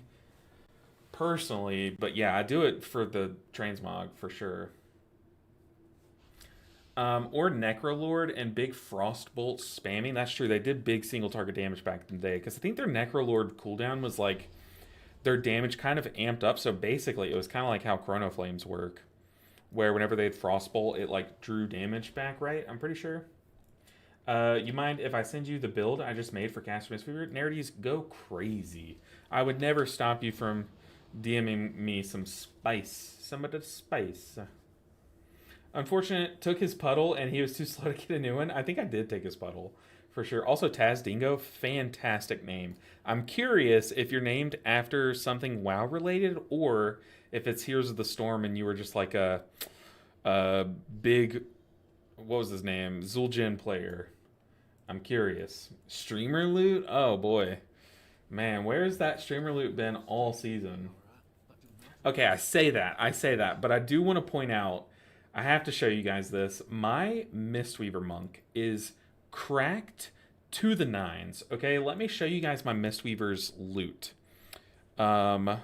Which, by the way, look at my parses. Notice, well, you can't really notice from this screen, all of these parses were done by a Chi-Ji build. And I did die on Fractalus. I was very much ahead of everyone in healing on the Fractalus kill until I died. And it was kind of like a situation where we kind of just, we all rotted. Like me and another healer died. But dude, I was cranking heals until I died. You see there, and I had Chi-Ji coming up too. Oh man, it was so sad. But I've swapped fully. I'm just full sending Chi-Ji, and I talked to my raid leader. He was like, "Yeah, dude, I don't really know anything about Mistweaver, but just send me how your cooldowns work." And freaking love Chi-Ji in raid. It's blasting. Okay, it's doing so much. Like, not only am I doing big healing, but I'm doing big damage. I'm playing Master of Harmony and Mythic and raid, Mythic raiding. Like, come on. But also, look, so far I'm ranked 20 on the Mythic leaderboards for Mistweaver. So, you know what? I'm super happy. I'm just going to stick it out and play Chi-Ji no matter what. I don't care if it's technically less optimal. Okay, but what did I come to show you? I want to show you my loot. Dude, my loot is insane on this character. I have a Mythic Track Void Glass Spire. Unreal. I got this from the vault like 3 weeks ago. And then this week, this week from the vault, which I can't even show you. Let me see if I can pull up this page. No, not raid bots. I think it's Raider IO that'll show you. I want to show you my update. Is Raider IO down? It's giving me this like loading all day. So maybe Armory will show? What the heck? What the heck? Anyway, I could just freaking log into my monk. Why don't I? But I just want to show you guys how insanely geared my monk is. And I mean, like, yeah, it's high item level, but the pieces I have are like... This has been one of the best seasons of gear that I've had from the vault. I did have one dud vault. And notably, I still do not have the antenna from Lumathar. I haven't gotten it on Mythic or Heroic all season, so that is a big downside. However, everything other than the antenna, everything that I've wanted, I have. Like, pretty insane. Would a 13 Floodgate be IO for you? I got that on my monk. It would. It would, Taco. But I need to go cook. I'm about to have to go cook. So I guess I can just flex on you guys really quick. Please make video raid Mana Forge with your monk. I might. I could do I could record a mythic VOD but the thing is we've already killed the first 6 bosses this week. So now it would be some prog on Nexus King. But I talked to my raid leader and he's gonna let me prog Nexus King for or with Chi-Ji as well. So yeah, I'm just gonna finish out the tier on as a Chi-Ji gamer. I'm not gonna Yulon build anymore because I don't enjoy it in raid right now, to be honest. Also, there's a purpose, okay? I've been cooking up 2 very spicy builds as Mistweaver, and I really want to make a video on them, okay? So build number 1 is because of this trinket that I have. So, okay, so this is the build, right? You play Chi-Ji in raid. You basically play the Chi-Ji build that I've been cooking up. But the reason why you play this build is because I have this trinket, and this trinket goes crazy. So I have this trinket weapon combo, both Mythic Track, but it's the Fractalist trinket that pairs with the weapon. How it reads is it can give you a chance. It has a chance to proc an 11,000 int proc for 15 seconds. However, it's increased the chance to proc this is increased if your mana is below 25%. So what's really cool is with a Chi-Ji build, your mana bar, literally, you don't even look at it. You could start a pool with 0% mana, and you'd be fine. Whereas with a Yulon build, you do want to start at full mana, and yeah, your mana does bounce around a ton. Yeah, I think prog might be a lot quicker, for sure. Is nerfed now? Yeah, 100% they're nerfed now, yeah. Now that Hall of Fame's gone, they nerfed them down. But I basically what I do is I start every pool at less than 25% mana, and then this trinket just procs like crazy. I literally had a 59% uptime on an 11,000 int proc. Like, it was insane. So that's why I really like this trinket with a Chi-Ji build, because I can just start pools at low mana. And then also the other build that I don't really want to show it yet, but I'm still trying to farm a specific trinket because there's a secret tech that Mistweaver can basically do what Disc Priest did last season. Okay, that's all I'm gonna say. I just don't have that trinket. But I'm telling you, Malachi, it's like, wait, Malachi? I just said Malachi. I think I've called you Malachi multiple times. I am so sorry. But I just now realized the dyslexia is just shifting those letters around. Seeing to build? Okay, let's check out the spice. But I do have a build that I want to make a video on, but I need a specific trinket. And if any of you guys want to help me farm this trinket, I would be so much appreciative. If any of you guys wanted to DM me on Discord, maybe we can get together like at some point, like tomorrow or today, and just farm a boss on Heroic, I would be very, very much appreciative because I need some extra people, some bodies. Okay, Nerdes has cooked up this build. Oh god, this is a new thing. Send me the actually what would be better, Nerdes, is if you export the link to this build. So that way I can hover my mouse over everything. Nerdes with the spice though. Ooh, our tree looks sick, dude. No more T talents on the bottom. Those T talents are all the way to the left. I love it. Absolutely love it. But you're cooking. I see you have tea of plenty too. But yeah, send me export the thing, then that way I'll be able to. You know what I'm trying to say. My brain's not working. You get it. 59% uptime is insane. I know. Let me see if I can pull up that log. Or not log, but I guess I could pull up the log. But yeah, what I did was I would start pools with sub 25% mana. So like if we go to this log, my resources, then go to mana. It's something that. Oh, this pool, I guess I didn't get to do it. Yeah, this pool we had pooled before. I forgot to do. Oh, actually, hold on. Yeah, I guess. Amount? Yeah, amount 20%. Yeah, you see, I started the pool at 20%. Right? That's what that looks like, right? If I uncheck myself and go to someone else, it'll say 100. So, like, for example, Nico starts at 100. Yeah, so I started at 20% mana. And then if you look at buff uptime, so buff, uh, what is this buff called? Dude, this build for Mistweaver is like insane. And I feel like I'm the only one doing it, but hey, here it's the cat's out of the bag now. So it's not better than the Yulon build, but if you were wanting to play Chi-Chi, this is a very good reason to if you have this trinket. Where's this buff? Diamantine Void Core. 63% uptime. 63% uptime. So I'm telling you, this build is crazy, man. 63% uptime. It's crazy. On an 11k int proc for 15 seconds. Like this build is I'm telling you, dude, I am onto something here. I am cooking and Chi-Chi can go crazy with this trinket. I'm telling you. What are you using for your current embellishments? So since I have the weapon, I've kind of had to go with like other options. So my embellishments are a bit lacking, but I'm using the ring and I think the wrist. So my ring is binding of binding just because I was, I used this last season for Mythic Plus. So like this one, I think this is a bad one. And then the wrist, I think is just no, it's the waist. I'm sorry. The waist is the one that when you take damage, you can get main stat and you lose some mastery. So, look, my embellishments aren't the best, but it's because I have a weapon, so I can't really embellish. I think that's it. Yeah, I need to use the Midnight Talent Calc. So let me see Nerdes. We can see what kind of build Nerdes cooked up on the Talent Calc. But I'm telling you guys, I think I'm onto something with this build. Like, I'm gonna keep jamming it.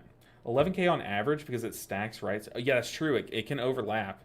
So it's probably more on average. And you know what? Who knows how many times it overlapped during Chi-Chi, too.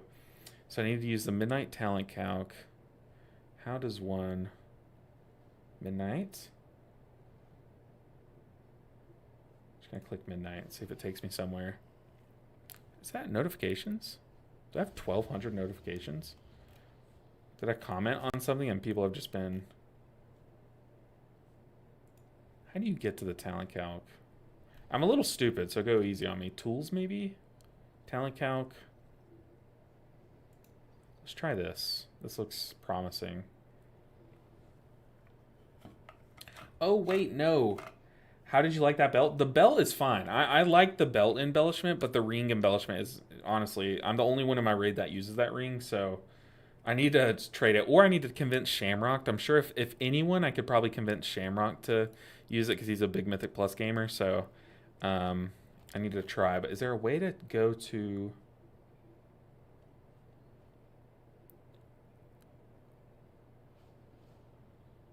Midnight? I feel like there should be something talent calc here, right? I have this trinket with the blade combo, but I use this only for the raid with Celestial Classic raid build. I mean, it's fine with the Celestial build because you dump your mana all the time. Your mana is constantly bouncing around. Dr. Taco, it may be. It may be. I usually get through it through Google. Okay, so I was about to just give up and Google it. So, midnight talent calc. Let's see. Is it this? Talent calculator? Please? This looks right. Let's go to Monk. Miss Weaver. Let's go to Master of Harmony. Let's import what you sent me. So we're going to import. Let's import the spice that Narity sent me, and let's take a look. Saved from an old version, it says.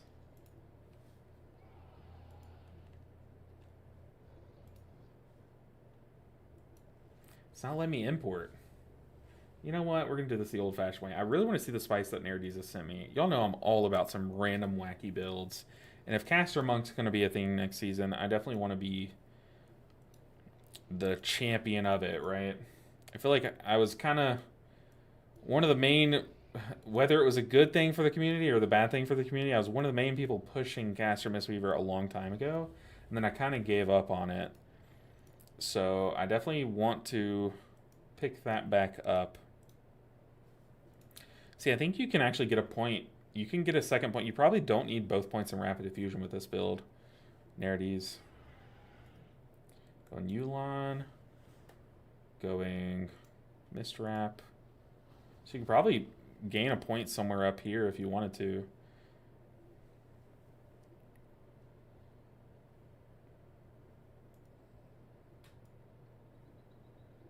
Gift the Celestials. AoE Jade Lightnings. Ooh, Focus Thunder and Tea of Plenty. I like it. I like it a lot. Rushing Wind Kick. See, the downside of taking Rushing Wind Kick is since you're taking Crackling Jade Lightning AoE, like, I kind of, honestly, Nardies, I kind of like just Jadefire Teachings, and that way you just get to sit in a Jade Lightning channel, like, constantly. That's me personally. But I don't know, man. I don't know. I feel like both are fine. Both are fine. It just depends on what you want to do. See, Peaceful Mending's so disappointing. I wish Peaceful Mending was sick. Also, Tear of Mourning deserves some praise here because now now you're enveloping Mr. 11 seconds with this Tear of Mourning. But you took Rising Mist. I don't hate Rising Mist. I think it's just losing a lot of value since its proc bonus is going to Rushing Wind Kick. So I feel like if you take Rushing Wind Kick, I guess if you take Rushing Wind Kick, then taking Rising Mist is probably the play. But if you wanted to go Tear of Mourning, you could just swap to Jadefire Teachings. I bet that'd be fine. But I get why you're doing this. This is for the more Jadefire Stomps. Let's see. What am I missing? Definitely missing something. Pool of Mists.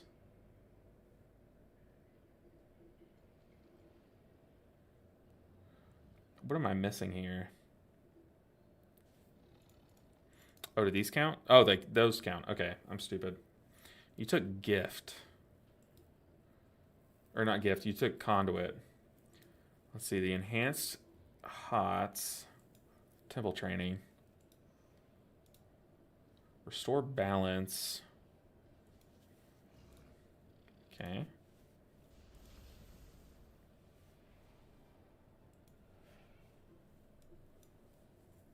Like Jade Sanctuary.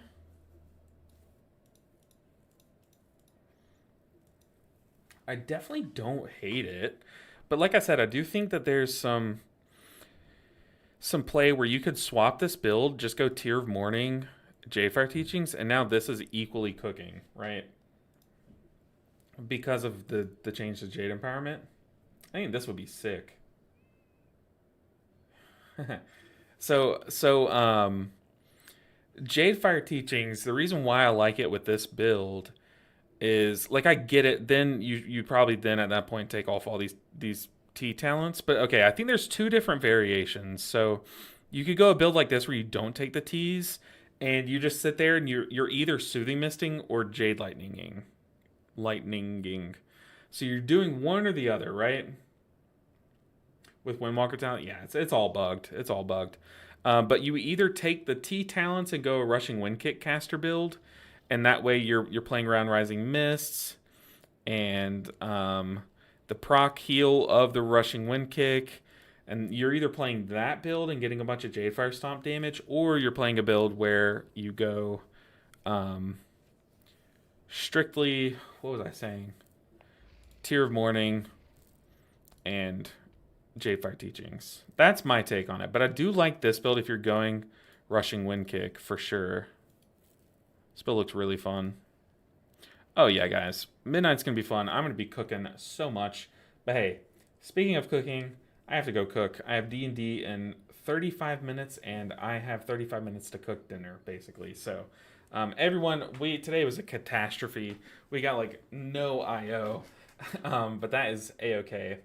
But hey, I appreciate you all for hanging out with me. At least we came in and slammed Arakar and got some IO at the end. But hopefully tomorrow's stream will go a lot better in terms of the IO. I also keep looking here to talk to you guys, but y'all are over here now, so it's weird to me.